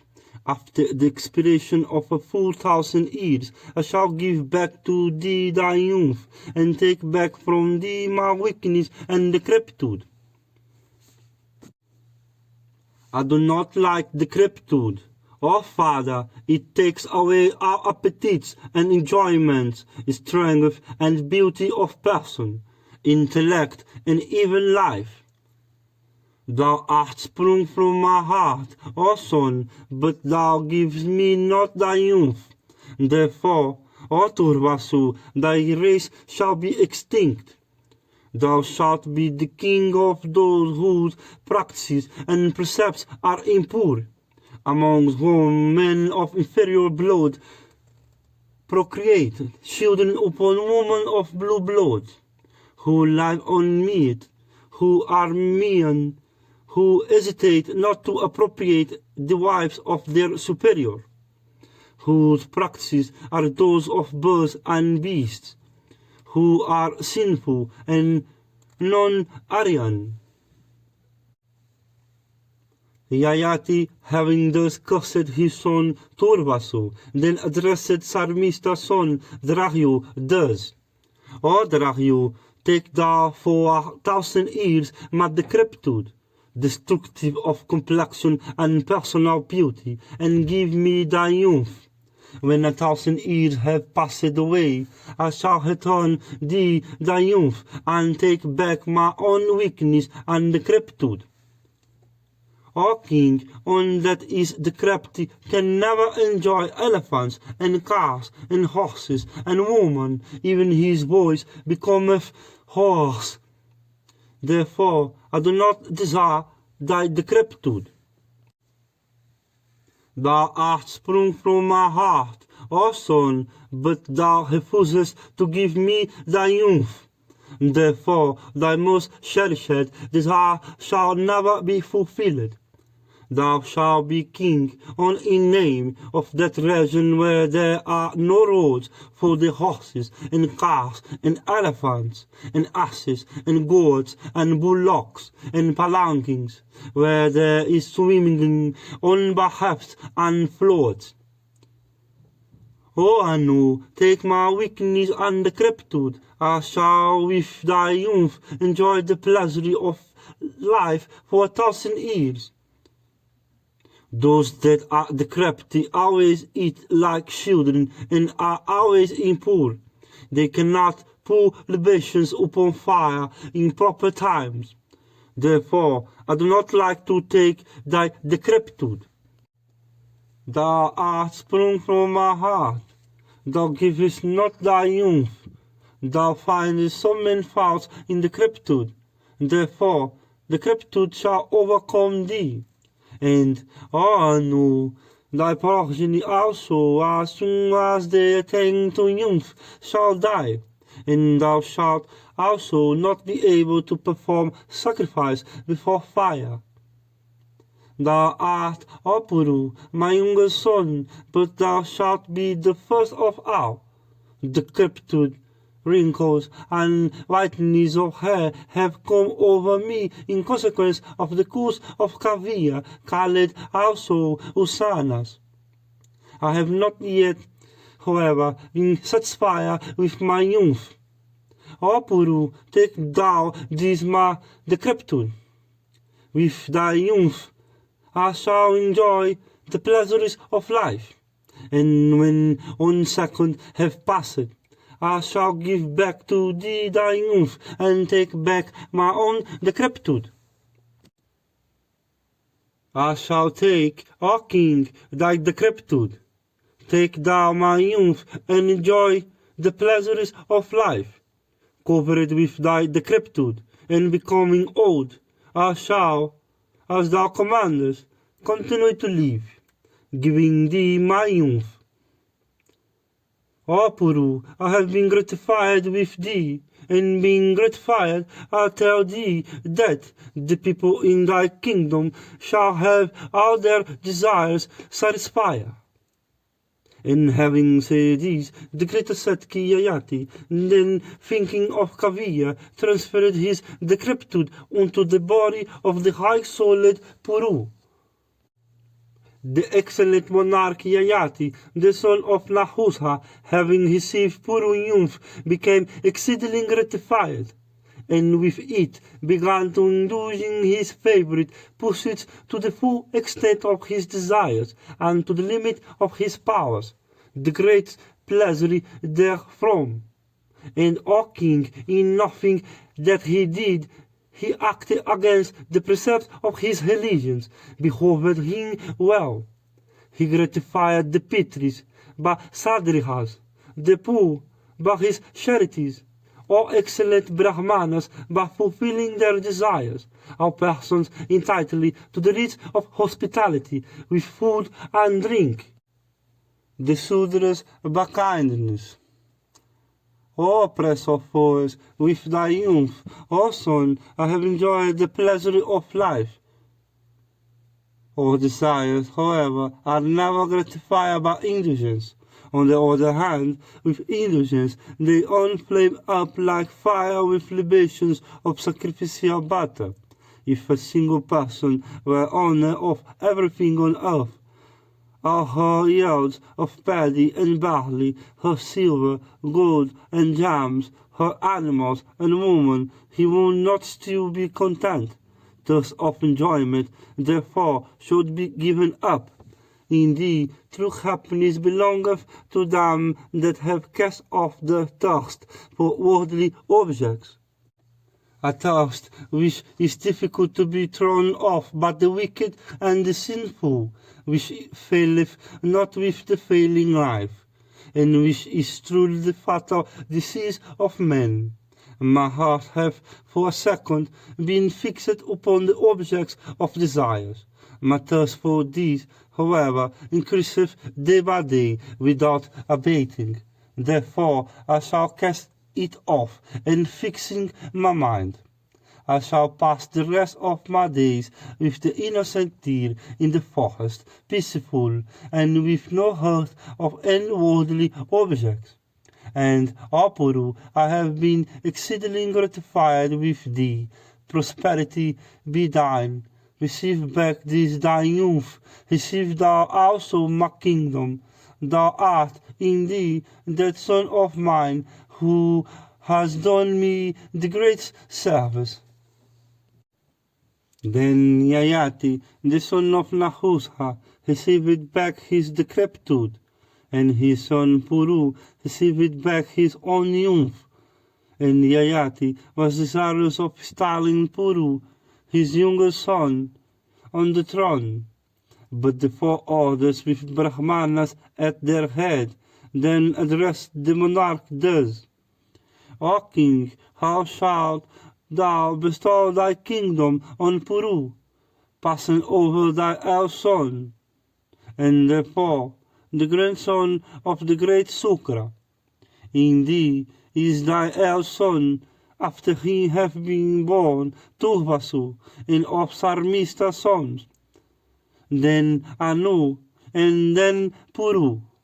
How doth the youngest deserve the throne, passing all his elder brothers over? These we represent to thee, or conform to virtuous practice. Ye four orders with Brahmanas at their head, hear my words as to why my kingdom should not be given to my eldest son. My commands have been disobeyed by my eldest son, Yadu. Do I say that he is no son who disobeyeth his father? That son, however, who doeth the bidding of his parents, who seeketh their good, who is agreeable to them, is indeed the best of sons. I have been disregarded by Yadu and by Turvasu. Much I have been disregarded by Drahia and by Anu. By Puru alone have my words been obeyed. By him have I been much regarded. Therefore the youngest shall be. He took my decrepitude. Indeed, Puru is my friend. He did what was so agreeable to me. It hath also been commanded by Sukra, the son of Kavi. That son of mine who should obey me will become king after me, and bring the whole earth under his sway. And therefore beseech ye let Puru. The people then said, True it is, O king, that son who is accomplished and who seeketh the good of his parents, deserveth prosperity, even if he be the youngest. Therefore doth Puru, who hath done the good, and as Sukra have commanded it, we have nothing to say to it. The son of Nahusha, thus addressed by the content people, and having bestowed his kingdom on Puru, the monarch performed the initiatory ceremonies for retiring into the woods, and soon after he left his capital, followed by Brahmanas and ascetics. The sons of Yadu are known by the name of the Yadavas, while those of Turvasu have come to be called the Yavanas. And the sons of Drahyu are the Bihoshas, while those of Anu, the Melekhas. The progeny of Puru, however, are the Pauravas. O monarch, thou art born in order to rule, with thy passions under complete control. King Yayati, the son of Nahusha, became exceedingly happy and entered into the woods to lead the life of a hermit. And having lived for some time in the forest in the company of Brahmanas, observing many rigid vows, eating fruits and roots, bearing privation of all sorts, the monarch at last ascended to heaven. And having ascended to heaven, he lived there in bliss. But soon, however, he was hurled down by Indra, and it hath been heard by me, O king, that dog hurled from heaven, Yayati, without reach the surface of the earth, stayed in the firmament. I have heard that sometime after he again entered the region of the celestial in company of Vasuman, Astaka, Pratardana, and Sivi.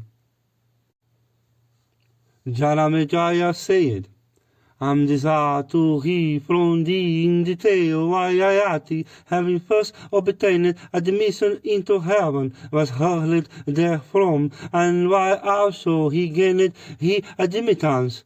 Let all these, O Brahmana, be narrated by thee in the presence of this regenerate sage. Yayati, Lord of Earth, was indeed like the chief of the Celestials, the progenitor of the extensive race of the Kurus. He was of the splendor of the sun. I desire to hear in full the history of his life, both in heaven and on earth, as he was illustrious and of worldwide celebrity and of wonderful achievements. Indeed, I shall recite to thee the excellent history of Yayati adventures on earth and in heaven. That history is sacred and destroyeth the sins of those that hear it. King Yayati, the son of Nahusha, and his youngest son Puru on the throne, after casting his sons with Yadu for their elders amongst the Melekas, entered the forest to lead the life of a hermit.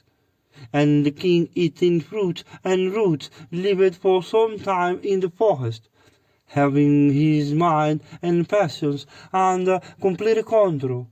The king gratified by sacrifice the Pitris, and he poured libations of clarified butter upon the fire, according to the rites prescribed for those leading the Vanaprastha mode of life. And the illustrious one entertained guests and strangers with the fruit of the forest and clarified butter, while he supported life by gleaning scattered corn seeds. And the king led this sort of life, and observing the vow of silence, and with mind under complete control, he passed on 4 years, living upon air alone, and without sleep. And he passed another year, practicing the severest austerities in the midst of 4 fires around and the sun overhead. And living upon air alone, he stood erect upon one leg for 6 months. And the king of sacred deeds ascended to heaven, covering heaven as well as the earth. While that king of kings dwelt in heaven, the home of the celestials, he was reverenced by the gods. Of sacred deeds and might under complete control, the monarch used to repair now and then from the abode of the celestials unto the region of Brahma. And it hath been heard by me that he dwelt for a long time in heaven. One day that best of kings, Yayati, went to Indra, and there in course of conversation the Lord of Earth was asked by Indra as follows. What didst thou say, O king, why thy son Puru took thy decrepitude on earth, and when thou gavest him thy kingdom? Yayati answered, I told him that the whole country between the river Ganga and Yamuna was his. That is, indeed, the central region of the earth, while the outlying regions are to be the dominions of thy brothers. I also told him that those without anger were even superior to those under his way. Those disposed to forgive were even superior to the unforgiving. Man is superior to the lower animals. Among men again the learned are superior to the unlearned. If wronged, thou shouldst not wrong in return. On wrath, if disregarded, burneth on oneself, but he that regardeth it not taketh away all the virtues of him that exhibiteth it. Never showest thou pain others by cruel speeches. Never subdue thy foes by despicable means, and never utter such scorching and sinful words as may torture others. He that pricketh as if with thorns men by means of hard and cruel words, thou must know ever carrieth in his mouth the haxhasas. Prosperity and luck fly away at his very sight. Thou shouldst ever keep the virtues before thee as thy models.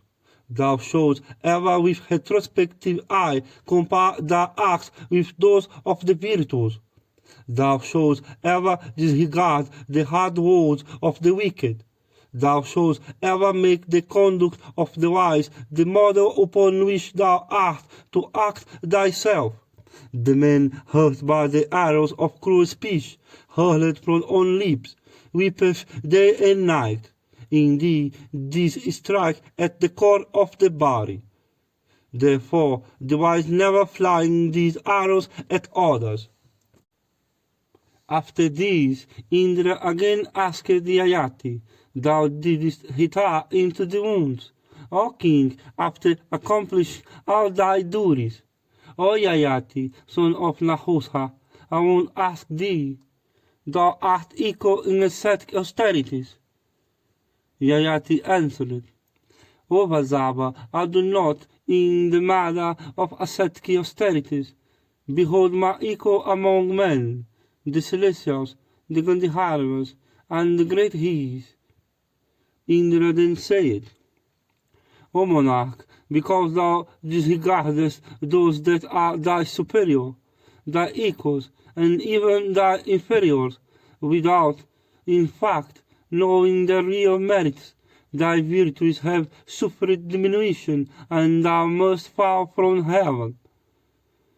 Yayati then said, O Sakra, if indeed my virtues have really sustained a diminution, and I must on that account fall down from heaven, I am desire, O chief of celestials, that I may at least fall among the virtuous and the honest. Indra replied, O king, thou shalt fall among those that are virtuous and wise, and thou shalt acquire also much renown. And after this experience of thine, O Yayati, never again disregard those that are thy superior or even thy equals.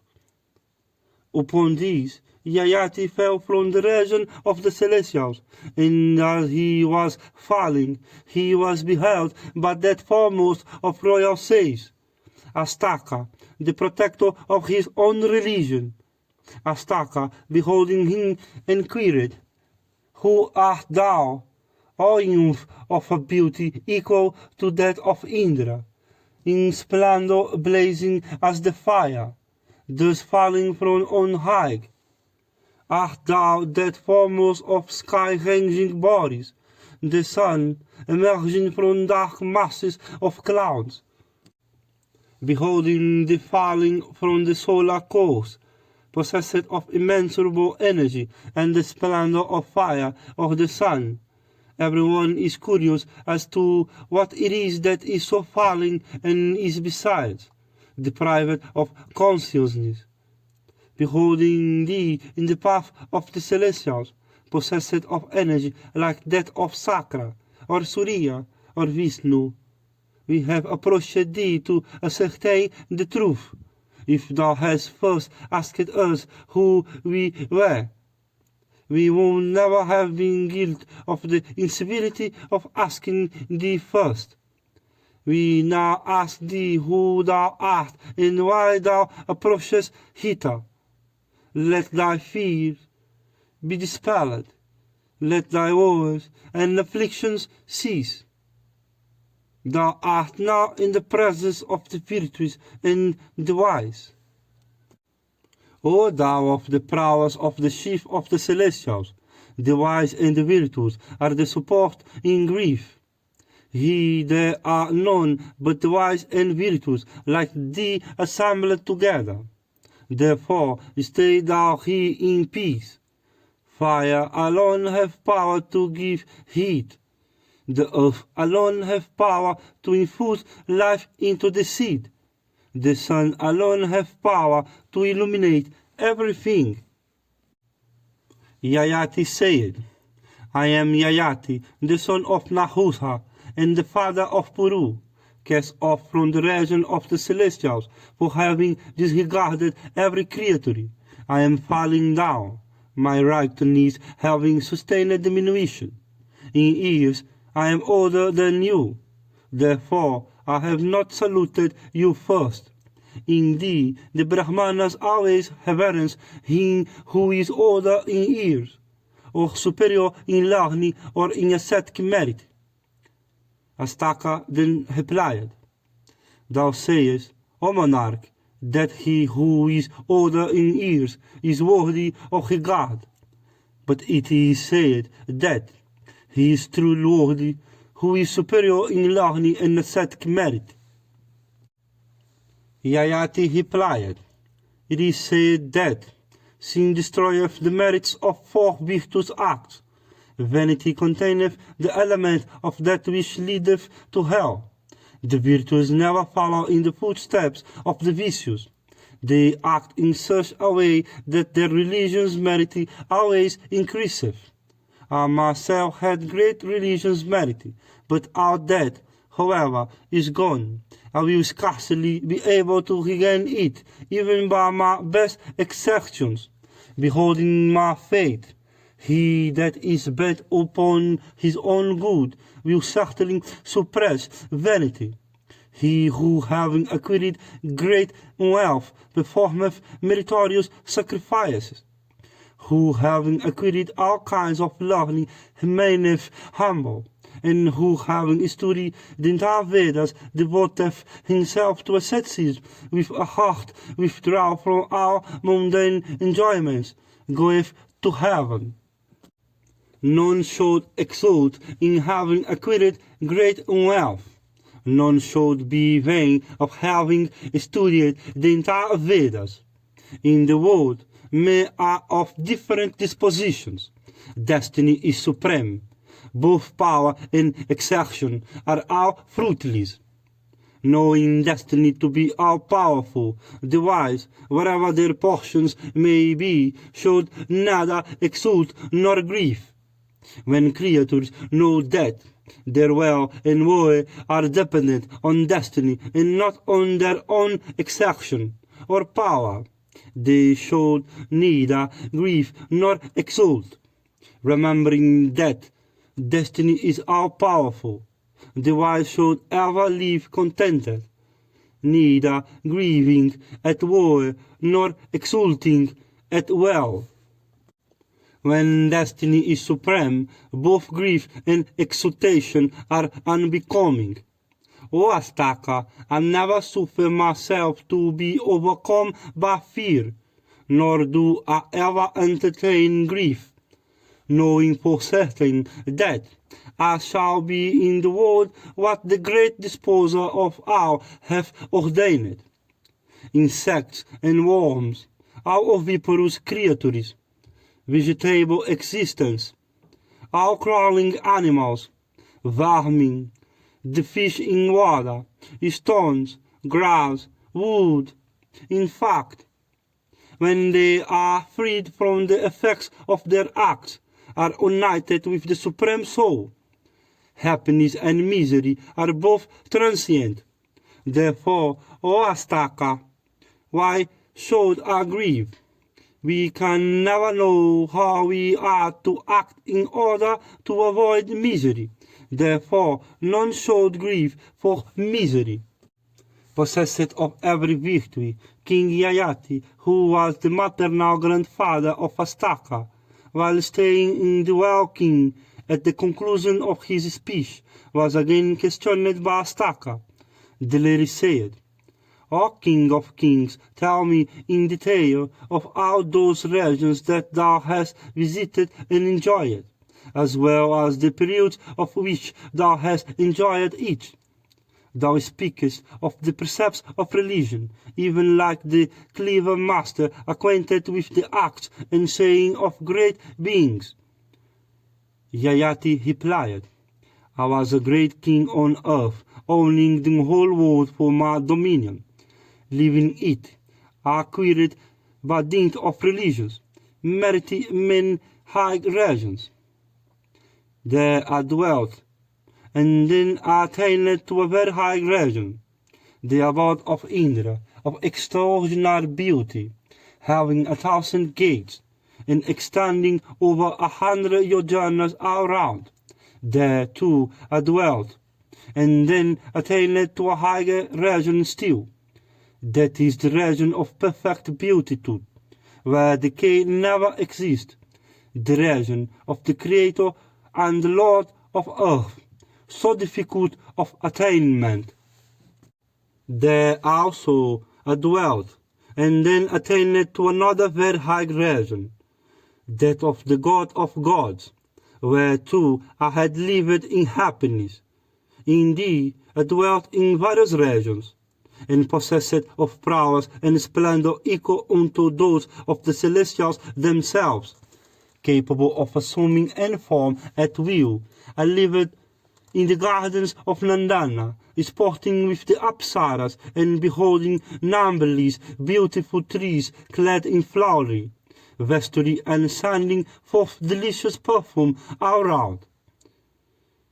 And while still residing there in enjoyment of perfect beatitude, the celestial messenger of grim visage one day in a loud and deep voice thrice shouted to me, Ruined, ruined, ruined!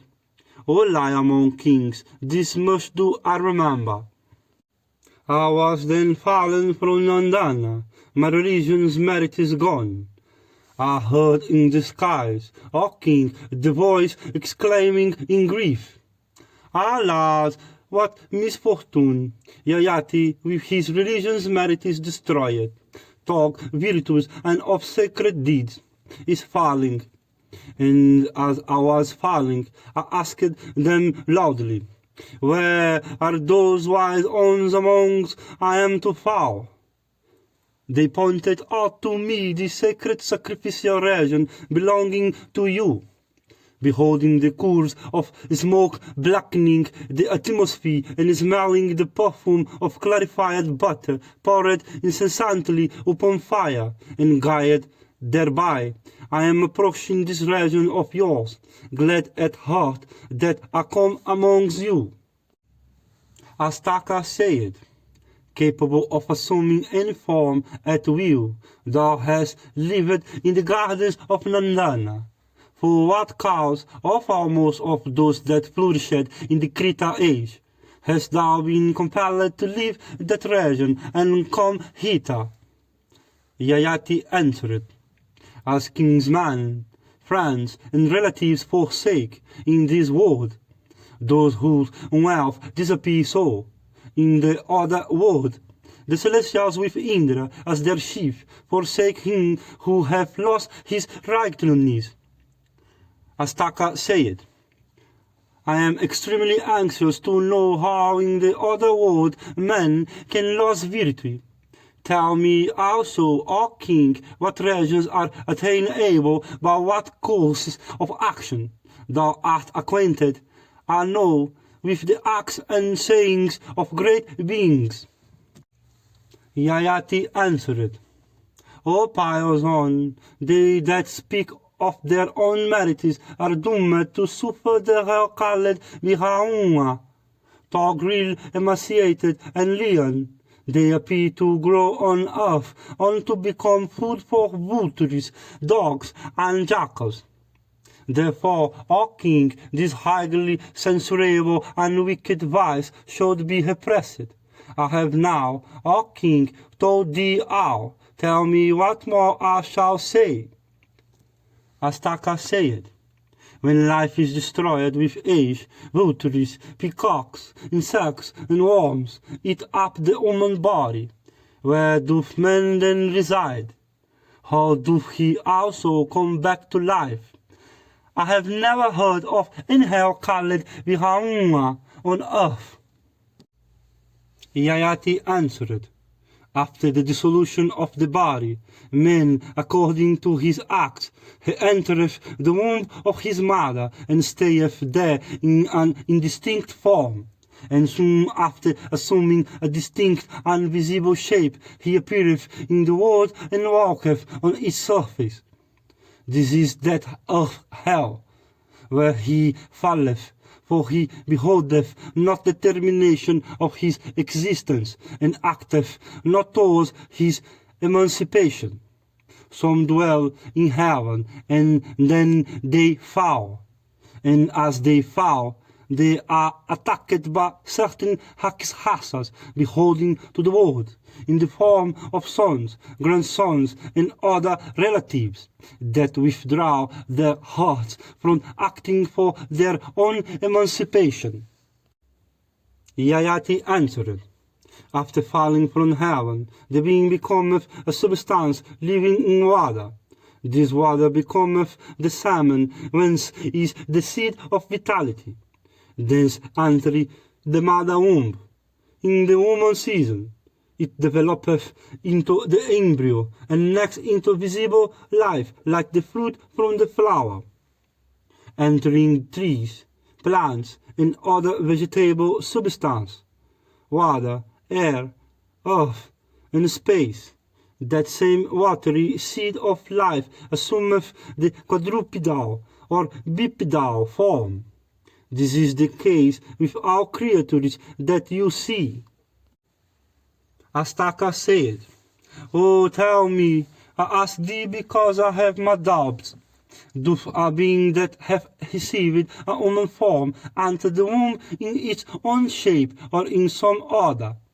How doth it also acquire its distinct and visible shape, eyes and ears, and consciousness as well? Questioned by me, or explain it all. Thou art unacquainted with the acts and sayings of great beings. Yayati answered, according to the merits of own acts, the being that in a form coheres in the seed that is dropped into the womb is attacked by the atmospheric force for purpose of his birth. It then developeth there in course of time. First it becomes the embryo, and is next provided with the visible physical organism.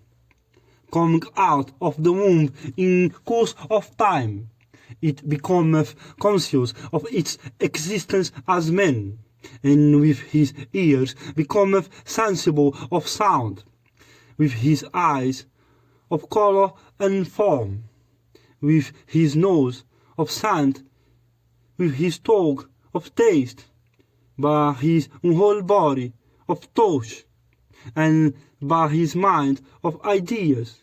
It is thus, O Astaka, that the growth of visible body developeth from the essence.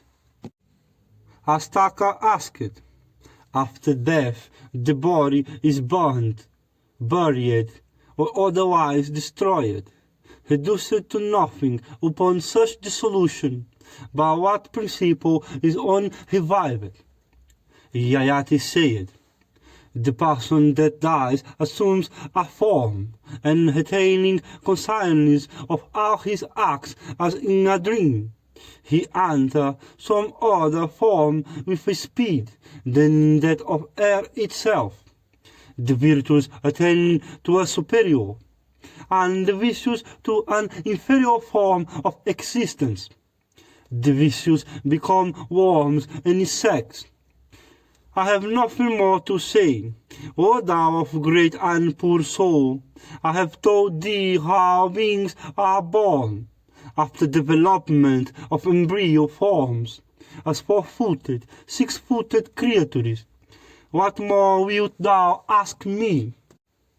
Astaka said, how do men attain to those superior regions whence there is no return to earth life? It is by asceticism or by knowledge. How also can one gradually attain to felicitous regions?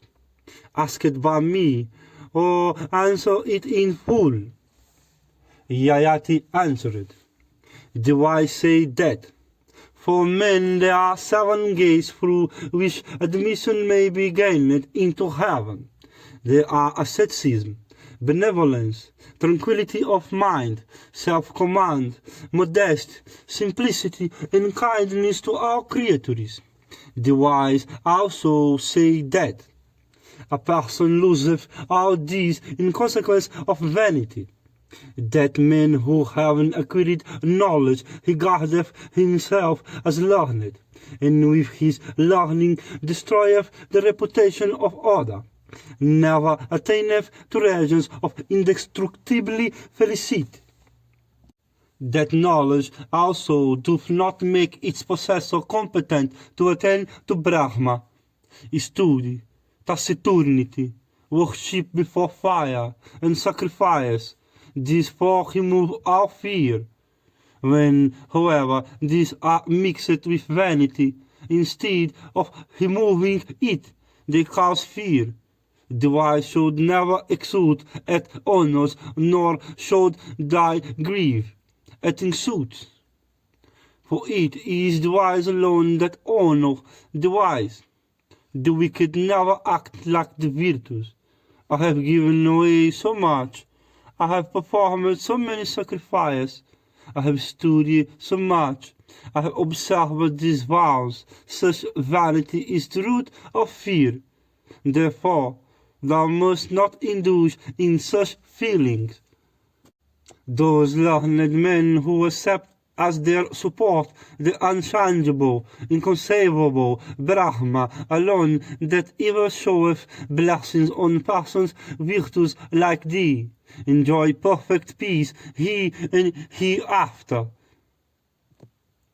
Astaka said, those cognizant of the Vedas differ in opinion as to how the followers of each of the 4 modes of life, Gihihastikas, Bihikishus, Brahmakarins, and Vanaprastikas, should conduct themselves in order to acquire religion's merit. Yayati answered, these are what a Brahmakarin must do while dwelling in the abode of his preceptor. He must receive lessons only when his preceptor asked him to do so. He must attend to the service of his preceptor without waiting for the lady's command. He must rise from his bed before his preceptor riseth, and go to bed after his preceptor hath gone to bed. He must be humble, must have his passions under complete control, must be vigilant and devoted to his studies. It is then he can achieve success. It hath been said in the old Upanishad, a Gihihasta, acquiring wealth by honest, should perform sacrifice. He should always give something in charity, should perform direitos, and should never use anything without giving a portion thereof to others. A Muni, without search for wood, depending on his own vigor, should abstain from all vicious acts, should give away something in charity, should never inflict pain on any creature. It is then he can achieve success. Indeed, is a true vehicle who doth not support himself by any manual arts, who possesseth numerous accomplishments, who hath his passions under complete control, who is unconnected with worldly concerns, who sleepeth not under the shelter of a householder roof, who is without wife, and who, going a little way every day, travelleth over a large extent of the country. A learned man should adopt the vanaprasthiha mode of life, after performance of the necessary rites, when he hath been able to control his appetites for enjoyment and desire of acquiring valuable possessions. When one dieth in the wounds while leading the vanaprasthiha mode of life, he maketh his ancestor and successor, numbering 10 generations, including himself, mixed with the divine essence. Astaka asked, how many moonies are there, and how many kinds of moonies? Yayati answered, he is indeed a Muni who talk dwelling in the wounds, have an inhabited place near, or who talk dwelling in an inhabited place, have the wounds near. A Muni withdrawing himself from all worldly objects liveth in the wounds, and talk he might never seek to surround himself with those objects that are procurable in an inhabited place. He might never obtain them all by virtue of his ascetic power. He may truly be said to dwell in the wounds, having an inhabited place near to himself. Again, a wise man withdraw from all earthly objects might live in a hamlet leading the life of a hermit. He may never exhibit the pride of family, birth, or learning. Clad in the scantiest robes, he may regard himself as attired in the rich vestment. He may rest content with food just enough for the support of life. Such a person, talk dwelling in an inhabited place, liveth in the wound.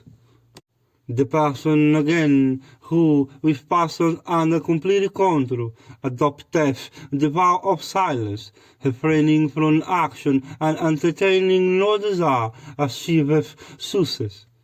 Why shouldst thou not, indeed, reverence the man who liveth on clean food, who refraineth from ever injuring other, whose heart is ever pure, who stands in the splendor of ascetic attributes, who is free from the leaden weight of desire, who abstaineth from injury even when sanctioned by religion, emaciated by austerities and reduced in flesh, marrow, and blood, such a one conquereth not only these but the highest world.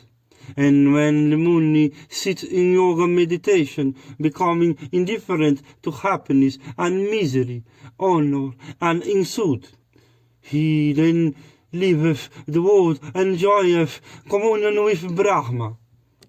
When the Muni taketh food like wine and other animals, without providing for it beforehand and without any release, then like the all-pervading spirit he becometh identified with the whole universe and attaineth to salvation. Astaka asked, who amongst these, O king, both exerting constantly like the sun and the moon, first attaineth to communion with Brahma, the ascetic or the man of knowledge?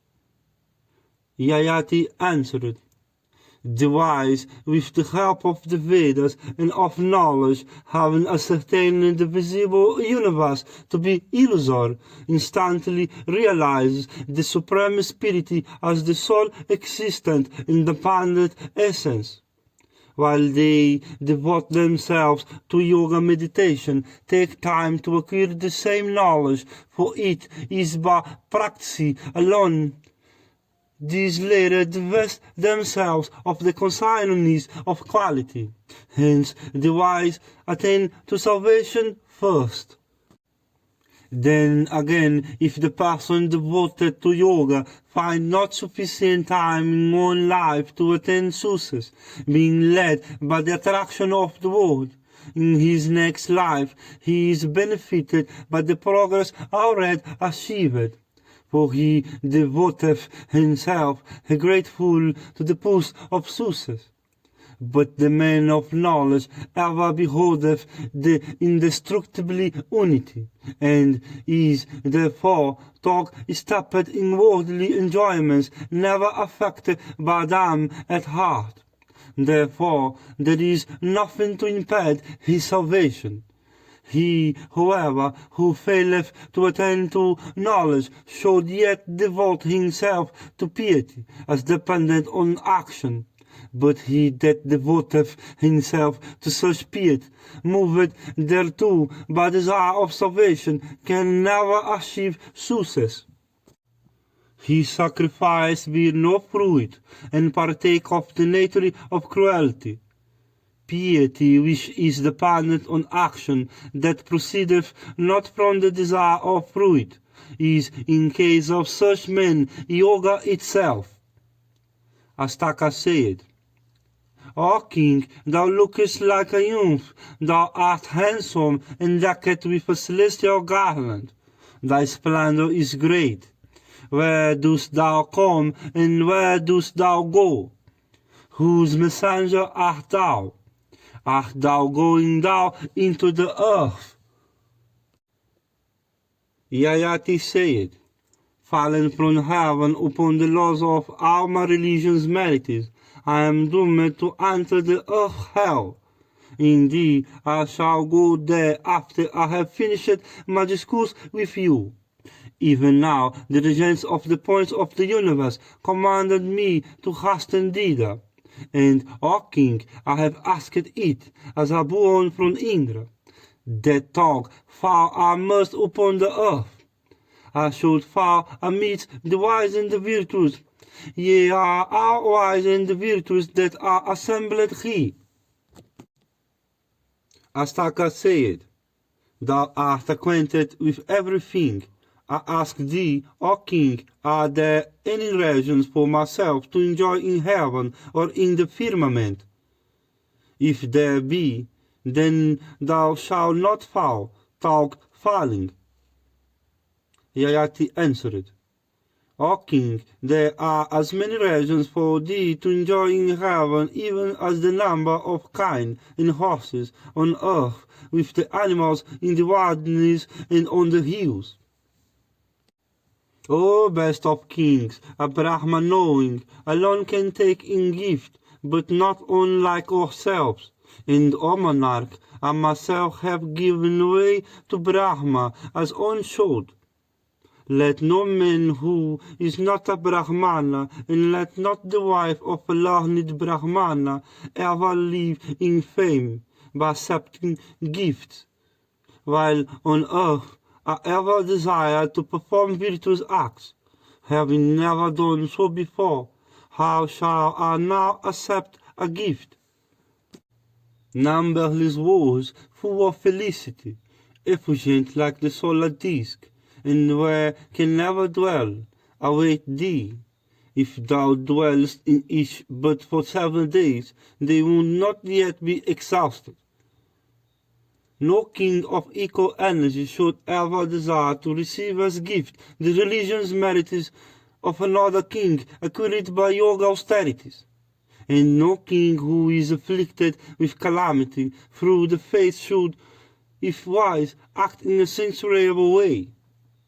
A king, keeping his eye fixed forever on virtue, should walk along the path of virtue like myself, and knowing what his duties are, should not act so meanly as thou directest.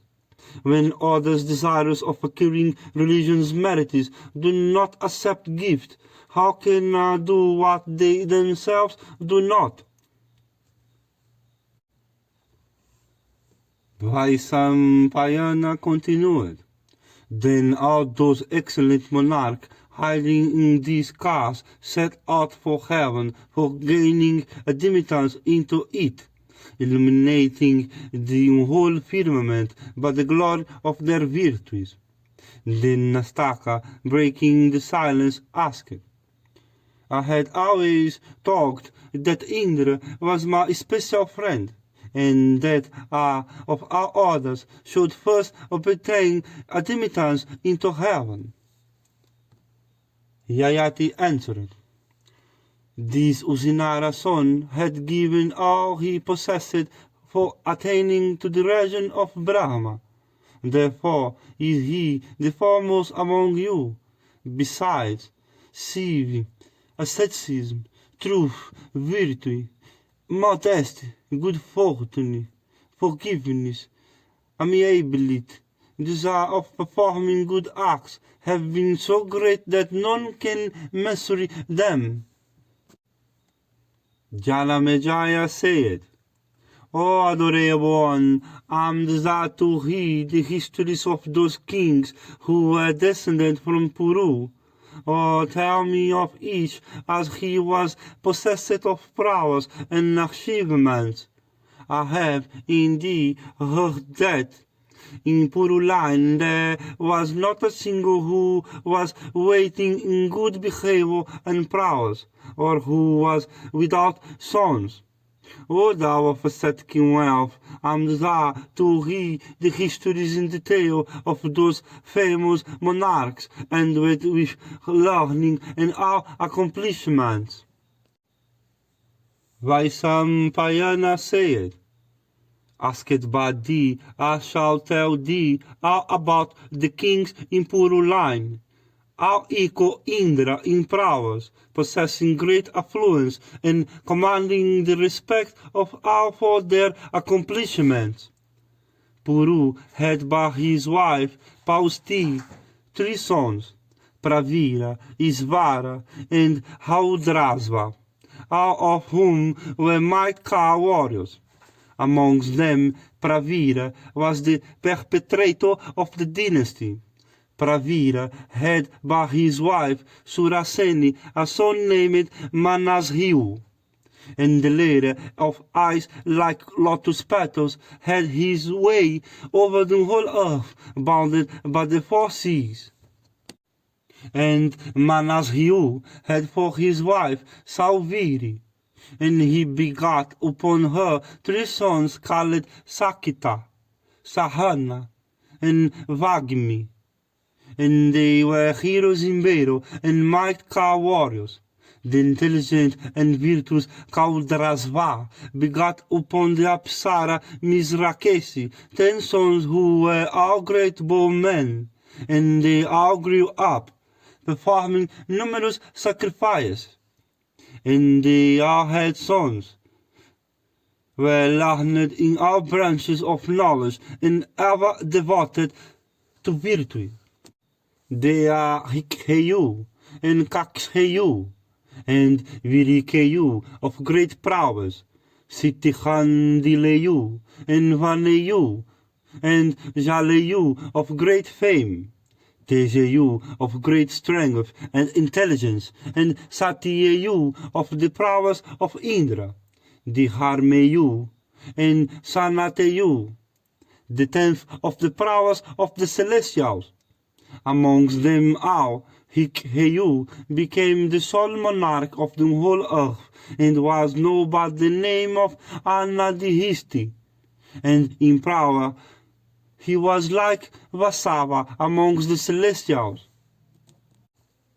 And Anadihisti had a son of the name of Matinara, who became a famous and virtuous king, and performed the Rajasuya and the horse sacrifice.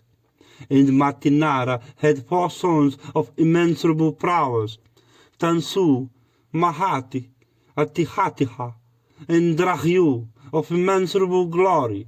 Amongst them, Tansu of great prowess became the perpetrator of the Puru line, and he subjugated the whole earth and acquired great fame and splendor.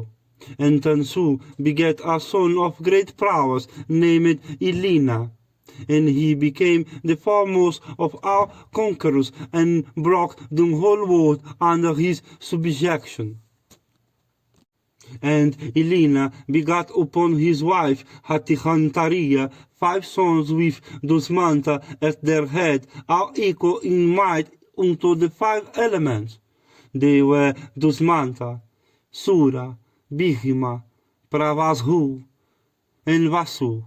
In all Janamejaya, the else of them, Dusmanta, became king, and Dusmanta had by his wife Sakuntala an intelligent son named Mahabharata, who became king, and Mahabharata gave his name to the race of which he was the founder, and it is from him that the fame of that dynasty hath spread so wide.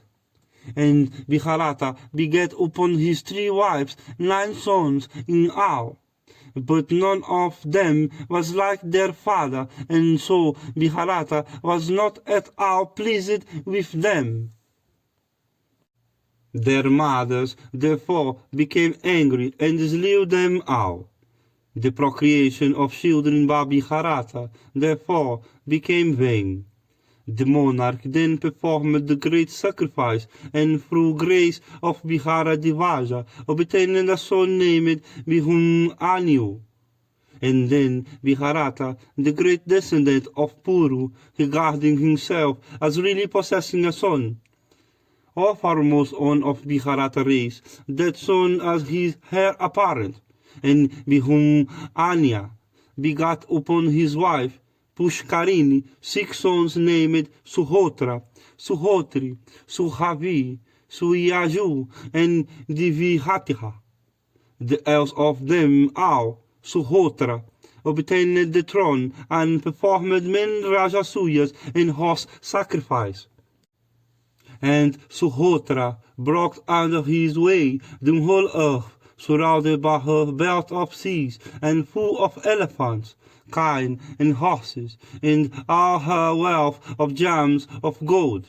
And the earth, afflicted with the weight of numberless human beings and elephants, horses, and cars, was, as it were, about to sink. And during the virtuous agony of Suhotra, the surface of the whole earth was dotted all over with hundreds and thousands of sacrificial stakes. And the Lord of earth, Suhotra, begat upon his wife Aikshaki 3 sons, Ajamina, Sumida, and Purumida. The else of them, Ajamida, was the perpetrator of the royal line, and he begat 6 sons. Hikisha was born of the womb of Dihomini, Dusmanta, and Paramestihin of Nili, and Janiu, Jala, and Hupina were born in that of Keshini. All the tribes of the Pankhalas are descended from Dusmanta and Paramestihin, and the Kushikas are the sons of Janiu, of immeasurable prowess, and Hiksha, who was older than both Jala and Hupina, became king, and Hiksha begat Samvarana, the perpetrator of the royal line. And, O king, it hath been heard by us that while Samvarana, the son of Hiksha, was ruling the earth, there happened a great loss of people from famine, pestilence, and disease. And the Mahabharata prince were beaten by the troops of enemies, and the Pankhalas setting out to invade the whole earth with their 4 kinds of troops soon brought the whole earth under their way. And with their 10 Akshahunis, the king of the Pankhalas defeated the Mahabharata prince. Samvarana then with his wife and ministers, sons and relatives fled in fear, and took shelter in the forest on the banks of the Sindhu, extending to the foot of the mountains. There the Maharatas lived for a full 1,000 years within their fort, and after they had lived there 1,000 years, one day the illustrious his Vasishtha approached the exiled Biharatas, who, on going out, saluted him and worshipped him by the offer of Arghya. And entertaining him with reverence, they represent everything unto that illustrious he. And after he was seated on his seat, the king himself approached him and addressed him, saying, Be thou our priest, O illustrious one, we will endeavor to regain our kingdom. And Vasistha answered the Bharata by saying, It hath been heard by us that Vasistha then installed the Bharata prince in the sovereignty of all the Kshatriyas on earth, making by virtue of his mantras this descendant of Puru the veritable horns of the wild bull or the tusk of the wild elephant. And the king, he took the capital that had been taken away from him, and once more made all monarchs pay tribute to him. The powerful Sambhava, thus installed once more in the actual sovereignty of the whole earth, performed many sacrifices at which the presents to the Brahmanas were great. Sambhava begat upon his wife, Tapati, the daughter of Surya, a son named Kuru. This Kuru was exceeding virtuous, therefore he was installed on the throne by his people. It is after his name that the fled called Kuru Jangala has become so famous in the world. Devoted to asceticism, he made that field sacred by practicing asceticism there. And it has been heard by us that Kuru had intelligent wife, Vahini, brought 5 sons, Avikshiti, Abhishyati, Hastrahatiha, Muni, and the celebrated Janamejaya. And Avikshiti begat Parikshiti, the powerful, Savolasva, Adiraja, Viraja, Balmali, of great physical strength, Ukhaisravas, Vihangakara, and Jitari. In the race of these were born, as the fruit of their pious acts, 7 Maika warriors with Janamejaya at their head. And unto Parikshiti were born sons who were acquainted with the religion and prophet, and they were named Kakshasena, Ugrasena, Khitrasena, and with great energy, and Indrasena, Sushena, Bhimasena. And the sons of Janamejaya were all endowed with great strength and became celebrated all over the world. And they were the Dhritarashtra, who was the eldest, and Pandu, and Valhika, and Nishadha, and with great energy. And then the might Jamvunada, and then Kundodara, and Padati, and then Vasati. And they were all proficient in morality and prophecy, and were kind to all creatures. Among them the Dhritarashtra became king, and the Dhritarashtra had 8 sons, Kundika, Hasti, Vitarka, Kratiha, Havitshavas, Indrabhiha, and Bhihumanyu. And the Dhritarashtra had many grandsons. 3 only were famous. They were, O king, Pratipa, the Harmanetra, Sunetra.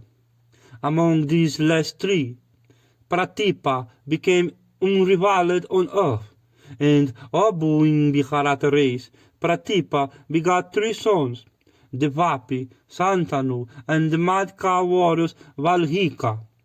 The else Devapi adopted the ascetic course of life, impelled thereto by the desire of benefiting his brothers, and the kingdom was obtained by Santanu, and the might car warriors Valhika. O monarch, besides, there were born in the race of Mahabharata numberless other excellent monarchs, and with great energy and like unto the celestial rays themselves in virtue and ascetic power. And in the race of Manu were born many mighty warriors like unto the celestial themselves, who by their number swelled the Aila dynasty into gigantic proportions. Janamejaya said, O Brahmana, I have now heard from thee this great history of my ancestor. I had also heard from thee about the great monarchs that were born in this line, but I have not been gratified, the charming account being so short. Therefore, be pleased, O Brahmana, to recite the delightful narrative just in detail, commencing from Manu, the Lord of creation. Who is there that will not be charmed with such an account, so as it is sacred? The fame of these monarchs, increased by their wisdom, virtue, accomplishment, and high character, have so swelled as to cover the 3 worlds. Having listened to the history, sweet as nectar, of their liberality, prowess, physical strength, mental vigor, energy, and perseverance, I have not been satiated. Vaisampayana said, He then, O monarch, as I recite in full the auspicious account by thy own race, just as I heard it from Divayapayana before. Daksha begat Aditi, and Aditi begat Vivasvat, and Vivasvat begat Manu, and Manu begat Ila, and Ila begat Pururavas, and Pururavas begat Ayus, and Ayus begat Nahusha, and Nahusha begat Yayati, and Yayati had 2 wives, Devayani, the daughter of Usanas, and Sarmistiha, the daughter of Vihishaparvan. He oku Aisloka regarding descendants. Devayani gave birth to Yadu and Turvasu, and Vihishaparva daughter Sarmistiha gave birth to Drahyu, Anu, and Puru. And the descendants of Yadu are the Yadavas, and of Puru are the Pauravas. And Puru had a wife of the name of Kausalya, and he begat a son named Janamejaya, who performed 3 horse sacrifice, and the sacrifice called Visvajit. And then he entered into the wombs, and Janamejaya had married Ananta, the daughter of Madhihava, and begat upon her a son called Prakhinvat. And the prince was so called because he had conquered all the eastern countries up to the very confines of the region where the sun rises. And Prakhinvat married Asmaki, a daughter of the Yadavas, and begat upon her a son named Sanyati. And Sanyati married Varangi, the daughter of Dihishadivata, and begat upon her a son named Ahayanti. And Ahanianti married Bihanumati, the daughter of the Kritaviriya, and begat upon her a son named Sarvabhihauma. And Sarvabhihauma married Sunanda, the daughter of the Kekaya prince, having obtained her by force. And he begat upon her a son named Jayatisena, who married Susrava, the daughter of the Vidarbhiha, and begat upon her a Vakhinya. and Avakinya also married Vibharbiha, Mariada by name. And he begat on her a son named Arihan, and Arihan married Angi, and begat on her Mahabharat, and Mahabharat married Suyaja, the daughter of Prasenajit, and of her was born Ayutanai.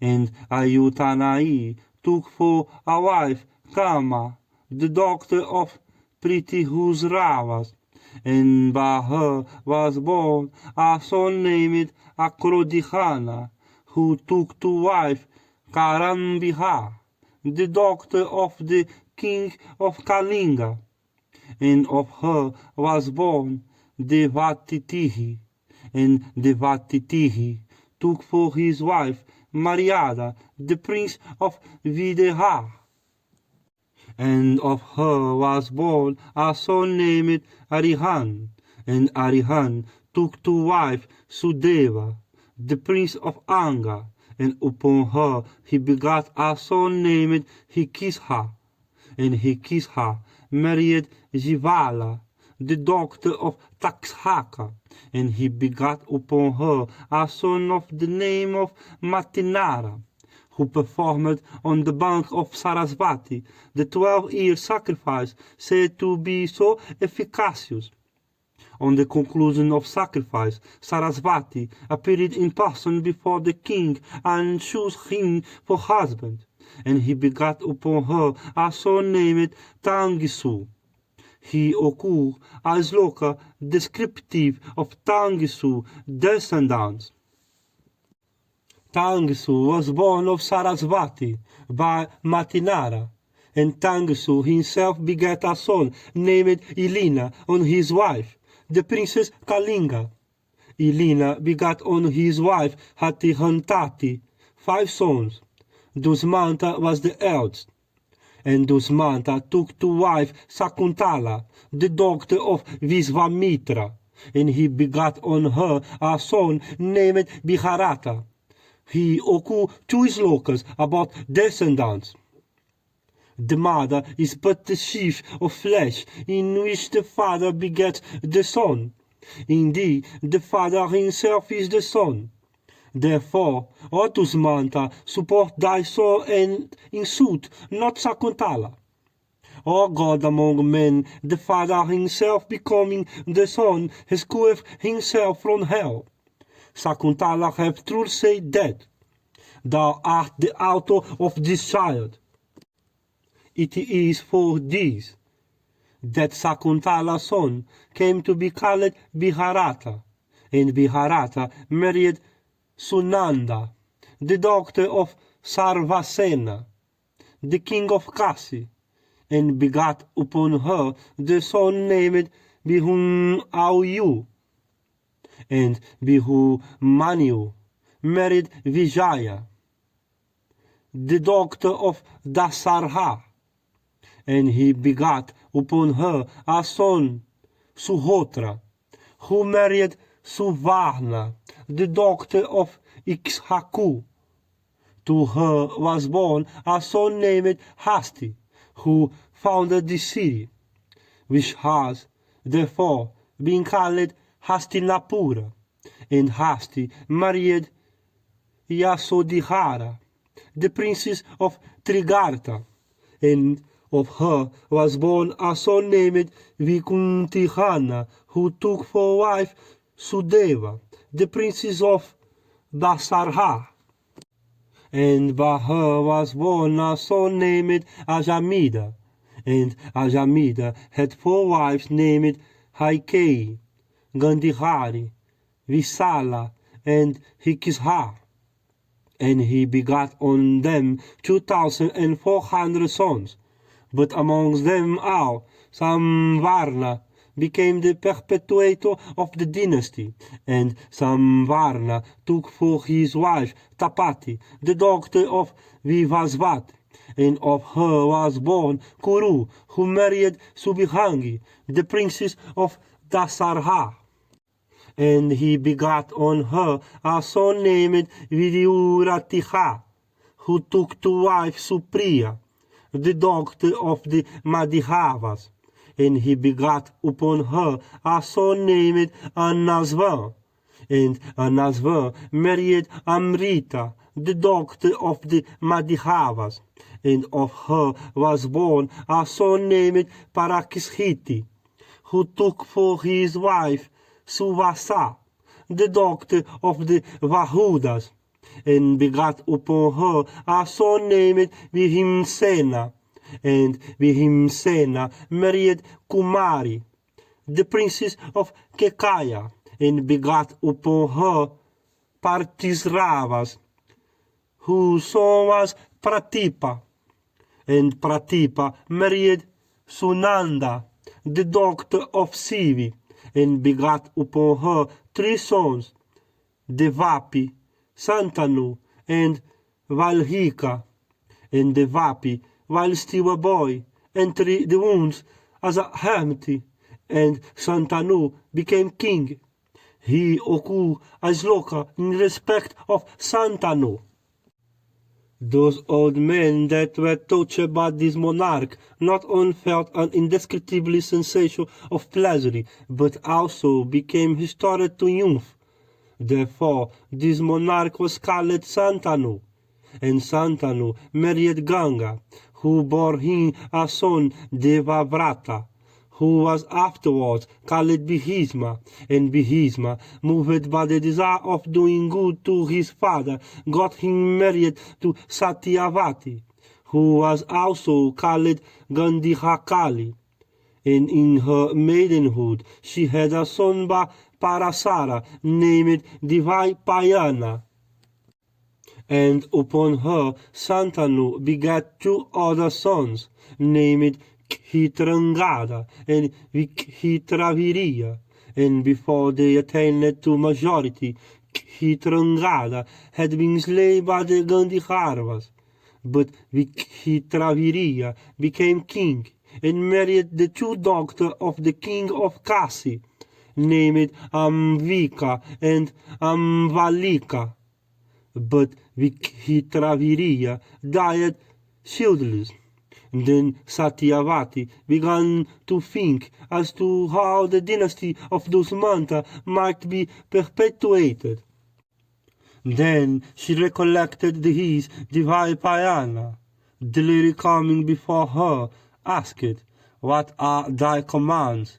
She said, "Thy brother Vikhitravirya hath gone to heaven childless, begat virtuous children for him." Divaipayana, consenting to this, begat 3 children, Dhritarashtra, Pandu, and Vidyura. King Dhritarashtra had 100 sons by his wife Gandhihari, in consequence of the boon granted by Divaipayana. And amongst those 100 sons of Dhritarashtra, 4 became celebrated. They are Duryodhana, Dusanana, Vikarna, and Khitrasena. And Pandu had 2 Jews of wives, Kunti, also called Pritiha, and Madri. One day Pandu, while out a hunting, saw a deer covering its mate. That was real Achis in the form of a deer. Seeing the deer in that attitude, he killed it with arrow. Before its desire was gratified, pierced with the king's arrow, the deer quickly changed its form and became Achis, and said unto Pandu, "O Pandu, thou art virtuous and acquainted also with the pleasure derived from the gratification of own desire. My desire unsatisfied, thou hast slain me. Therefore thou also, when so engaged, and before thou art gratified, shalt die." Pandu, hearing this curse, became pale, and from that time would not go into his wives. And he told them these words, Through my own fault I have been cursed, but I have heard that for the shieldless there are no reason hereafter.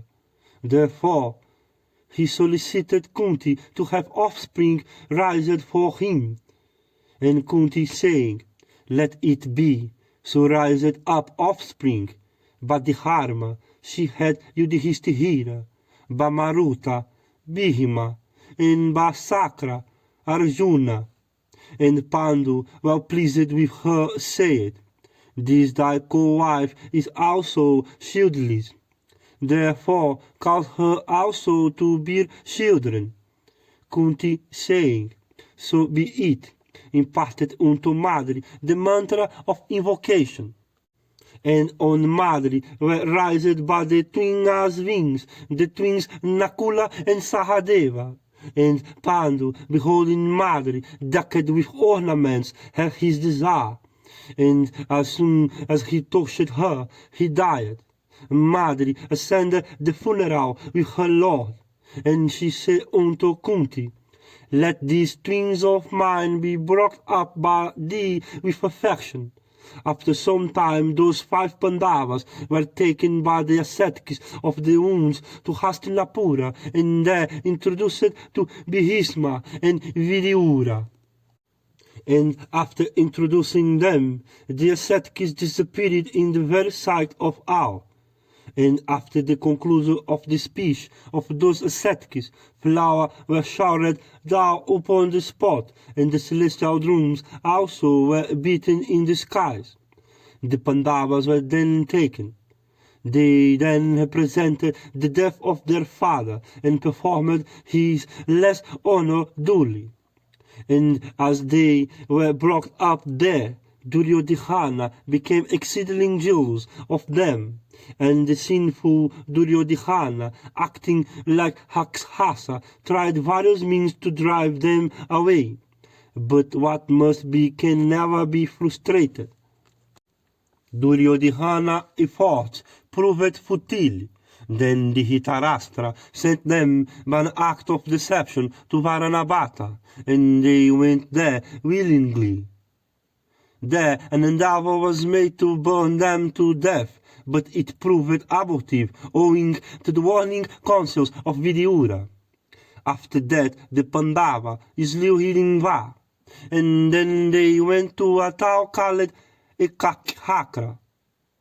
There also they slew a Rakshasa of the name of Vaka, and then went to Pankhala, and there obtaining Draupadi for a wife, they returned to Hastinapura, and there they dwelt for some time in peace and begat children. And Yudhishthira begat Prithivindiriya, Bhima, Sutasoma, Arjuna, Srutakriti, Nakula, Satanika, Sahadeva, Sirutakarma.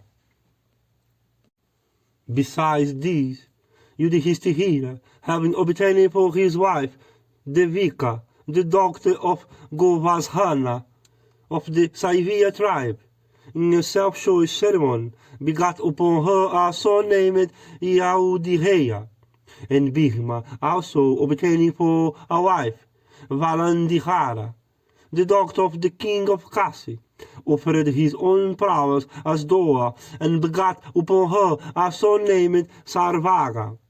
And Arjuna also, repairing to Devaravati, brought away by force Subhadra, the sweet-speeched sister of Vasudeva, and returned in happiness to Hastinapura. And he begat upon her a son named Abhimanyu, endowed with all accomplishments and dear to Vasudeva. And Nakula, obtaining for his wife Karen Ummati, the princess of Khedi, begat upon her a son named Niramitra, and Sahadeva also married Vijaya, the daughter of Dyutimati, the king of Madra, obtaining her in a self-choice ceremony, and begat upon her a son named Suhotra. And Bhishmasena had some time before begat upon Hirinva a son named Gihatotikakha. These are the 11 sons of the Pandava. Amongst them all, Abhimanyu was the perpetuator of the family. He married Uttara, the daughter of Virata, who brought forth a dead child. Kunti took up on her lap at the command of Vasudeva, who said, I will revive this child of 6 months, and talk born before time, having been burnt by the fire of weapon, and therefore deprived of strength and energy. He was revived by Vasudeva, and ended with strength, energy, and prowess. And after reviving him, Vasudeva said, because this child hath been born in a distinct haste, therefore he shall be called Parakshit. And Parakshit married Madravati, thy mother, O king, and thou art born to her, O Janamejaya. Thou hast also begotten 2 sons on thy wife of Vapustama, named Satanika and Sankukarna. And Satanika also hath begotten one son named Asvamedihadata, upon the princess of Videha. Thus have I, O king, recited the history of the descendants of Puru and of the Pandavas.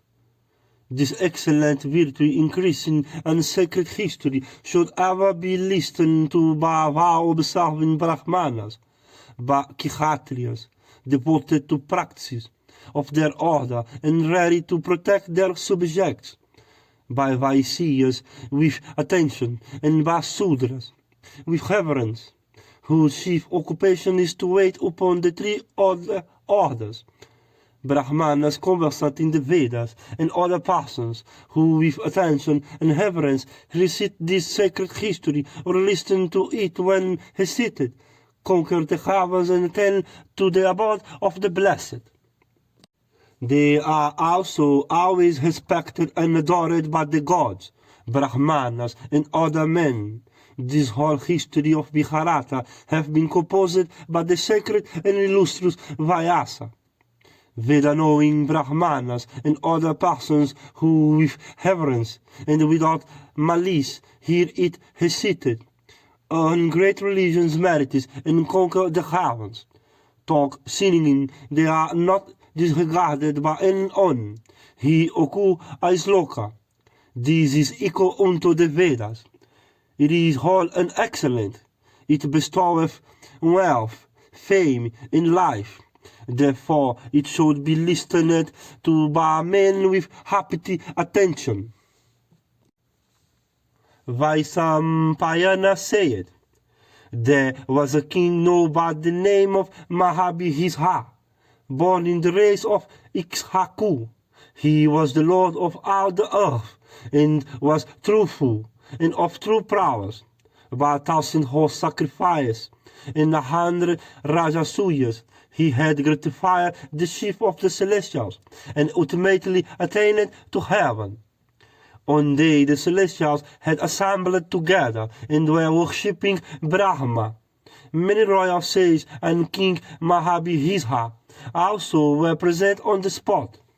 And Ganga, the queen of rivers, came there to pay her adorations to the grandsire. In her garments, white as the beams of the moon, was displaced by the action of the wind. And as her person became exposed, the celestials bent down their heads. But the royal sage Mahabharata rudely stared at the queen of rivers, and Mahabharata was for this cursed by Brahma, who said, rash, as thou hast forgotten thyself at the sight of Ganga, thou shalt be reborn on earth, but thou shalt again and again attend to these regions, shall be born in the world of men, and shall do thee injuries.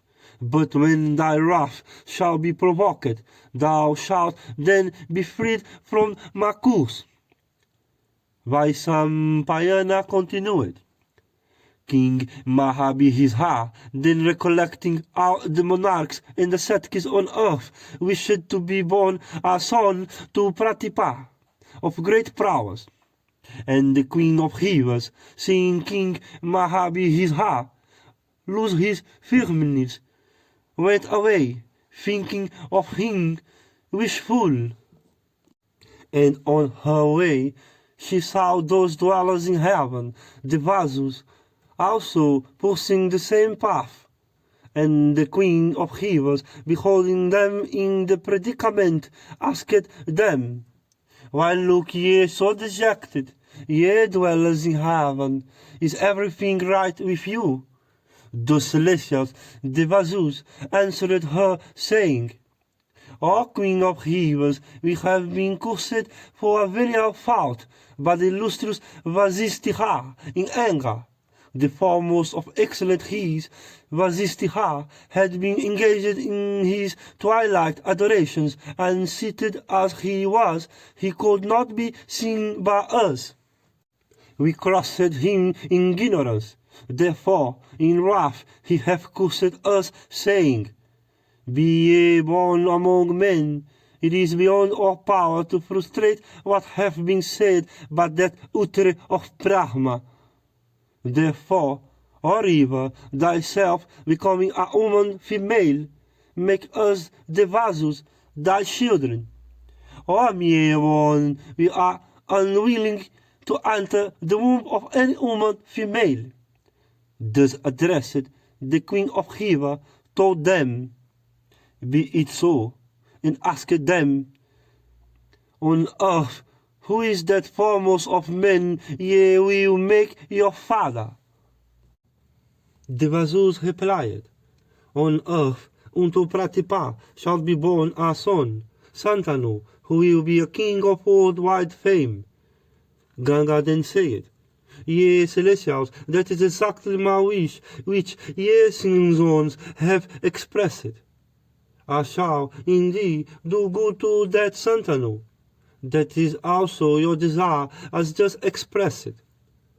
The Vasus then said, "It behoveth thee to throw thy children after birth into the water, so that, O thou of 3 courses, we may be rescued soon without having to live on earth for any length of time." Ganga then answered, "I shall do what ye desire, but in order that his intercourse with me may not be entirely fruitless, provide ye that one son at least may live." The Vasus then replied, "We shall each contribute an eighth part of our respective energy. With the son thereof thou shalt have one son according to thy and his wishes. But the son shall not beget any children on earth. Thereof that son of thine, endowed with great energy, shalt be childless." The Vasus, making this arrangement with Ganga, went away without waiting to the place they liked. Vaisampayana said, "There was a king of the name of Pratipa, who was kind to all creatures. He spent many years in ascetic penances at the source of the river Ganga. The accomplished and lovely Ganga, one day, assuming the form of a beautiful female, and rising from the waters, made up to the monarch. The celestial maiden, endowed with ravishing beauty, approached the royal sage, engaged in ascetic austerities, and set upon his right thigh that was for manly strength, a veritable sala tree. When the maiden of handsome face had so sat upon his lap, the monarch said unto her, "O mere one, what dost thou desire? What shall I do?" The damsel answered, "I desire thee, O king, for my husband." "O foremost one of the Kurus, be mine." To refuse a woman coming to her own accord is never applauded by the wise. Pratipa answered, O thou of the fairest complexion, moved by lust, never go into other wife or woman that are not of my order. This, indeed, is my virtuous vow.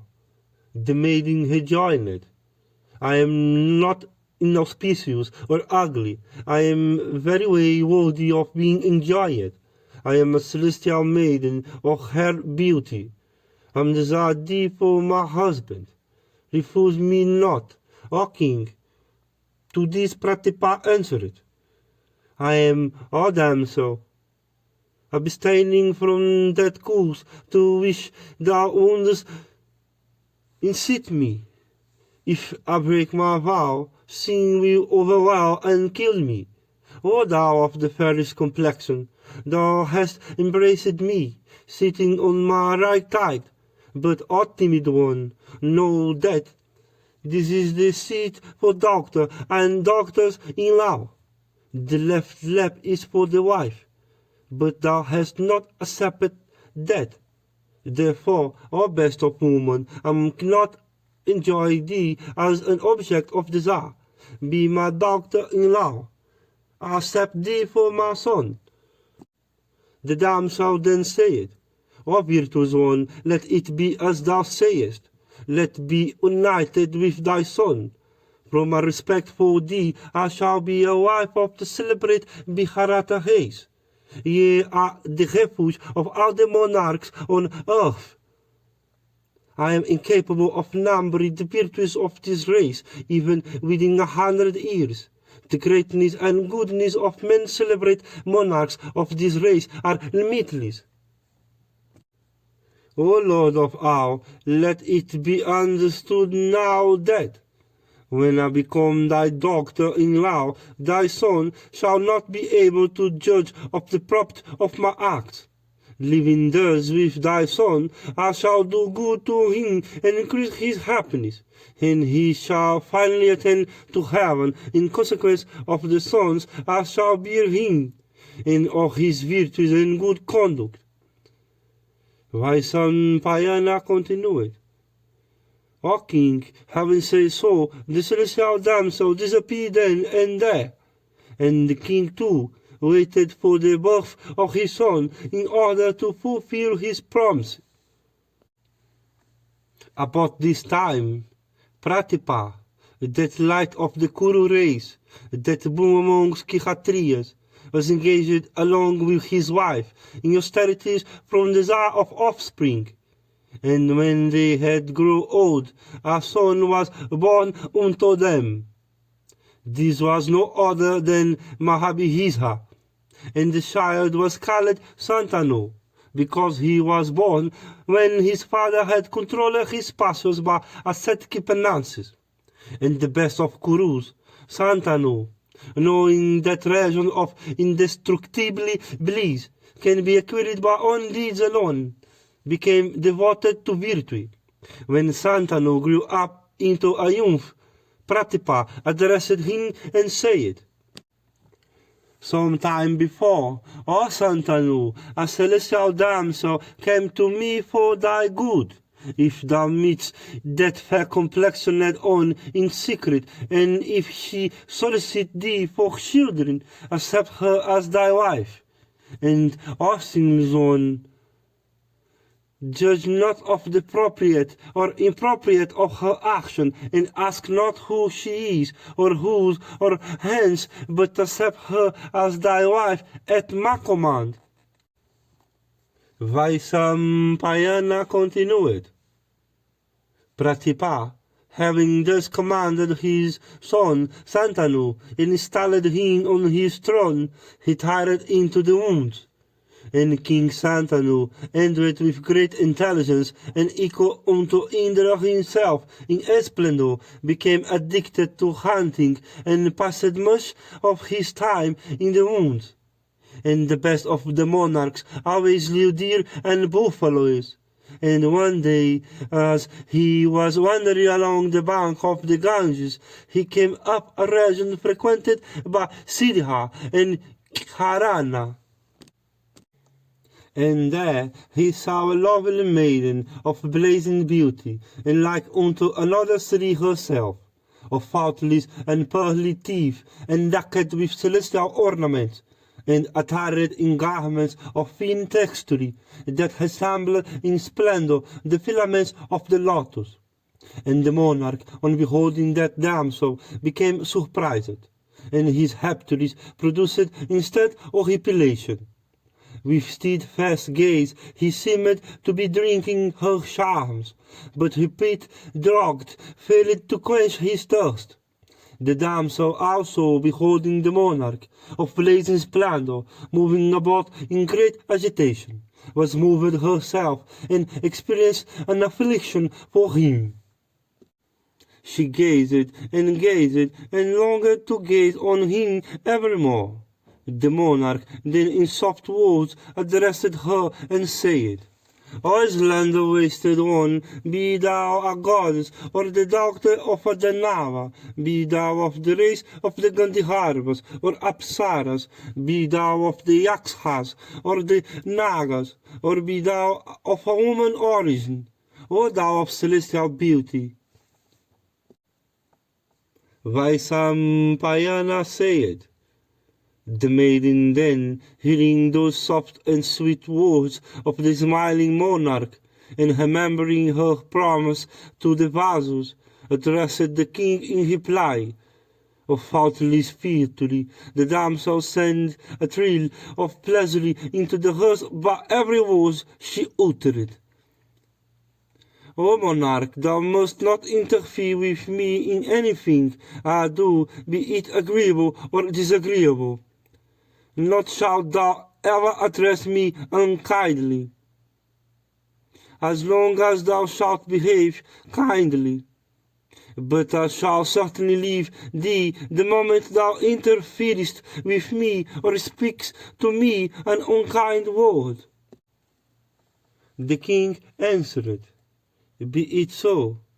And thereupon the damsel, obtaining that excellent monarch, that foremost one of the Mahabharata race, for her husband, became highly pleased, and King Santanu also, obtaining her for his wife, enjoyed to the full the pleasure of her company, and adhering to his promise, he refrained from asking her anything, and the Lord of Earth, Santanu, became exceedingly gratified with her conduct, beauty, magnanimity, and attention to his comfort. And the gods Ganga also of 3 coals, assuming a woman form of superior complexion, and endowed with celestial beauty, lived happily, and having as the fruit of her virtuous acts, obtaining for her husband the tiger among kings, equal unto Indra himself in splendor, and she gratified the king by her attractiveness and affection, by her wiles and love, by her music and dance, and became herself gratified. And the monarch was so enraptured with his beautiful, that months, seasons, and years toiled on without his being conscious of them. And the king, while thus enjoying himself, had 8 children born unto him, who in beauty were like the very celestial themselves. But Mahabharata, those children, one after another, as soon as they were born, were thrown into the river by Ganga, who said, This is for thy good. And the children sank to rise no more.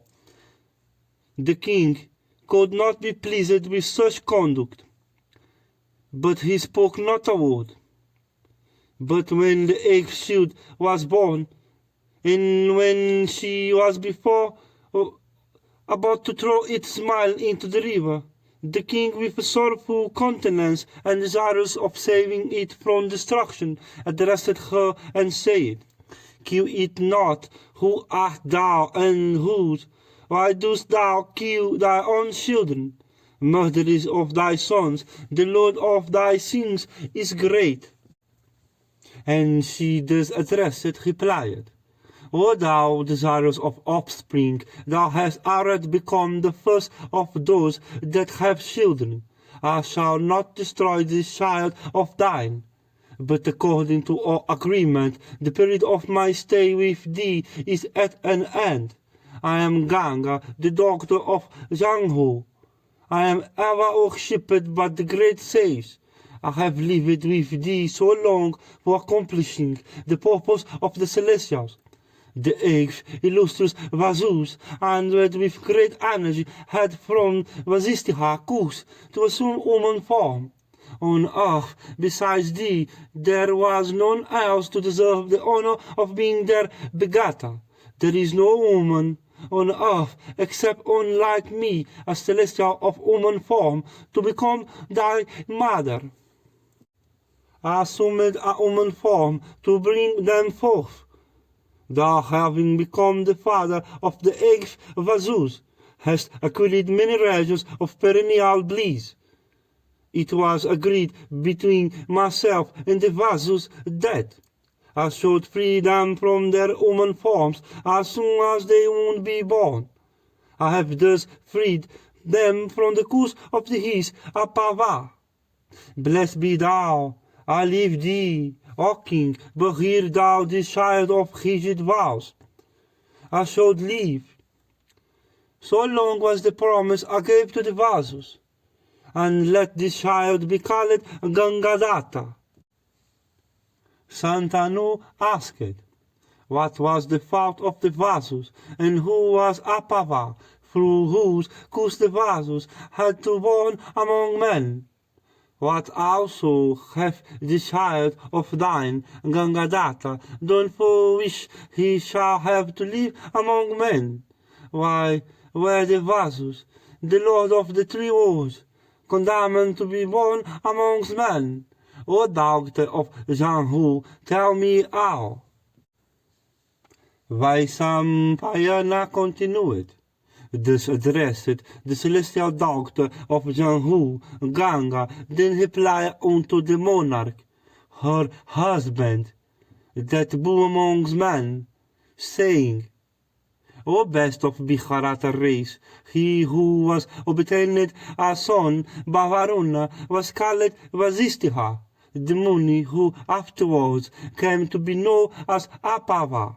He had his asylum on the breast of the king of mountains called Meru. This spot was sacred and abounded with birds and beasts, and there bloomed at all times of the year flower of every season. And, O best of Bharata race, that foremost of virtuous men, the son of Varuna, practiced his ascetic penances in those wounds abounding with sweet roots and water.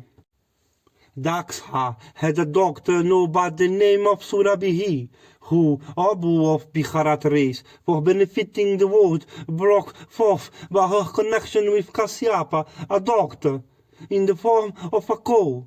That foremost of our kind, Nandini, was the cow of plenty. The virtuous son of Varuna obtained Nandini for his home rites, and Nandini, dwelling in that hermitage which was adored by Munis, roamed about fearless in those sacred and delightful woods. One day, O bull of Bharata race, there came into those woods, adored by the gods and celestial he's, the Vasu, with Prithu at their head, and wandering there with their wives, they enjoyed themselves in those delightful woods and mountains.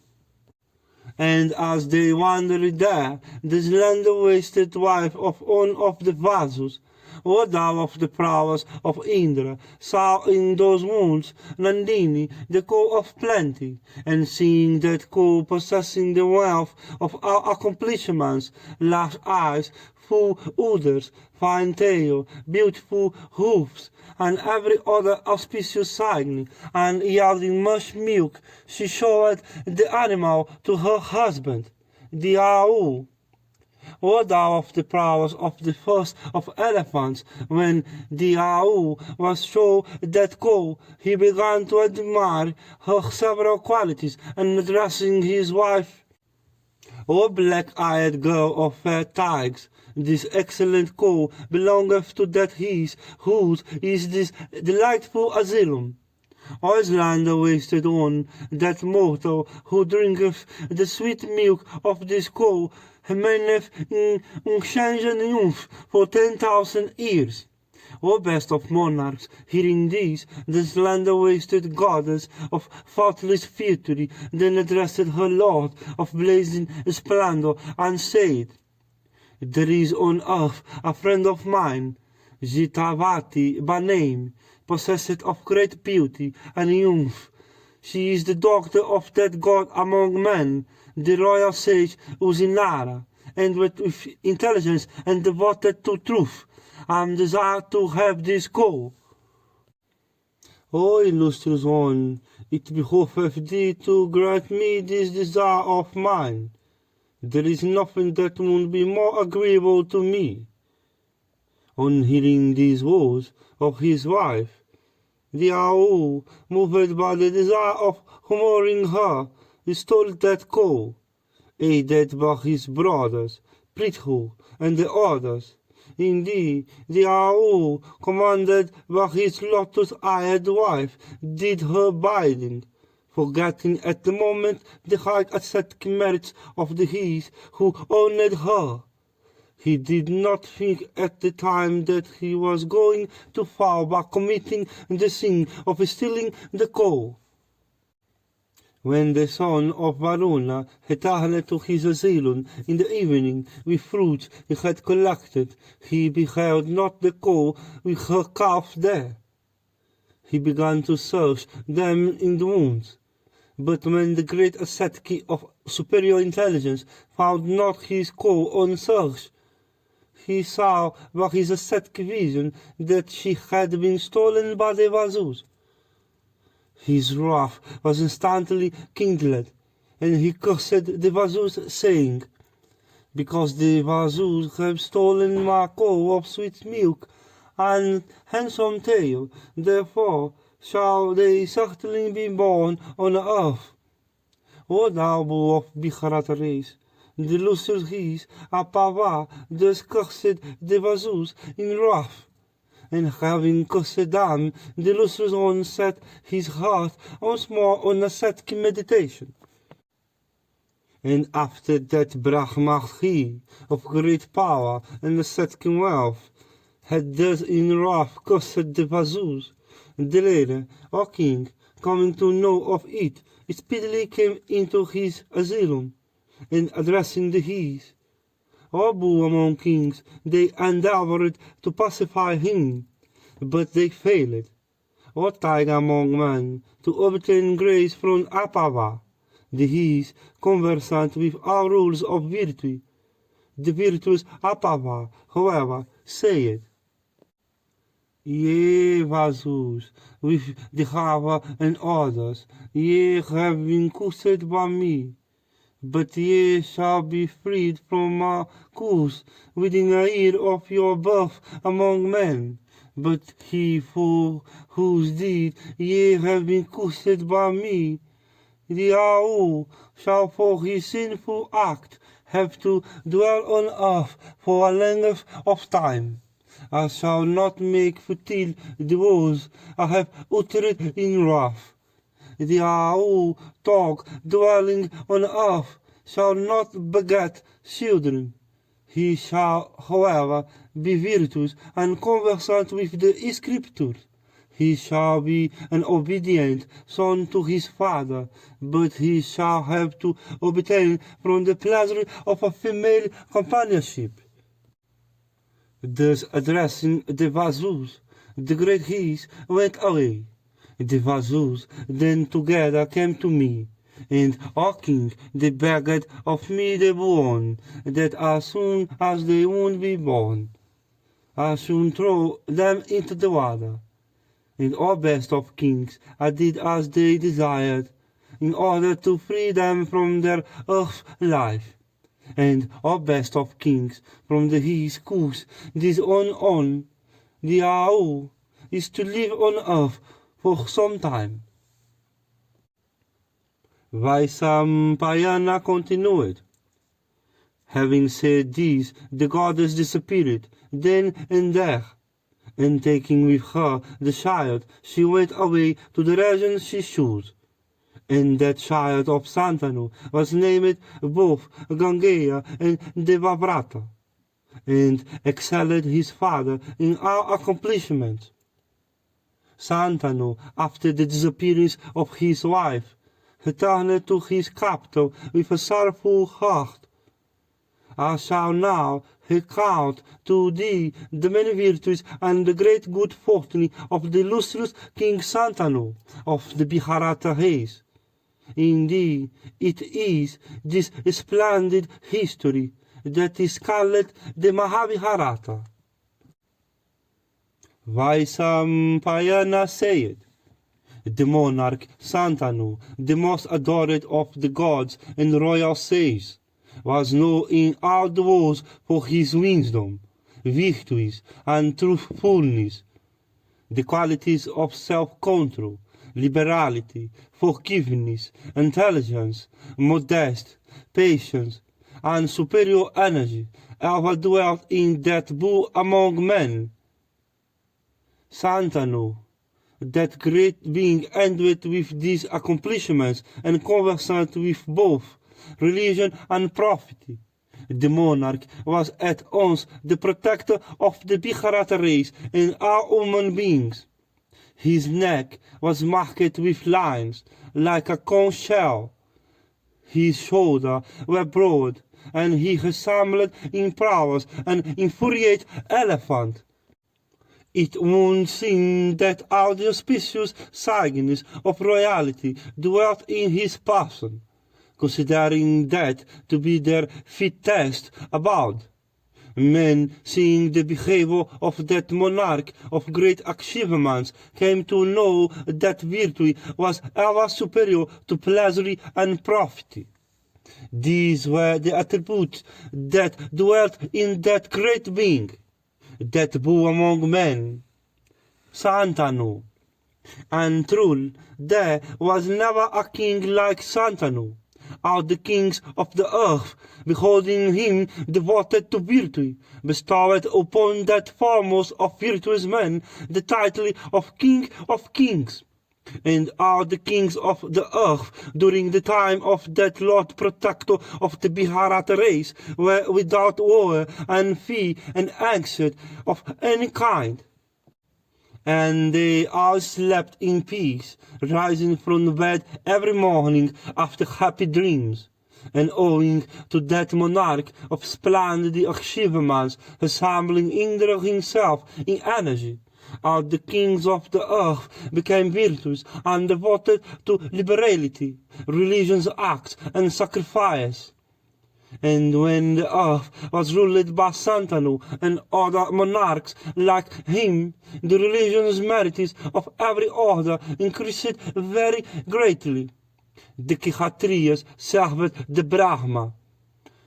The Vaisyas waited upon the Kshatriyas, and the Sudras adoring the Brahmanas, and the Kshatriyas waited upon the Vaisyas, and Santanu, residing in Hastinapura, the delightful capital of the Kurus, ruled the whole earth bounded by seas. He was truthful and guileless, and like the king of the Celestials himself, conversant with the dictates of virtue. And from the combination in him of liberality, religion, and asceticism, he acquired a great good fortune. He was free from anger and malice, and was handsome in person like Soma himself. In splendor he was like the sun, and in impetuosity of valor like Vayu. In wrath he was like Yama, and in patience like the earth. And, O king, while Santanu ruled the earth, no deer, boars, birds, or other animals were needlessly slain. In his dominions, the great victory of kindness to all creatures prevailed, and the king himself, with the soul of mercy, and void of desire and wrath, extended equal protection unto all creatures. Then sacrifice in honor of the his and pities commenced, and no creature was deprived of life sinfully. And Santanu was the king and father of all, of those that were miserable, and those that had no protectors, of birds and beasts, in fact, of every created thing. And during the rule of the best of Kurus, of that King of Kings, his speech became united with truth, and the minds of men were directed towards liberality and virtue. And Santanu, having enjoyed domestic felicity for 36 years, retired into the woods. And Santanu's son, Devasu, born of Ganga, named Devavrata, resembled Santanu himself in personal beauty, in habits and behavior, and in learning, and in all branches of knowledge, worldly or spiritual. His skill was very great. His strength and energy were extraordinary. He became a mighty warrior. In fact, he was a great king. One day, while passing along the banks of the Ganges, a deer that he had struck with his arrow, King Santanu observed that the river had become swallow. On observing this, that bull among men, Santanu began to reflect upon this strange phenomenon. He mentally asked why that first of rivers ran out so quickly as before, and while seeking for a cause, the illustrious monarch beheld that a youth of great comeliness, well-built and amiable person, like Indra himself, had by his celestial weapons shocked the flow of the river. And the king, beholding this extraordinary feat of the river Ganga, having been shocked in her course near where that youth stood, became very much surprised. This youth was no other than Santanu's son himself.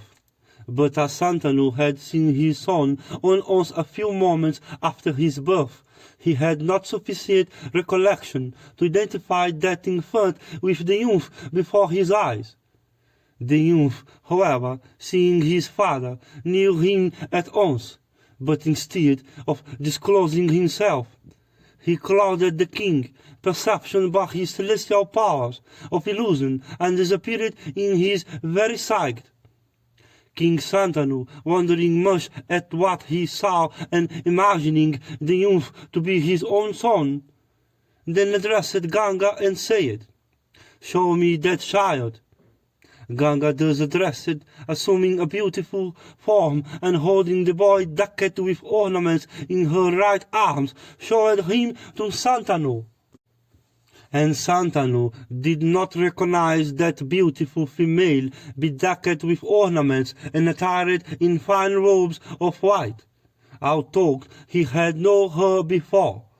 And Ganga said, "O tiger among men, that aged son thou hast some time before begot upon me is this. Know that this excellent child is conversant with all weapons. O monarch, take him now. I have heard him with care. And go home, O tiger among men, taking him with thee. And with superior intelligence, he has studied with Vasistha, the entire Vedas with their branches. Skilled in all weapons and a mighty bowman, he is like Indra in battle. And Mahabharata, both the gods and the Asuras look upon him with favor. Whatever branches of knowledge are known to Usanas, this one knoweth completely, and so is he the master of all those sastras, the son of Angiras.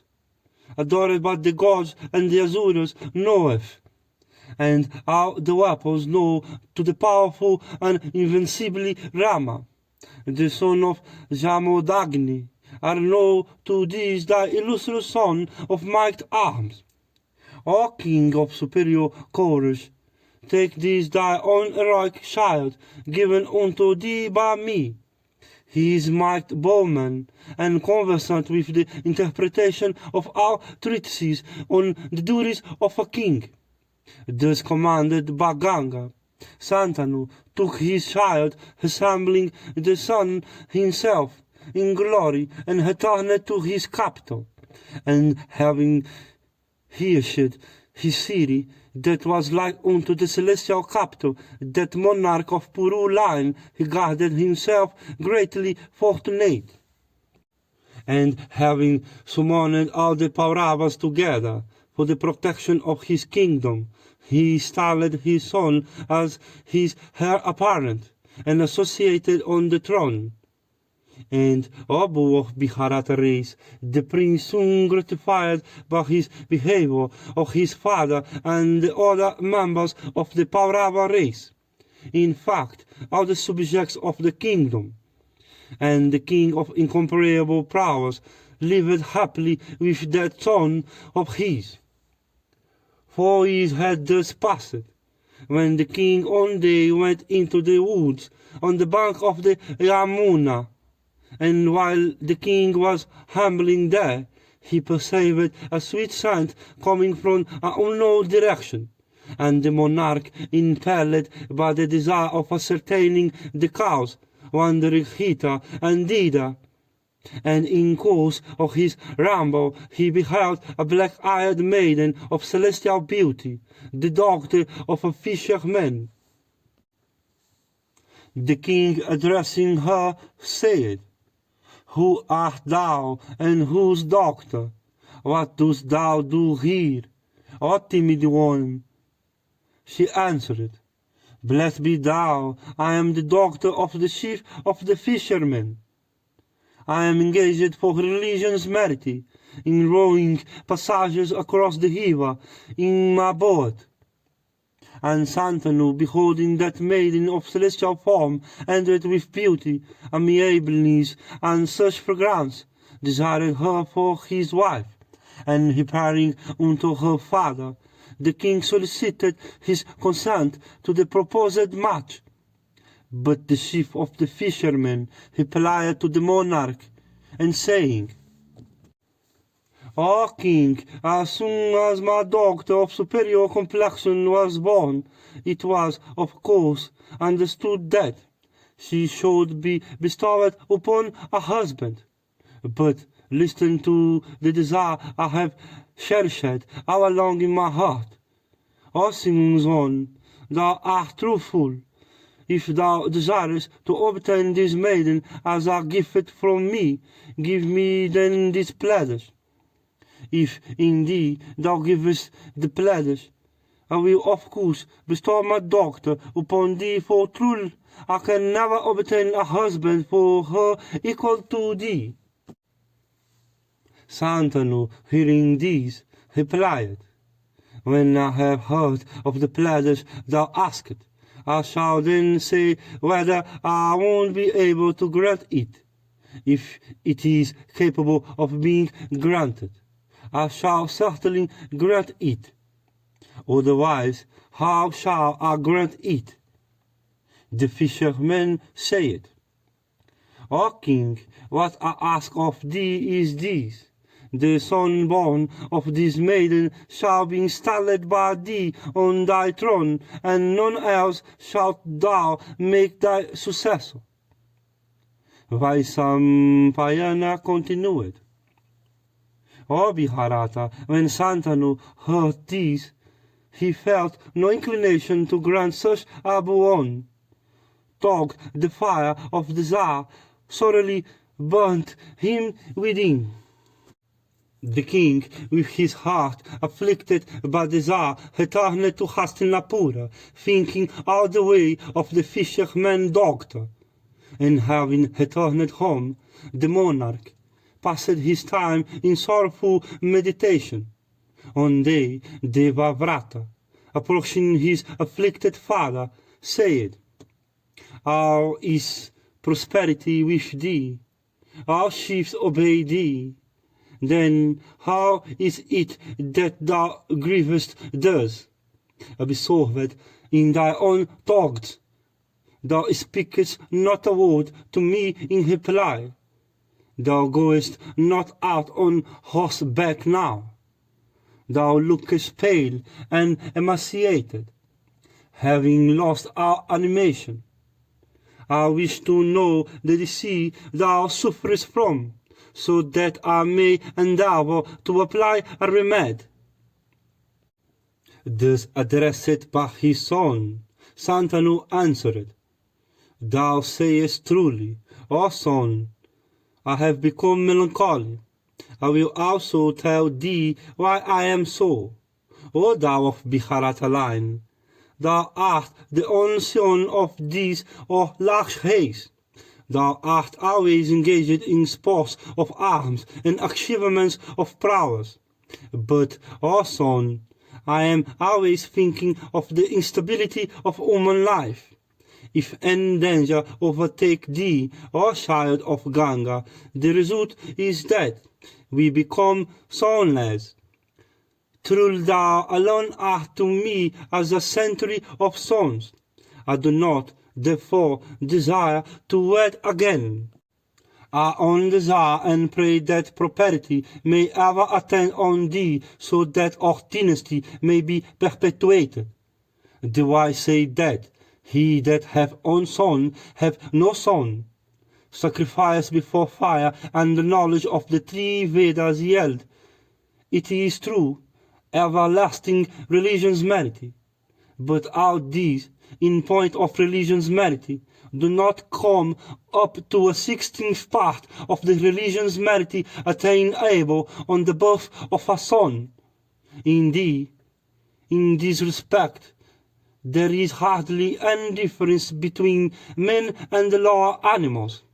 A wise one, I do not entertain a shadow of doubt that one attains to heaven in consequence of his having begotten a son. The Vedas, which constitute the root of the Puranas and are regarded as authoritative even by the gods, contain numerous proofs of this. O thou of Bharata race, thou art a hero of excitable temper, who is always engaged in the exercise of arms. It is very probably that thou wilt be slain on the field of battle. If it so happen, what then will be the state of the Bharata dynasty? It is this thought that hath made me so melancholy. I have now told thee full the causes of my sorrow." Vaisampayana continued. Devavrata, who was endowed with great intelligence, having ascertained all this from the king, reflected within himself for a while. He then went to the old minister, devoted to his father's welfare, and asked him about the cause of the king's grief. O bull of Bharata race, when the prince questioned the minister, the latter told him about the boon that was demanded by the chief of the fishermen in respect of his daughter Gandhihavati. Then Devavrata, accompanied by many Kshatriya chiefs of venerable age, personally repaired to the chief of the fishermen and begged of him his daughter on behalf of the king. The chief of the fishermen received him with due adorations, and O thou of Bharata race, when the prince took his seat in the court of the chief, the latter addressed him and said, O bull among the Bharatas, thou art the first of all yielders of weapons, and the only son of Santanu. Thy power is great, but I have something to tell thee.